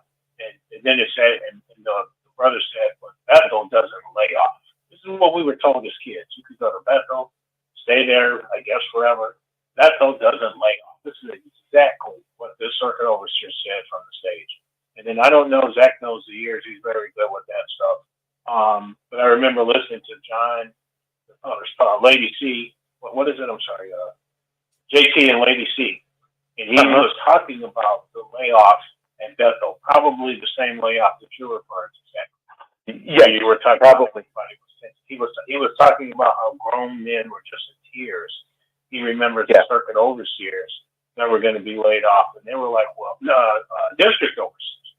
And he said, "Well, just make a circuit overseers. Just in other words, just put us back in the circuit work." No, there's no place. Right. And there've been layoffs since then. So this whole thing is just a lie. These people will say anything. People accept it. The fantasy that I was just telling you about. And then reality comes and slaps you right in the face, because Watchtower does not take care of anybody. they certainly don't do anything for people in general, which is why we keep demanding that their charity status is taken away, just like what happened in Norway. But even with the witnesses, there's a very small percentage they probably do anything for. And so it's like, why would you listen to this organization tell you not to do what you need to do to be able to take care of yourself? And why would you listen? But you know, people are in it and they believe it. Yeah. No, let me say this, because I'm giving that picture of that, you know, how it was like every. Could I cut in for a minute? Somebody just called me and said that Kurt was talking on the show, and I love that guy. I have been talking to him for about a year. That guy is so smart. He knows so much. And that guy has straightened my ass out. Can I finish what I was going to say, please? Yeah, thank you, Water. I don't want to lose. I don't want to lose my train of thought, because there was a thing I wanted to say. Maybe you should lose it just for a little while. I don't want to. I don't want to. The day I tried to get you to talk to Kurt, you told me you were holding the phone and you had the TV and your cigarette. So can I finish? Because we really are. I do want to. Yeah. I remember. You might not. Listen. So I mentioned that there was that article where I did my research. I mentioned where I did my research. I know I'm jumping into the middle of the conversation, but I heard that Kurt was in here earlier, and I just wanted to give him some props. And that guy is so smart. Can I finish what I'm saying? So why won't you let me finish what I'm saying? Because I started first. You know what? I started first. I really did. I'm trying to wrap up something. It's been going on for hours, man. Yes. And I can go round and round with you. I have been going on for hours, and you're not able to. So let me finish. So I mentioned that I did my research, and it's not an absolute no. And then I mentioned 1992, when they had the article Education with a Purpose. And then I mentioned 2007, when Brother Letts said that going to college won't help you get into Bethel, Annie, but it might even hurt you when you consider how the Watchtower has recently been discouraging it. I want to go back to a conversation I had with my table head at Bethel. The brother was Dave Weigel. He worked in the writing department, and I remember we were talking about college, and I said, well, I went to college. Like I was so embarrassed about having gone to college. And then he looked at me and said, yeah, but you went to get a skill. Meaning, when I went, I studied something that I could use for work. And that made me realize something. The thing that they really can't stand is if you're getting a skill, that's a little more acceptable. If you're getting a skill where you can use to work. But if you're there for liberal arts, you know, you're studying philosophy or something like that, they don't smile on that as much. That was such a telling, that 1 minute of a conversation when I said, yeah, but I went to college. And he said, yeah, but you went for a skill. Because he knew, you know, you sit there. That's interesting. I'm just saying, that's interesting. It is. And what I don't tend to make it black or white. It tends to generally be somewhere in the middle, along the spectrum. Okay, that was it. Yeah. I know. You know what? I just want to expand on that just very quickly. I remember watching the JT. I don't know why I can't get his initials right today. JT and Legacy. He was talking about how now, and now being maybe 3-4 years ago, that they were really only taking people who had specialized skills. In other words, the days of just come in there and, you know, we throw you behind a printing press, or we just have you start doing housekeeping or working in the dining room. Those days are over. They don't need those people anymore. Now they were looking for people with specialized skills. And where do you get those specialized skills? When you go to college. Yeah. And I'm like, wow, what? I'm telling you, I get so angry when I think about this stuff. It's just how you play. Not you exactly, but how they. I understand.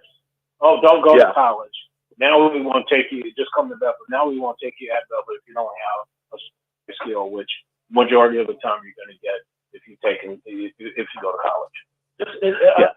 And that's why I say my motto is the bad advice that you get from Watchtower and how that's going to affect you. The bad advice. I know I heard somebody. I think that was you. I know you were talking about the public speaking, and I get that. Yes. But for me, it's like, okay, and I'm just thinking for me, and I'm just thinking on my personal experience. If I had to do it all over again, I definitely would not have, in my estimation, wasting my time being a witness. I just wouldn't. That's understandable. You hear my dog snoring. I would have gone to school, a degree. That's your dog. Something that. Oh yeah, he weighs. I thought it was a person. I'm wondering. Wait, who's that snoring? Everybody seems to be talking. Yeah. No. And here's the funny part, Zach. I keep getting up, going into different rooms, and he follows me into that room, and immediately goes back to sleep and starts snoring. It's like he's liking the conversation. Let me ask you, your name. If you haven't said it, don't say it. But if you've said in the past, what are you, Stefan? Yes, I am. You are, okay. So we did talk recently. Yeah. Okay. Okay. Yeah, we talked. I feel like saying we talked to you the week before. I think we were kind of the last ones on somebody's program. Yeah. We shut it down. But I wanted to go back to what Kurt was saying. Kurt, I don't know if you were asking a question or were you in the middle of making a point. Are you there, Kurt? I don't know if he's there or if he muted himself. Kurt, because I felt like he was making a point about education or something. Yeah, he did. He mentioned. He said something about 6,000 years, creation and 6,000 years, and then he said that person goes to college, and they're taught something, and it was a different number.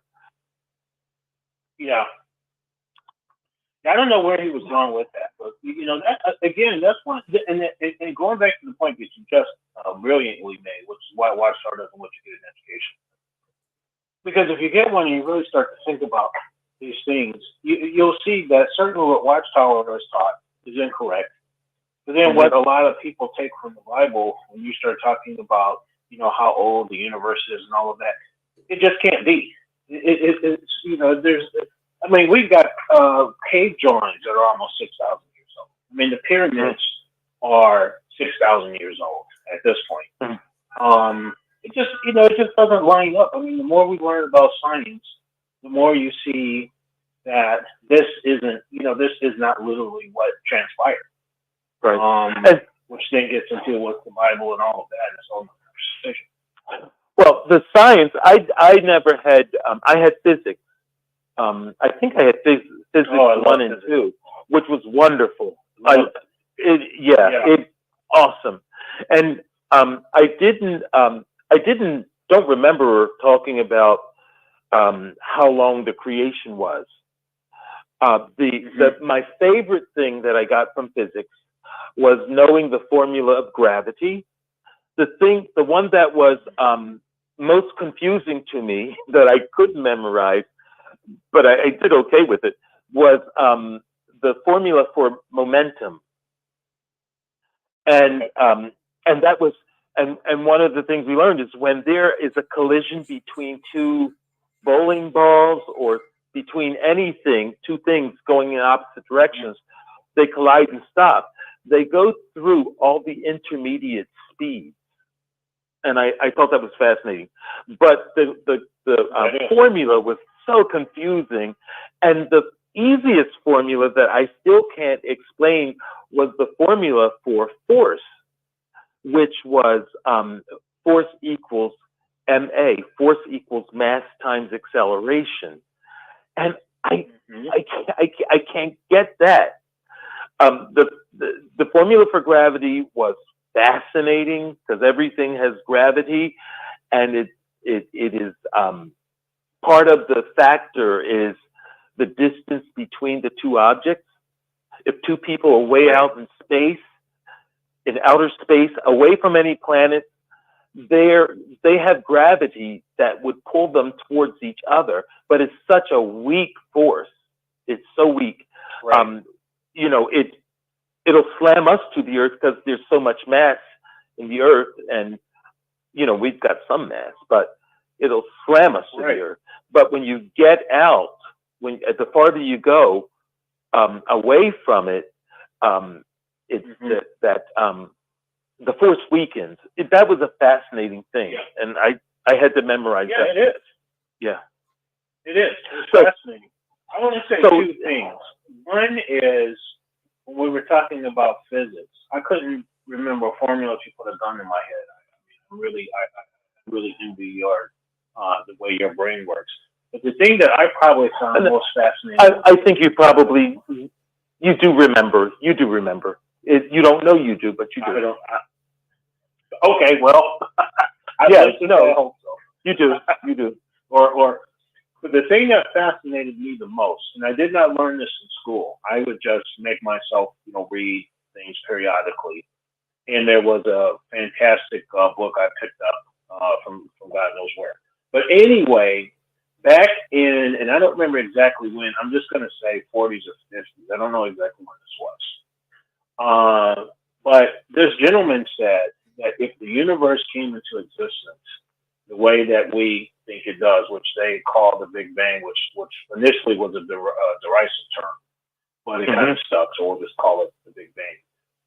And this gentleman said there should still be physical evidence of all of this stuff coming into existence. It should still be out there. So completely separate from that, there were two scientists, and they put these listening installations in some place. I don't know where, but someplace, out in the middle of nowhere.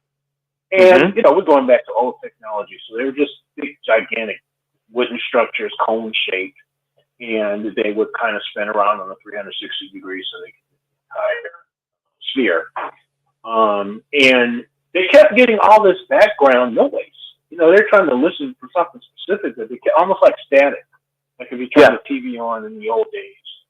And you would just get, and they were really frustrated, and they took the thing apart, and they cleaned it, and, they climbed all inside of it, cleaned it, and you just couldn't, they were getting really irritated and frustrated because it's like, we can't get off the ground here because all we have is this noise. Well, this person who postulated that there should still be evidence of the Big Bang got wind of this.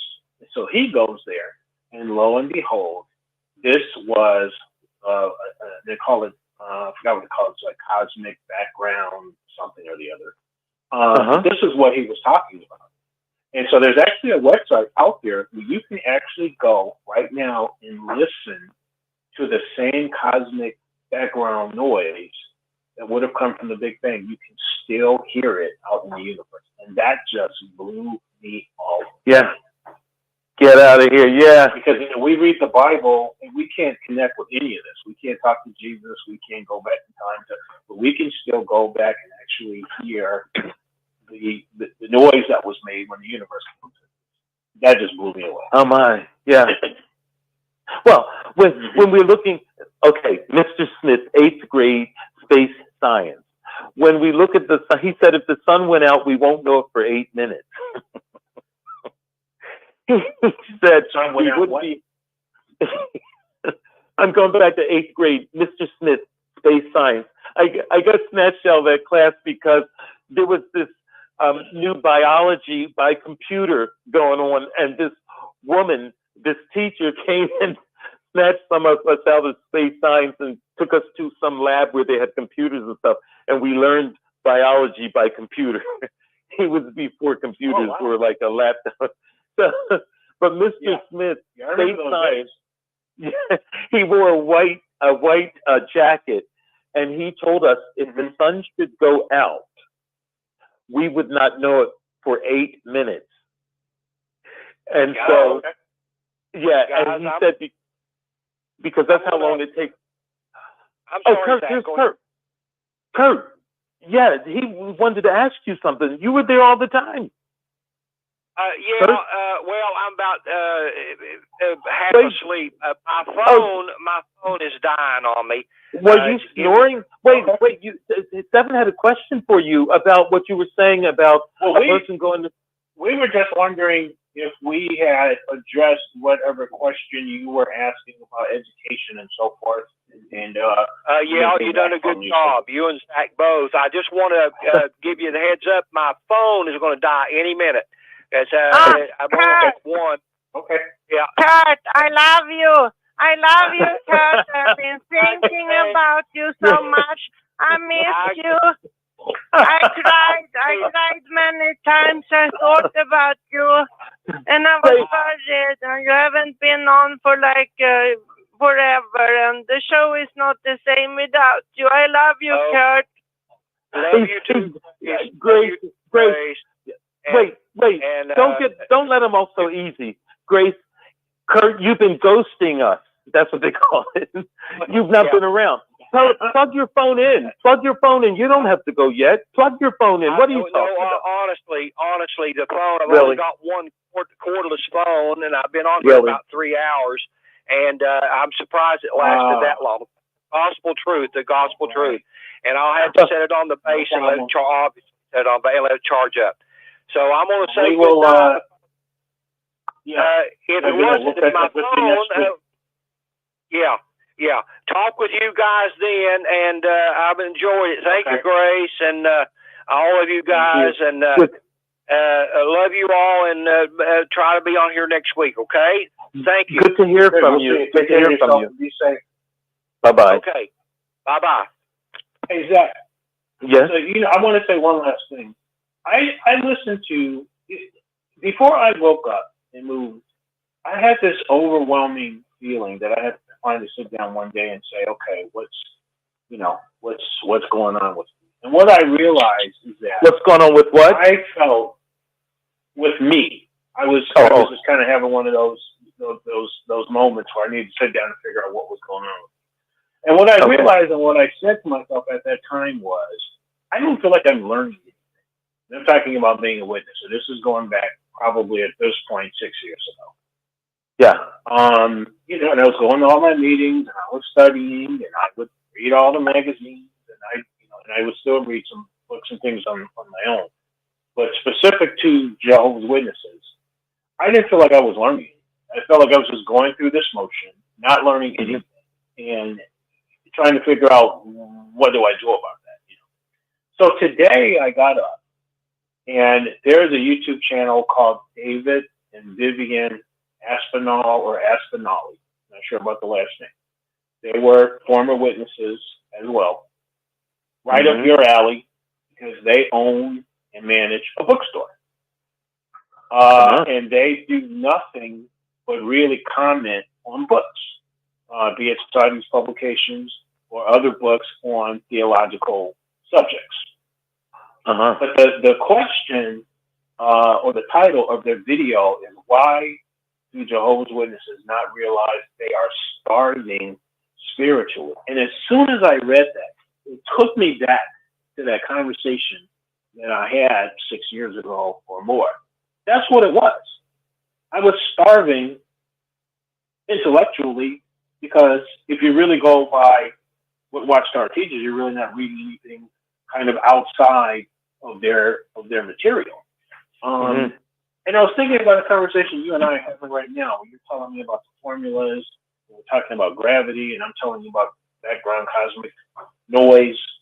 This is intellectual stimulation. I never got that in Watchtower. And I think that was part of it. I just couldn't take it anymore. Now I hate to say I'm not a Watchtower apologist, but I think the Watchtower covered some very interesting stuff, not as their Watchtower doctrine, but in the Awake magazine. For example, I'll never forget when I was in high school, we had gym, and once a week we had health education. And I didn't know we were supposed to be there. And so I was always in gym. And one day I found out, and I went to that teacher and said, I've been in gym all this time. I didn't know we were supposed to be in health education on Fridays because there was a room off the gym. And so he said, well, you know what? We have a project. There's a report that's supposed to be in. It was something. And I used the Awake magazine to research everything from the one source, right? And that was about memory. Right. And I have never forgotten those details about memory. And when I listen to people talk about synapses in the brain, that stuff I originally got from an Awake magazine. And then there was in public speaking, we had 4 speeches that we had to give, and we had other activities too. One of the speeches had to be a persuasion speech. Another one had to be an information speech. Another one was a demonstration speech, and the 4th one I can't remember. I think that the persuasion speech that I gave the theme was, there is a God. Here I am, the witness in my second year, my 3rd semester of college. I'm giving a speech, there is a God. And when I was done, the professor said, I've heard that speech given many times over the years. I have never heard anyone do so convincing a job as Zach. Nice. I go by Zachary. I don't believe that. I don't believe that. Well, I don't care if you believe or not. I don't care whether you believe or not. What the material? You don't. Oh wait, Wyatt Earth. Wyatt, are you saying you don't believe? You don't believe. You think that bothers me? I don't believe you, brother. I think you have some sort of big side, some sort of. You can't even get your few. You got a 4-word sentence you can't get together. I think so, that you take old stories. Stephen, I use some of the things from the Awake magazine. For example, the law of thermodynamics that is explained in the Awake magazine. You say is wrong, right? I just think you apply it to yourself. I would have to agree with what you're saying. It definitely seems that the Awake magazine was a lot more intellectually stimulating. 70s, 80s. I can tell when someone had a lot more time in those days to read. But it seemed to me over time, and I don't know if you have the same feeling, everything was dumbed down to nothingness. I would tend to agree. I would believe you if you told me that. Yes. I mean, it just got dumbed down to nothingness, and I can prove it easily because I had a conversation with a witness about that. They looked at me very shocked, and I said, "Do you remember just a few years back, as far as the witnesses go, they had their regular Watchtower, what do they call it, study edition?" And I said, and then they had to simplify because I knew, and I'm like, this is already, like watching a cartoon. Why in the world would anybody need to simplify? But whatever. Yeah. We'll have to simplify. And then they got rid of the simplified. So what they did is they took the intellectual standard of the study edition and they just lowered it. Probably met somewhere in the middle between the simplified at the bottom and the regular Watchtower at the top, and they met right there. I said, that tells you right there it's dumbed down. If anybody just wants to just a thought experiment and think about that. But yeah, it's just like I said. I don't even call it spiritual food. I call it spiritual puree. Because it was so beaten down and watered down, there just was nothing to it. And then it just turned into a feel-good thing, just like any other church. It's just a feel-good thing. These emotional, heart-tugging videos, and the guy's grandpa dies.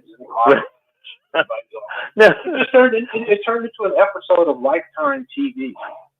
I noticed right before my very eyes, and I just saw this thing shrink into nothing. I noticed you just now said just like any other church. Just like any other church. Yeah, I can see that. Yeah. You know, I noticed like if you've ever. Go ahead. No, go ahead. Oh no, I don't know if you've ever. No, you're fine. I can see right through you. I can see right through you, Zach.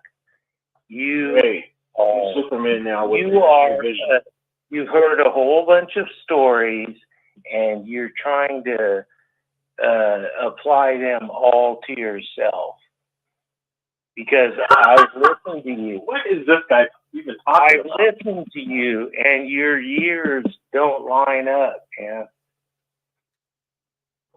Well, remember, no. This guy can't count. This is the guy who says it doesn't add up. He can't count. You're a whole bunch of bullshit. So yeah, that's what I noticed, and I remember even I had moved because I used to live inner city, and then I moved out way out far in the burbs, right? And it was definitely a difference in the quality of the meeting. They were definitely better. They were a little bit more intellectually stimulating, but it really boiled down to, over time, I realized it really boiled down to these two elders, and one of the two elders. When you moved out to the burbs? Yes. This is just a better quality in the meeting, content of the meeting, the presentation of the meeting. And one of the two elders decided to move and serve where the need was great, and then the other elder wound up getting moved to another congregation. And then the meetings were right back to being poorly run as it was when I was in the inner city, and I was just like, man, I just couldn't do. That's one of the things that I have to contend with is I get bored easy. If things are not intellectually stimulating, it's just I'm like, why am I here? And then when I read that one Watchtower magazine, this is what really got me on the path to waking up, where it said that the faithful and discreet slave or the governing body, whatever, however it turned it, when I read that they were not inspired of God, and I looked at it because I was studying that Watchtower. That was like, it's kind of sneaky how they put that in there, because it was kind of like midway of the Watchtower lesson. It's about that point where you start your brain just kind of goes on auto. Yeah. You're looking at your watch. You're trying to figure out how much longer. Should go to the bathroom, get some water. It's getting a little boring. That's when they put it in there, almost like you're expecting nobody to see it. You're not as sharp mentally.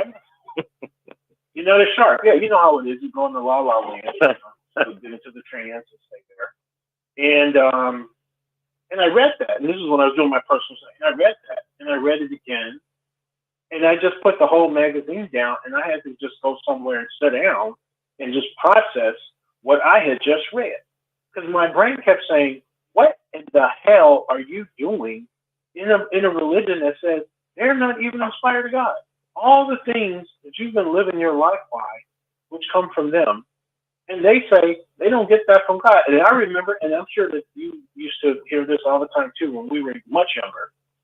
Watchtower used to always teach that there's only two organizations. There's God's organization and there's the devil's organization. Well, I'm thinking to myself when I read that they're not inspired of God, well, where are you getting this information? Because by your own standard, it's only God's organization or the devil's. You're saying you're not inspired from God. So where are you getting all of this?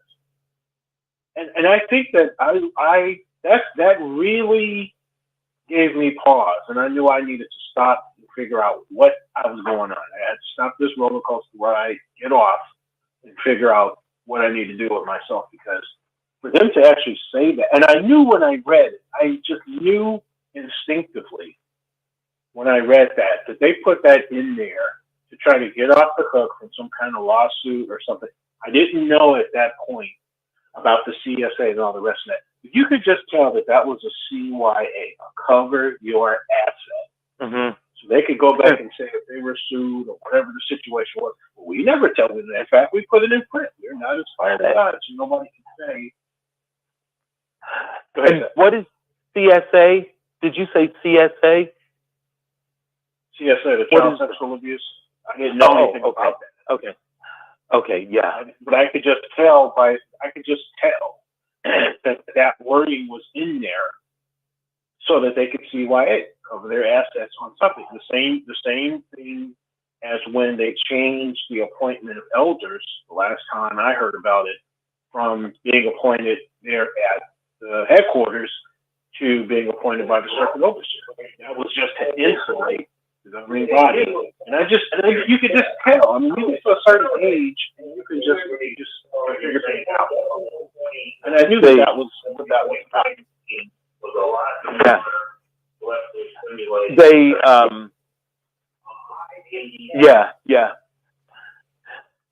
yeah. Well, there was something I was going to say, and it slipped my mind. There was something I was going to say, and it just kind of went away. Oh, it'll come back. So what are you reading these days? What am I reading? I almost have to look to see what I'm reading. I'm reading all about commodities. No, I have to read because it's late at night. All about commodities, and I'm reading on the life of Chopin because he's like one of my favorite composers, and I'm reading the Arabian Nights. And I'm supposed to be reading. Yeah, the Arabian Nights. 1001 Arabian Nights, Scheherazade, and all that stuff. And I'm supposed to be reading the souls of Black people for Black History Month, but I didn't pick it up like I was supposed to. But those you gotta get it right, Zachary. I know. Zachary, you gotta get it right. It's the souls of Black folk. Zach is a car salesman. He's a used car salesman. I'm not. He's just trying to partially reading. He's a used car salesman. He's a con man. But I'm reading a book that Dr. Henry Clark recommended. And it was written by a gentleman whose name escapes me, but it's a very common name. I can't remember what it is. It's very common. But he was the prime minister to Trinidad and Tobago up until his death. And he basically wrote a history on how slavery, came to be in the Caribbean nations. Basically, what it's about. So it's called From Columbus to something. Oh, I'm sorry, I can't think of the name of it.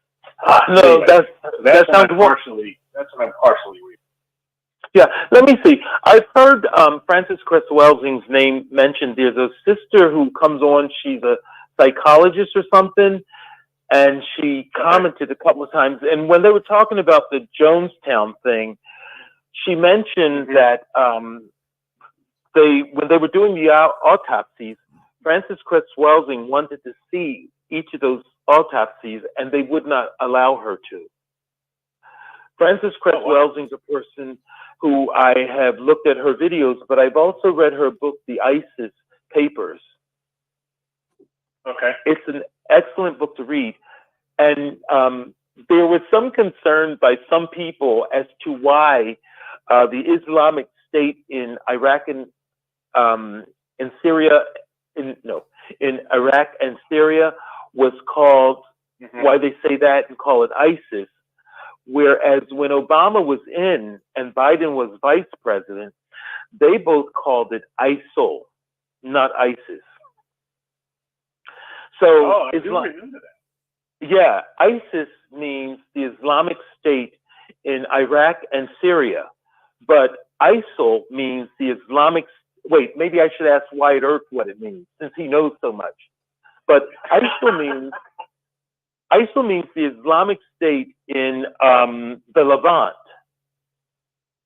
And the Levant, yeah, which suggests a larger, a broader ISIS occupation. And so there's the theory that some say that the reason why they wanted to say ISIS instead of ISIL is because when you say ISIS and you try to type in for Frances Cress Welsing's book, you type in ISIS because that's the name of her book, ISIS, the ISIS Papers. Instead of getting her book, you'll get all this other stuff about the Islamic State. Oh, that's there's like a conspiracy idea that you'll get all that stuff instead of her stuff. And I think that's what will happen. Yeah. Because the Levant would be... No, go ahead. The Levant would be those states that border the Mediterranean Sea. So it makes it a broader, rather than just Iraq and Syria, it kind of spreads it out to other countries too. Right. Right. Yeah. See, this is one of the. The conference has been locked. This is the kind. I wish Kurt were awake to hear this. This is the kind of thing that you lose out on in being a witness. We really didn't have a world view. Right. Everything, because if you were doing it the way Watchtower wanted you to do it, you wouldn't have known about any of this stuff that we're talking about what's going on in the Middle East, and right? The Middle East, and we wouldn't have known any of that, and that plays into so many things. Let me give you this interesting perspective on Watchtower. When you think about Israel and Palestine, you know, my natural feeling is Palestine, they're bad guys. And I'm not talking about October 7th or anything recent, but I think in terms of they're bad guys. But I remember when in Iran, when they took over the U.S. embassy, and I'm thinking, oh my goodness, they're bad guys. You know, they're horrible people. They took they took these embassy workers hostage. You know, they were horrible people. And when the Awake, yes, exactly. When the Awake talked about it, the Awake made this strange statement that one person's terrorist is another person's freedom fighter. Freedom fighter. Yep. Yeah, and it was like, wait, they're bad, but the Wake is making it sound like they're doing something different.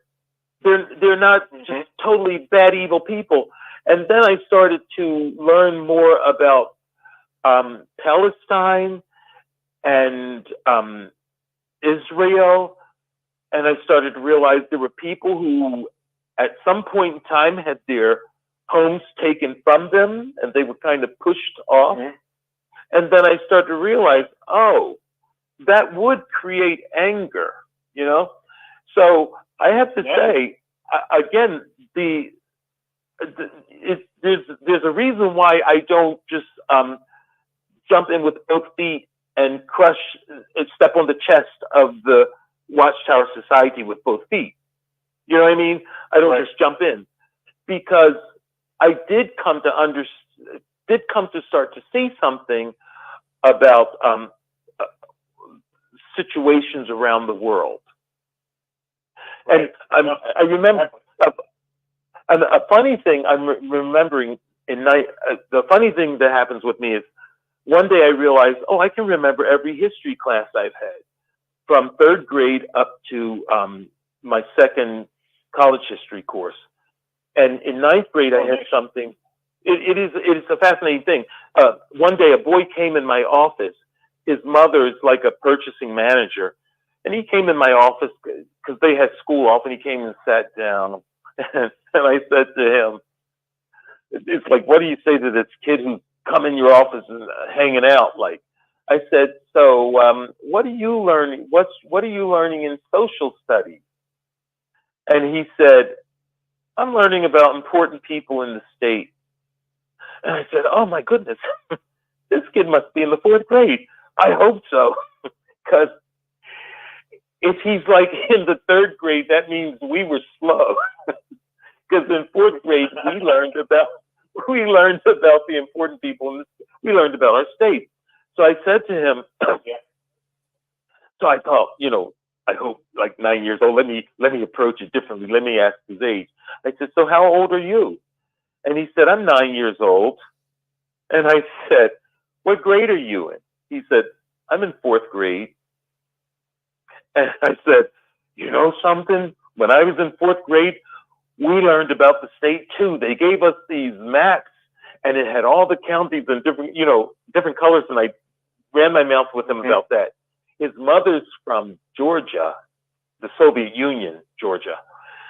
Okay. We got on that. We got on what a Soviet Socialist Republic is and compared that to what a state is over here. And his mother came in and said one time, what are you talking about? He said, stuff. And then the next day she came into my office. She said, oh my God.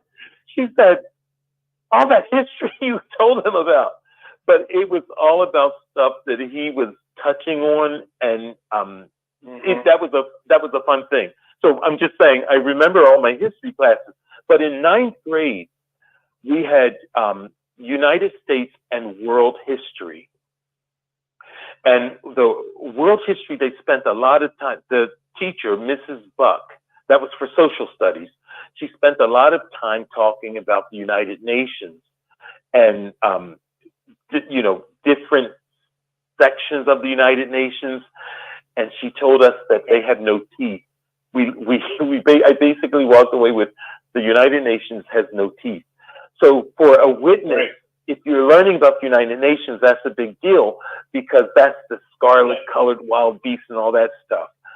So that was a fascinating thing to hear that. To hear the teacher talking about it, and then, you might be reading the Babylon book or whatever, the finished mystery of God. Then it's finished the mystery of God, or something like that. Right. Or you maybe already read it, and that's a fascinating thing to kind of learn about, to hear about. Yeah. As a witness. Yeah. Well, all of it to me is fascinating because, like I said, when I left Watchtower. But I remember thinking, and I know I've asked this question to other elders and so forth, what transpired from the inception of Christianity until the world was blessed with the birth of Charles Taze Russell from a spiritual standpoint regarding Christianity. Because Watchtower kind of flip-flops that and basically asserts that not much happened. There was an apostasy, and every now and then somebody would, come and basically try to restore worship on some level. But, I never really took. And I could tell you were a reader of the older literature. And every now and then they might bring up an article on Martin Luther or some other person or how the Bible was written. And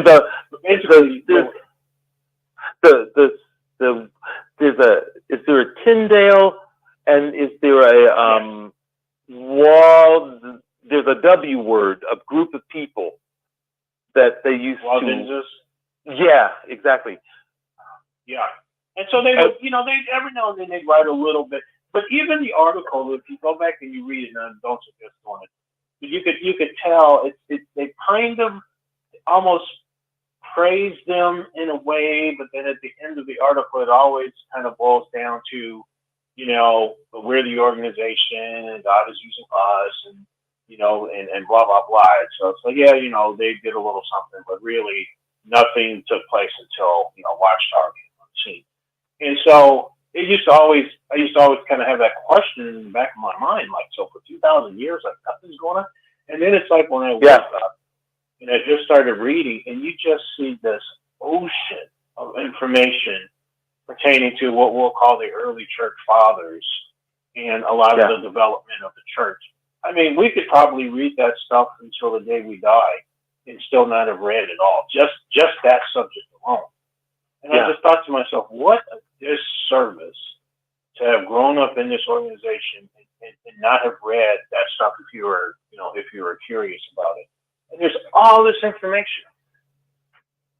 And now with the internet, YouTube, and like I said before, the various scholars that are out there, I mean, for the first time, I'm really getting an education on all these things that we never learned from Watchtower.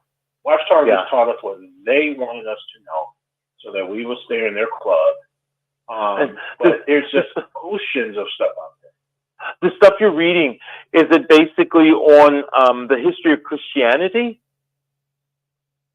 Yeah, a lot of it's on the history of Christianity. Yes, absolutely. But I also like to learn more about the development of the Old Testament. Like I just learned something. I didn't know this, and I don't know if we mentioned this last time. Jesus would have supposedly been born, transferred to the womb of a woman, had lived, been executed, been resurrected, and eventually ascended to heaven, and still had some time to go on, and the Hebrew canon was just being put together. I always assumed. Go ahead. No, I think it may have been you.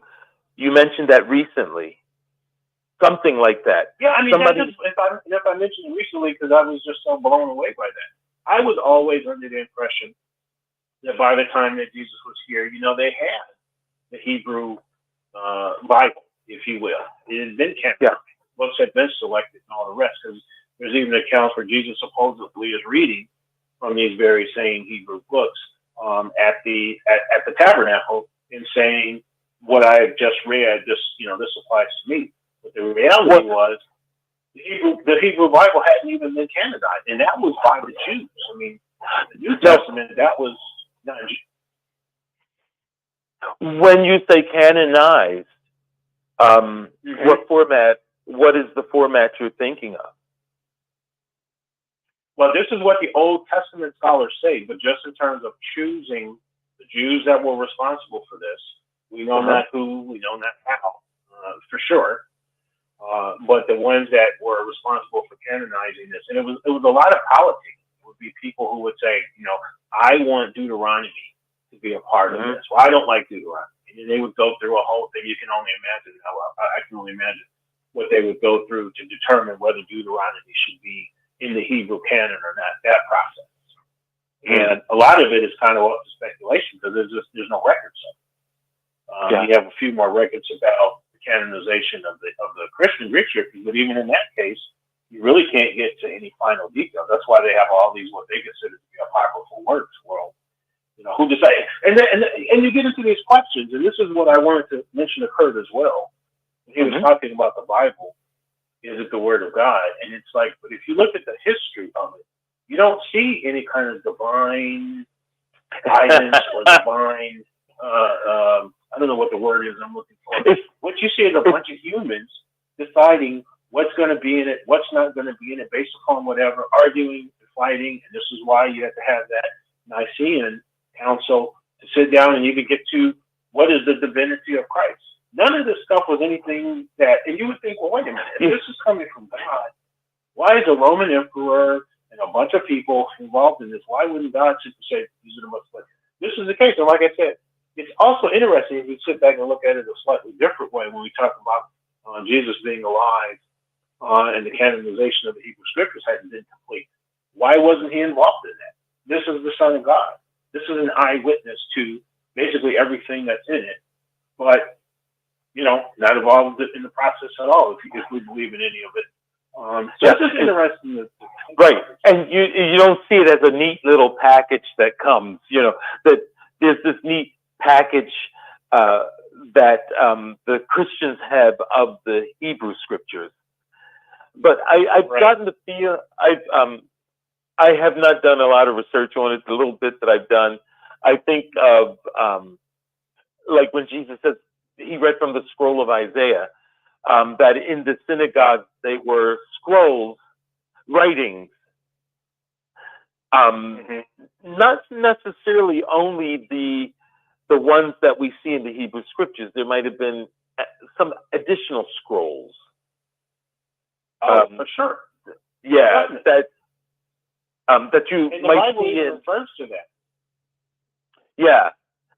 Bible even refers to it. Like the one that stands out to me is when they do the and this is funny too, because I was reading Carl Olaf Janssen's The Gentile Times Reconsidered, and there was a point that he made that I never realized is you cannot get an exact date for just about anything that happens in the Bible, because you have to go outside of the Bible to find some real history and try to find where it coincides with what the Bible is talking about to put a date on something in the Bible. So, like, for example, if you read in, Kings and Chronicles, where it'll say in the 17th year of the kingship of, whoever in Israel, this king in Judah started reigning, and he reigned for 25 years, and then he lay down with his forefathers and so forth and so on. Then they'll tell you about the next Israelite king that lived and died. But if somebody was to give you a calendar, say, okay, well,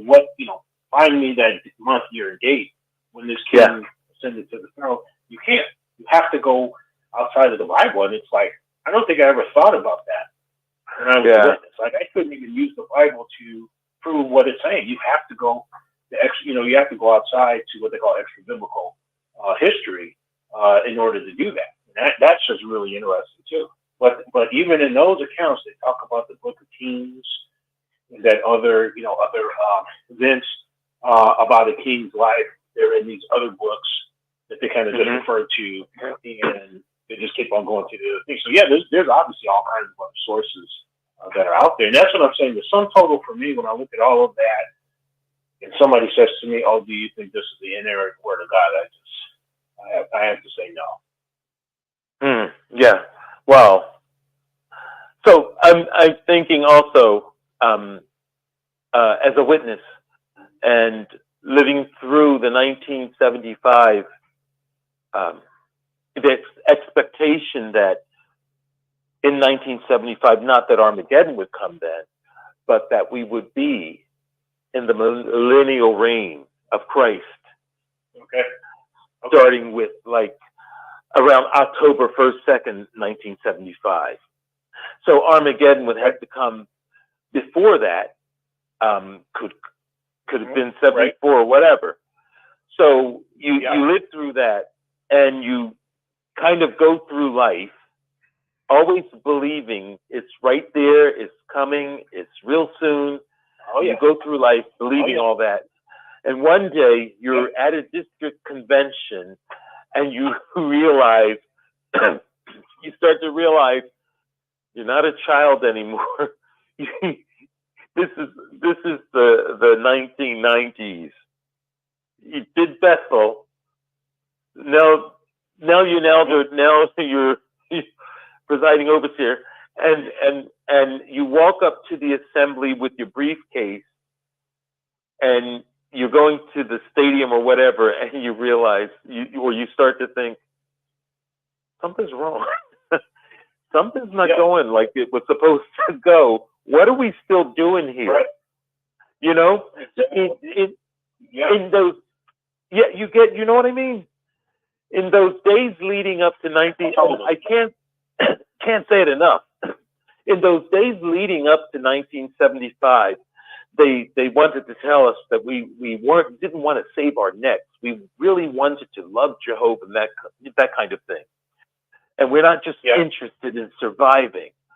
So the brother says to us one day, it's probably about 1973, and the brother says, what happens if it's 1976 and there's a paradise and there's grass and trees and fruit coming from the trees?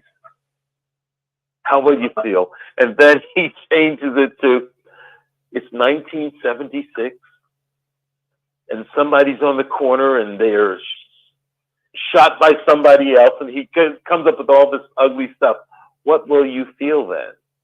Something like that, he said, to get us in the right frame of mind to not just be interested in surviving, but be interested in pleasing God. That's what that brother said. But all through life, it's like I remember him saying that, and it's like, wait a minute, he didn't go this far. And you know, like I said, in the 90s, I'm walking up to the assembly, and it's like, wait a minute, this is really late.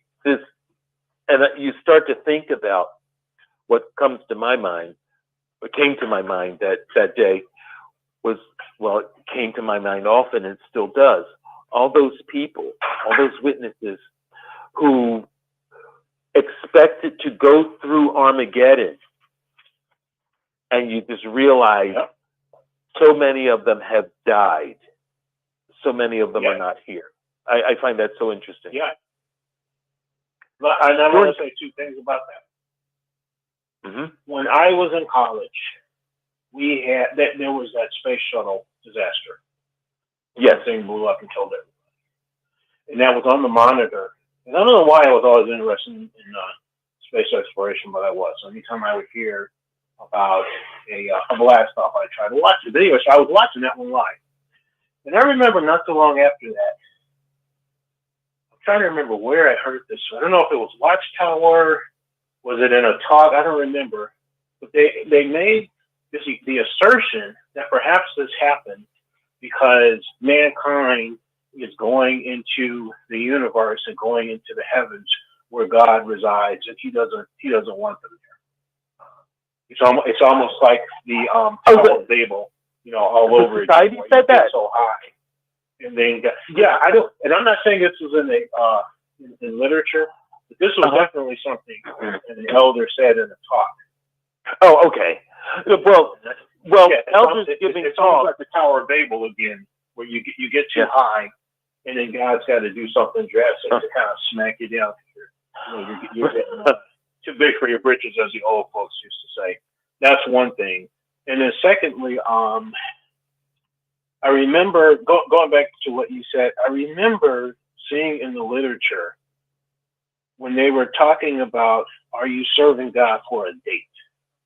Yeah. And I remember even reading that, and I was fully me. But I was thinking to myself, wait a minute, you guys are playing with people's minds because you are the one who set these dates. They set the date. And then people get all, hot and bothered and worked up about the date. It's almost here. That was my PAT presentation. I said that once before. My PAT presentation was the 1914 generation. So every year that goes past, that generation gets older. Obviously, we must be closer. And then when it just became obvious that there's no way that this teaching, holds up. Oh, are you serving God for a date? And I was like, wow. The date that you gave us. I'm like, wow, these guys are good. So the 1914 generation who are at least 12 years old, how old are they now? Are they like? How old are they now? You remember how they kept changing the criteria. At first, you have to be, roughly a certain age. Then it turned into, well, you have to at least be old enough to understand events going on around you. Yes, 12 years old. Together. I mean, then it turned into, well, you can just be born in that year, so you could theoretically be a baby. And it wasn't until I woke up when I really sat down and thought that they were just fishing for excuses rather than just say, look, we got this. And that's what I realized about Watchtower. Watchtower is never wrong. They're always right. Even when they're wrong, they're right. Because they'll flip it around and find some kind of way to excuse what it is that's just painfully obvious. That's wrong. Right. No, they'll find some way to put it on you. You misunderstood. You took it too far. We only said X, Y, and Z. You took that and ran with it. It's always your fault. You're never wrong. Yeah. They're always right. Well, those people, they would have to be 112 years old now. Oh, no, 122. This is 2024. I think the oldest person recently, well, there's a African American female right now who is technically the oldest person in the U.S. because the person right before her had a birthday And then it's like within 2 weeks she passed after her birthday. What? I want to say it's either 112 or 116. I thought I saw something. I may have seen that. I thought I saw somebody's 121. I couldn't believe it. Maybe Really? they were not in a mirror. Yeah, I just saw that. You know, you at work and it flashes up. But I may be imagining. Yeah. I may be imagining. But I think I know the oldest person in the U.S. now is a sister because they were showing her in the nursing home with the family. She looked like she didn't know who she was or where she was or anything, but she's definitely the oldest living. Yeah. I laughed because you said it was a sister. I don't think you mean a witness. No. Because the one before her was Caucasian, so now it's a sister. So that's another way. Yes. So Zach, my man, it's late. I'm going to go to bed. Okay. I always enjoyed our conversations. Good talking with you. In the air. We won't let Wyatt Earp and Eric. We won't let them protect you. Yeah. I know. So, yeah. We'll see you. Okay. We'll see you next week. All right. I'm going to have a good rest of the night or a good morning. You too. You two have a good week too. Thank you. All right. You too. Thank you so much. Bye bye. All right. Bye bye. Pixie, are you there? Pixie? Pixie's not there. Grace? Everybody is sleeping. Oh, Grace, hi.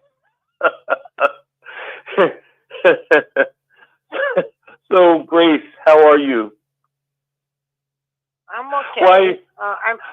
I was happy to hear Kurt again because there many months he hasn't been on. Yeah. I know. I still want to get Kurt and Rick together. We have unfinished business. And I think it will be fun to have both of them on together. But I think he said he's going. Maybe he would call in next weekend. Didn't Kurt say that? I think. I think so. So now, Grace, were you raised as a witness? Were you born in, or did you come in? No, my best friend introduced me to Jehovah's Witness 17 December 1997. So. Oh, okay. And then I didn't take my when I had my big operation in like January 1999. I didn't accept blood, and then I was only a Bible student. And then, like the doctor said, you might die, and I said I rather die than have blood. And then also. Well, I was really involved, even though I never got baptized. So you said it was your best friend who introduced you, or did you just say your friend? Okay, is that best friend still a friend after having introduced you to the witnesses? Well, yes, but he's really sick because he used to be. He was a really healthy guy, you know. Mm-hmm. He had a nice social life, and you couldn't believe the way he changed. It was like a different person, and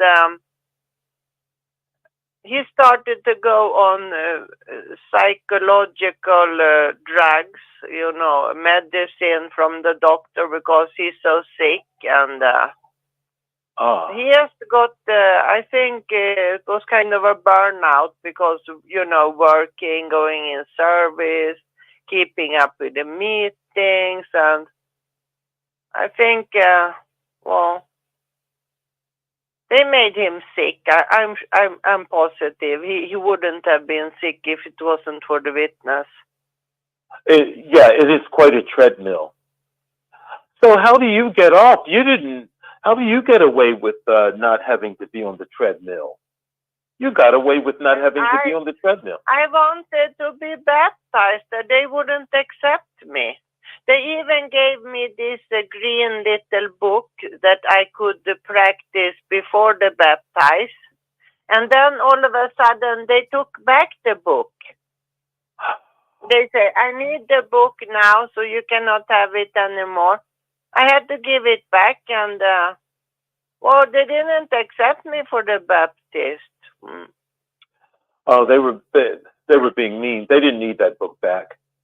They didn't need that book back. That book is sounds like you had the book Organized to Accomplish Our Ministry, or one of those organization books, and it's the book that had all the questions in it that you had to read and then answer if you got baptized. Mm-hmm. They did not have. That's the book that tells a person about the organization, you know, the parts they want you to know, and it has questions in it that you're supposed to study. And when you get baptized, 3 different elders will meet with you and ask you those questions. I was supposed to study the questions for the baptized. But then they just took back. It was a small, thin book, and they took it back. Oh, that was your book. They didn't need to take that back. They were making their own rules. They had just decided that she was too rebellious or something. There was something that they figured. Yeah, that's what the problem was. Grace, I was trying to be nice. I wasn't going to go there. I wasn't going to say that. Who was that who was talking? Was it Dick Borgi or who was talking? That sounds like Brian. Yeah. It's Brian from, let's see now. He's from, no. Where are you from, Brian? He's in the North Pole. I'm in I live in Alberta, Canada. Alberta province, Canada. Oh, yeah, you're in Canada, yeah. See? Yes, I guess I have this problem. I'm opinionated, I guess. Wait a minute. Brian, wait, let me ask you this. When I just now said he lives in the North Pole, was that offensive? Oh yeah, I'm gonna put a. No, it wasn't. You answered. I'm gonna put a complaint into Rick. It was not. No, you already answered. I just wanted to make sure. No, Grace, ask him your question again. Go ahead. No, it's not a question. I just wanted to know which one. I know who Brian from Canada is. Yes. But yeah, that was your problem. You probably were just they could tell that you had too many opinions of your own. You have to completely surrender. Mm-hmm. If you don't, and they sense that you haven't, they'll decide that the person is ready for baptism. You agree with that, Grace? You think that's what was going on? Well, I was like, this Stepford Wife. You have seen the movie, or? Yes. Well, I was like this. I baked cookies. Everything was perfect. I was perfect. I answered the microphone. I did everything perfect.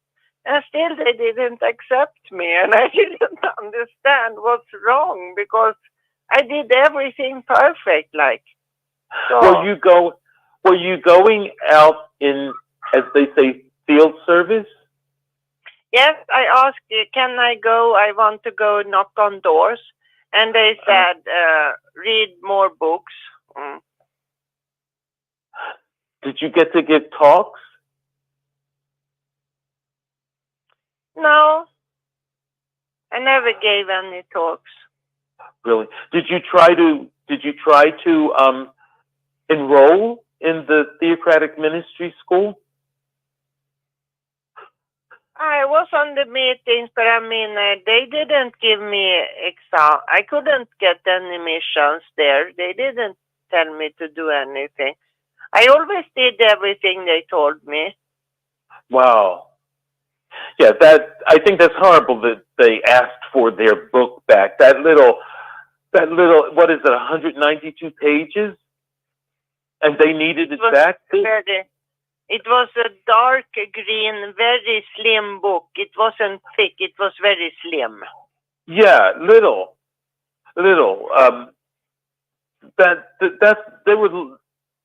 They're renegade or something. They don't take. You're not supposed to take the book back. They were really being. They were signaling to her that there's something that she wasn't doing right. Did you dress real sexy? Or No, I have modest clothes. No, modest clothes, and I groom nice, and I modest. Yes. Well, yeah. It's hard to tell from the distance, but they want converts. They want people to get baptized. So, but whatever it is, they sense that you are buckling in quite right. So they decided it is a bit odd, isn't it? Yeah, somewhere you were not towing the line, the JW line. You know what I mean? That I just can't get over them taking the books back. That bothers me so much. You don't know. They need their book back. They don't need them. It's kind of rude. But the way of saying you don't belong here. That's basically what they were saying. You know, so that's pretty bad. But that's in a closed society, in a closed group. It can happen. I mean, I know people. I remember there were some people in our congregations that they weren't accepted for baptism, and I think everybody kind of knew why. Either they were still too opinionated. I remember one guy. He was a real nice guy. Everybody called him a brother, but he'd never gotten baptized. He'd been raised as a Mennonite, and he had very strong affections for his Mennonite friends still. And I think occasionally, maybe once in a while, he would go to church with his family, or at least to a Mennonite gathering. And because all the rest of his family was going there. And I remember talking to him, even myself, because I was curious about him. He's a really nice guy.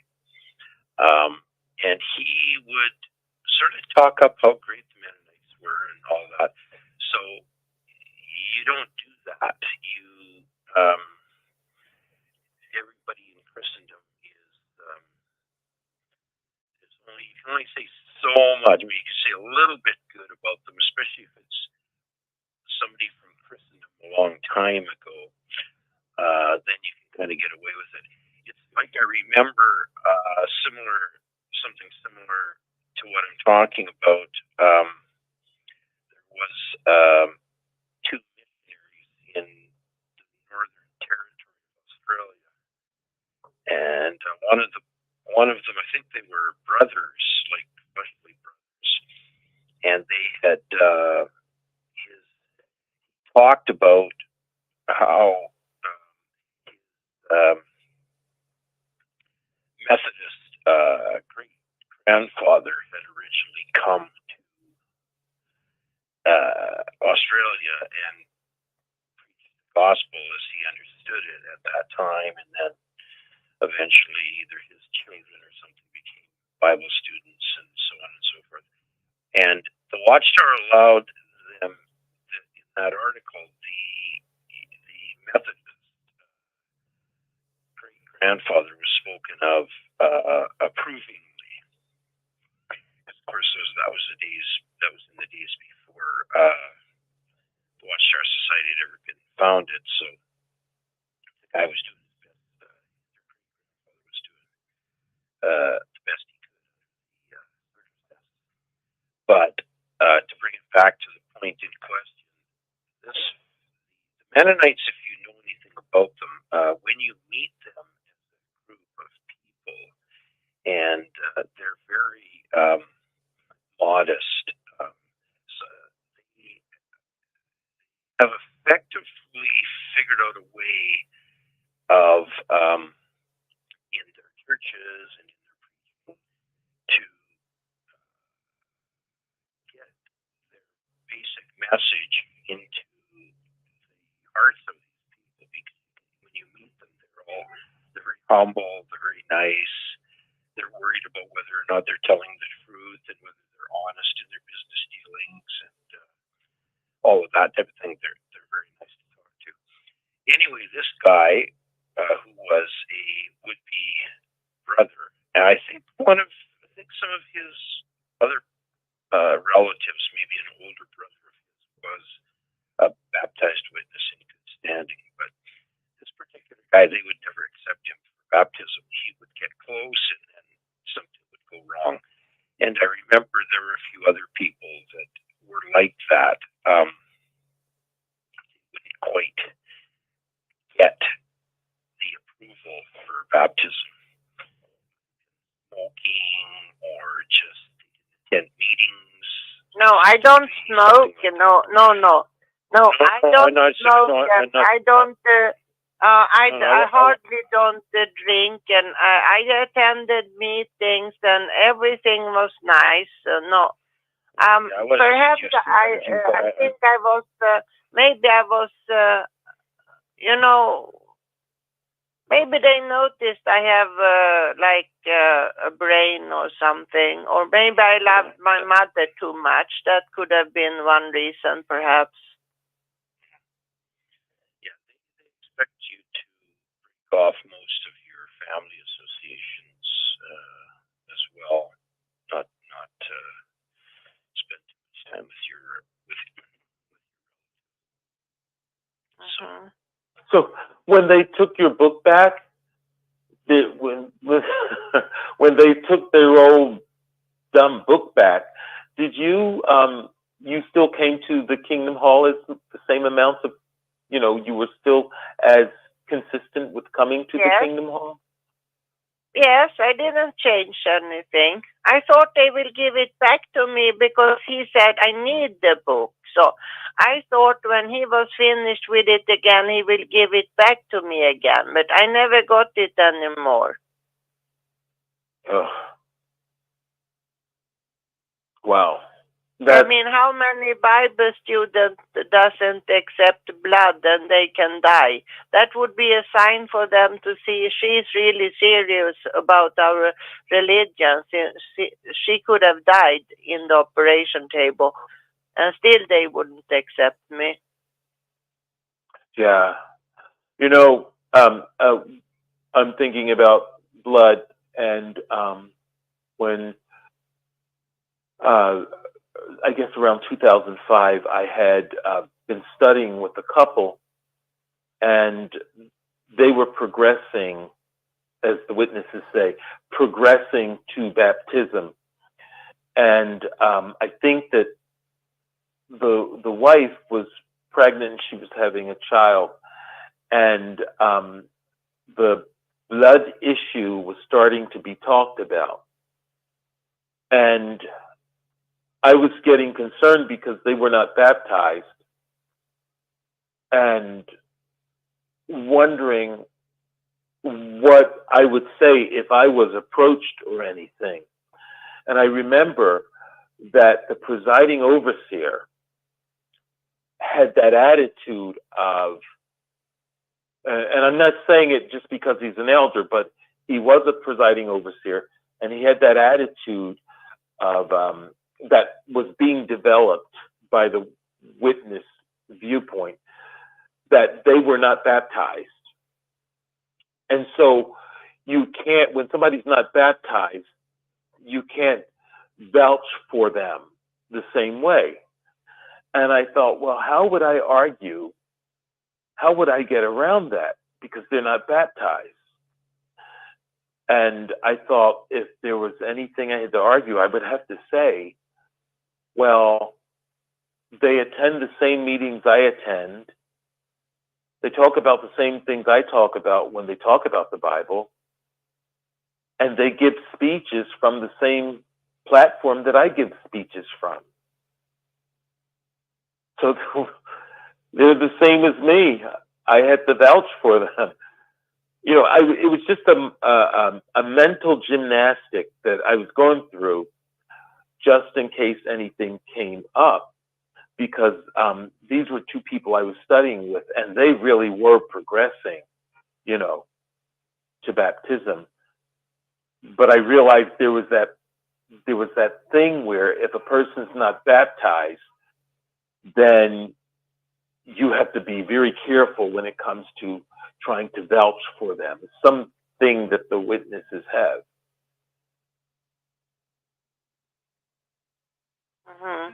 So that. I don't know if that means any. It doesn't exactly go anywhere, but yeah, there's just a thing the witnesses have. You know, some people. There was a person who, she wanted to be baptized. She really pushed. She pushed to be a publisher and to be baptized, and so she became a publisher and she was baptized. And as soon as she became one, and then got baptized, then she didn't go out in field service. So probably she wanted to be, you know, she wanted to make all the progress because she had family members who were witnesses. So that's all I can think of. Yeah. So now, Grace, where are you from again? Sweden. You're from Sweden.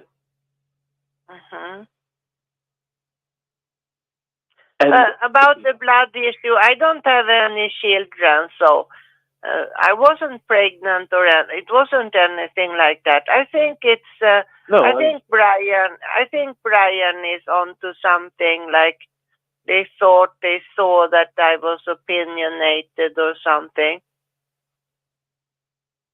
Like I have strong opinions, or they saw that I wasn't like.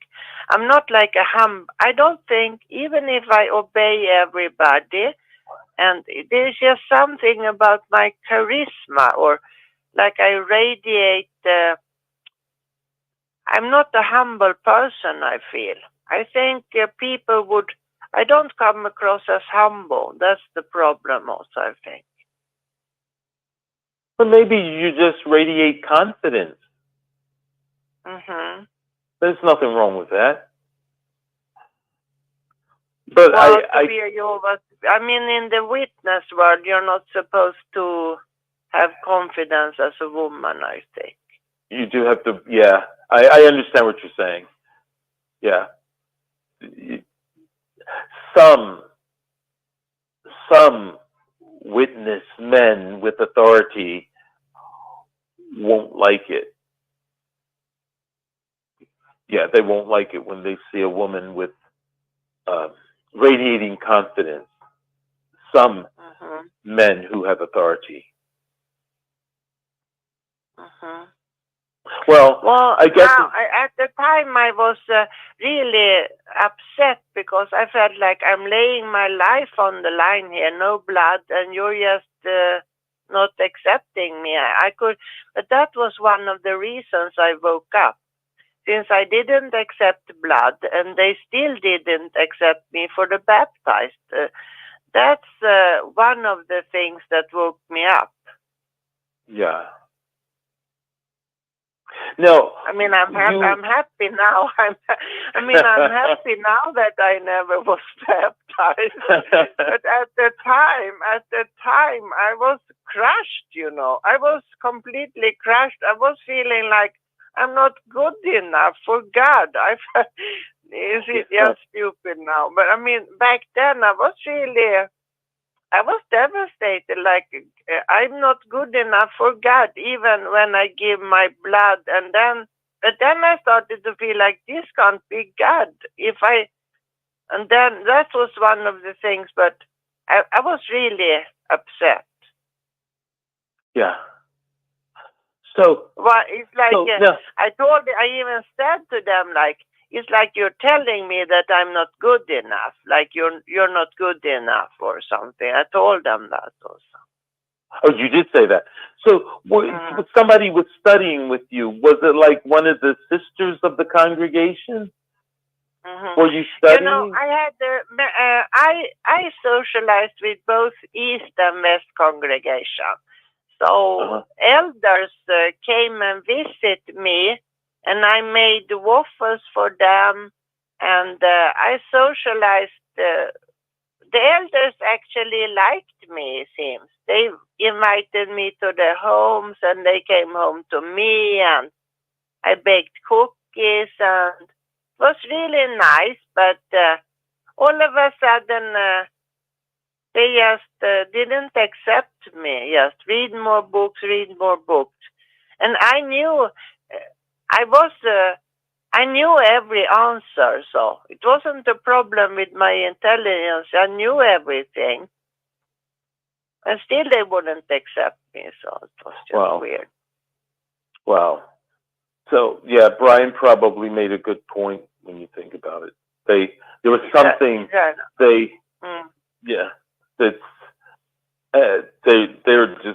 they're being mean too.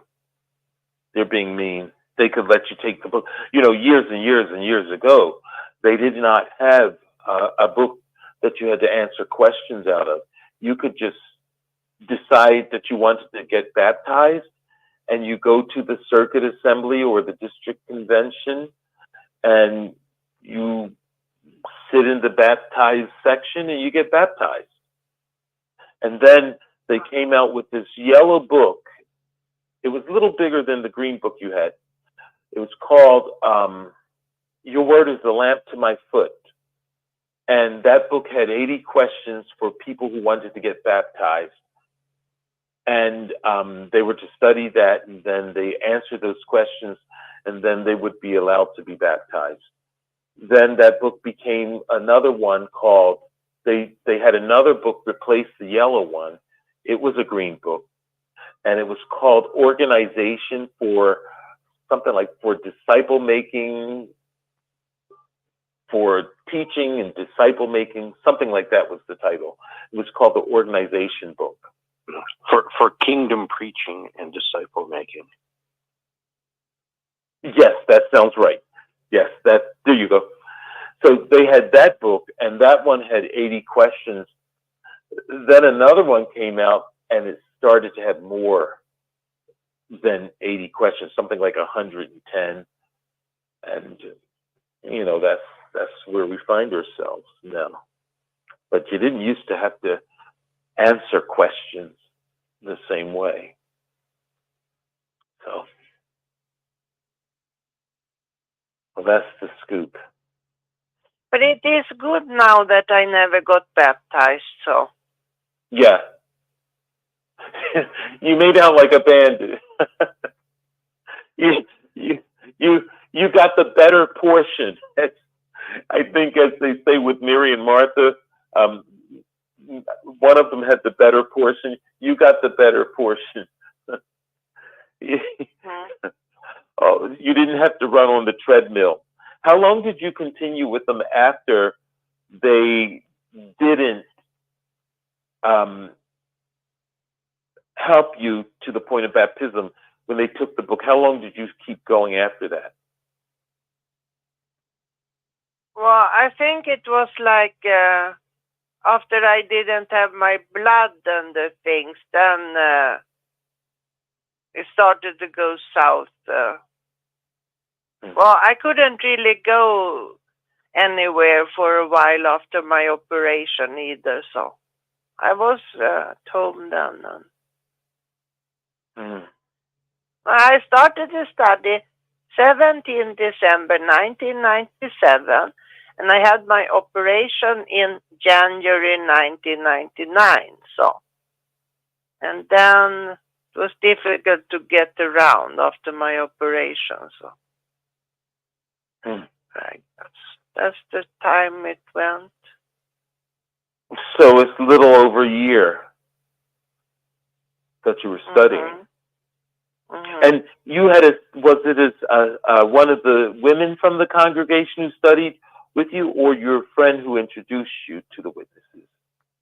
No, it was, here is the thing, there were several old ladies, they were sick, so they couldn't, they had to divide themselves between, because they were not feeling well, these old ladies, like the elder's wife, she wasn't feeling well, and the other old woman, she wasn't feeling well, so they wanted to divide the study and help out. So it wasn't just one person I studied with.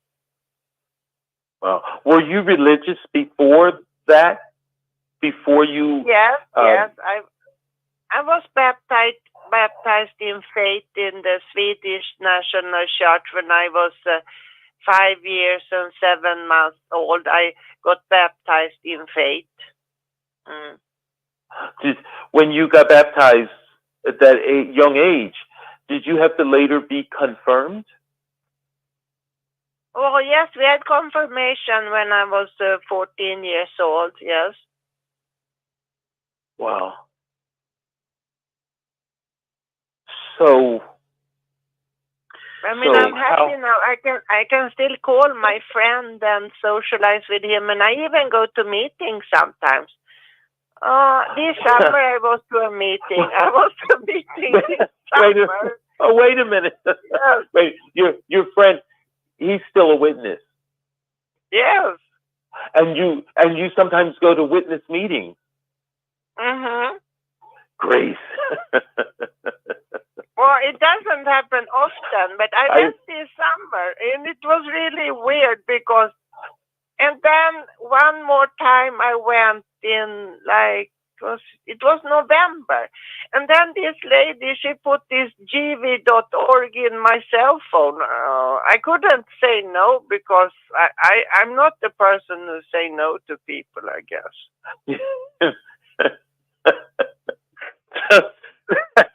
So she put the, you said jw.org on your cell phone. Mm-hmm. Yes, she put it in my cell phone, yes. But she said, but you actually said gv.org, right? GV. You didn't say jw.org, you said GV, right?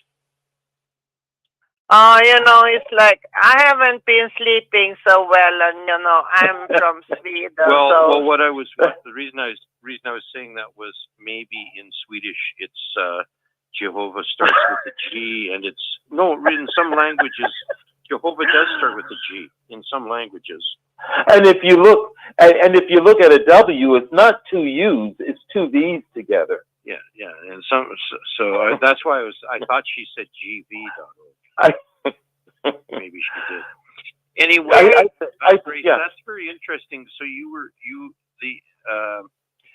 I don't know if you know this, Zachary, but this Swedish National Episcopal Church, it's like it's a Lutheran body, but it's very much like an Anglican church. It's a national church, and they're separate from the German Lutherans, and it's a national church.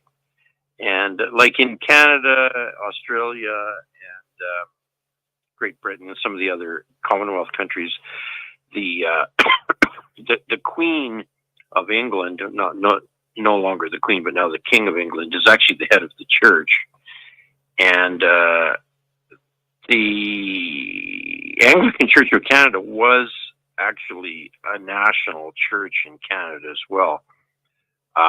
But anyway, they have the Swedish Lutherans have an Episcopal form of church polity, which is it's slightly different than like Lutheran Church. Missouri Synod is not the same. They don't run their polity the same. So they have. Grace, when you were growing up, did you have a did you take your first communion after you were confirmed, right? You didn't take communion before confirmation, right? Mm-hmm. Did you when you were confirmed? Watch out, Grace. Watch out, Grace. This sounds like a judicial committee hearing. You better not have done the wrong thing. No. I'm just curious because we're close to the same age, and our type of church that we were brought up in is very similar. So that's why I'm curious. Like let me say this. I was baptized as a baby, not as a 5-year-old, but I was confirmed when I was 14 as well into the Anglican Church. That Swedish National Church did rubble my ears. It did sound strange. And then when you say in Canada, you said a National Anglican Church, and I'm realizing, wait a minute, we don't get to do that here, a national church, because the state doesn't establish a religion. First Amendment stuff, I think. Do you know what I mean? Yeah. I didn't know what it was, but something hit me. Go ahead. Sorry. That's what the First Amendment. What the First Amendment actually says is, and Congress shall pass no law to establish for the establishment of a religion.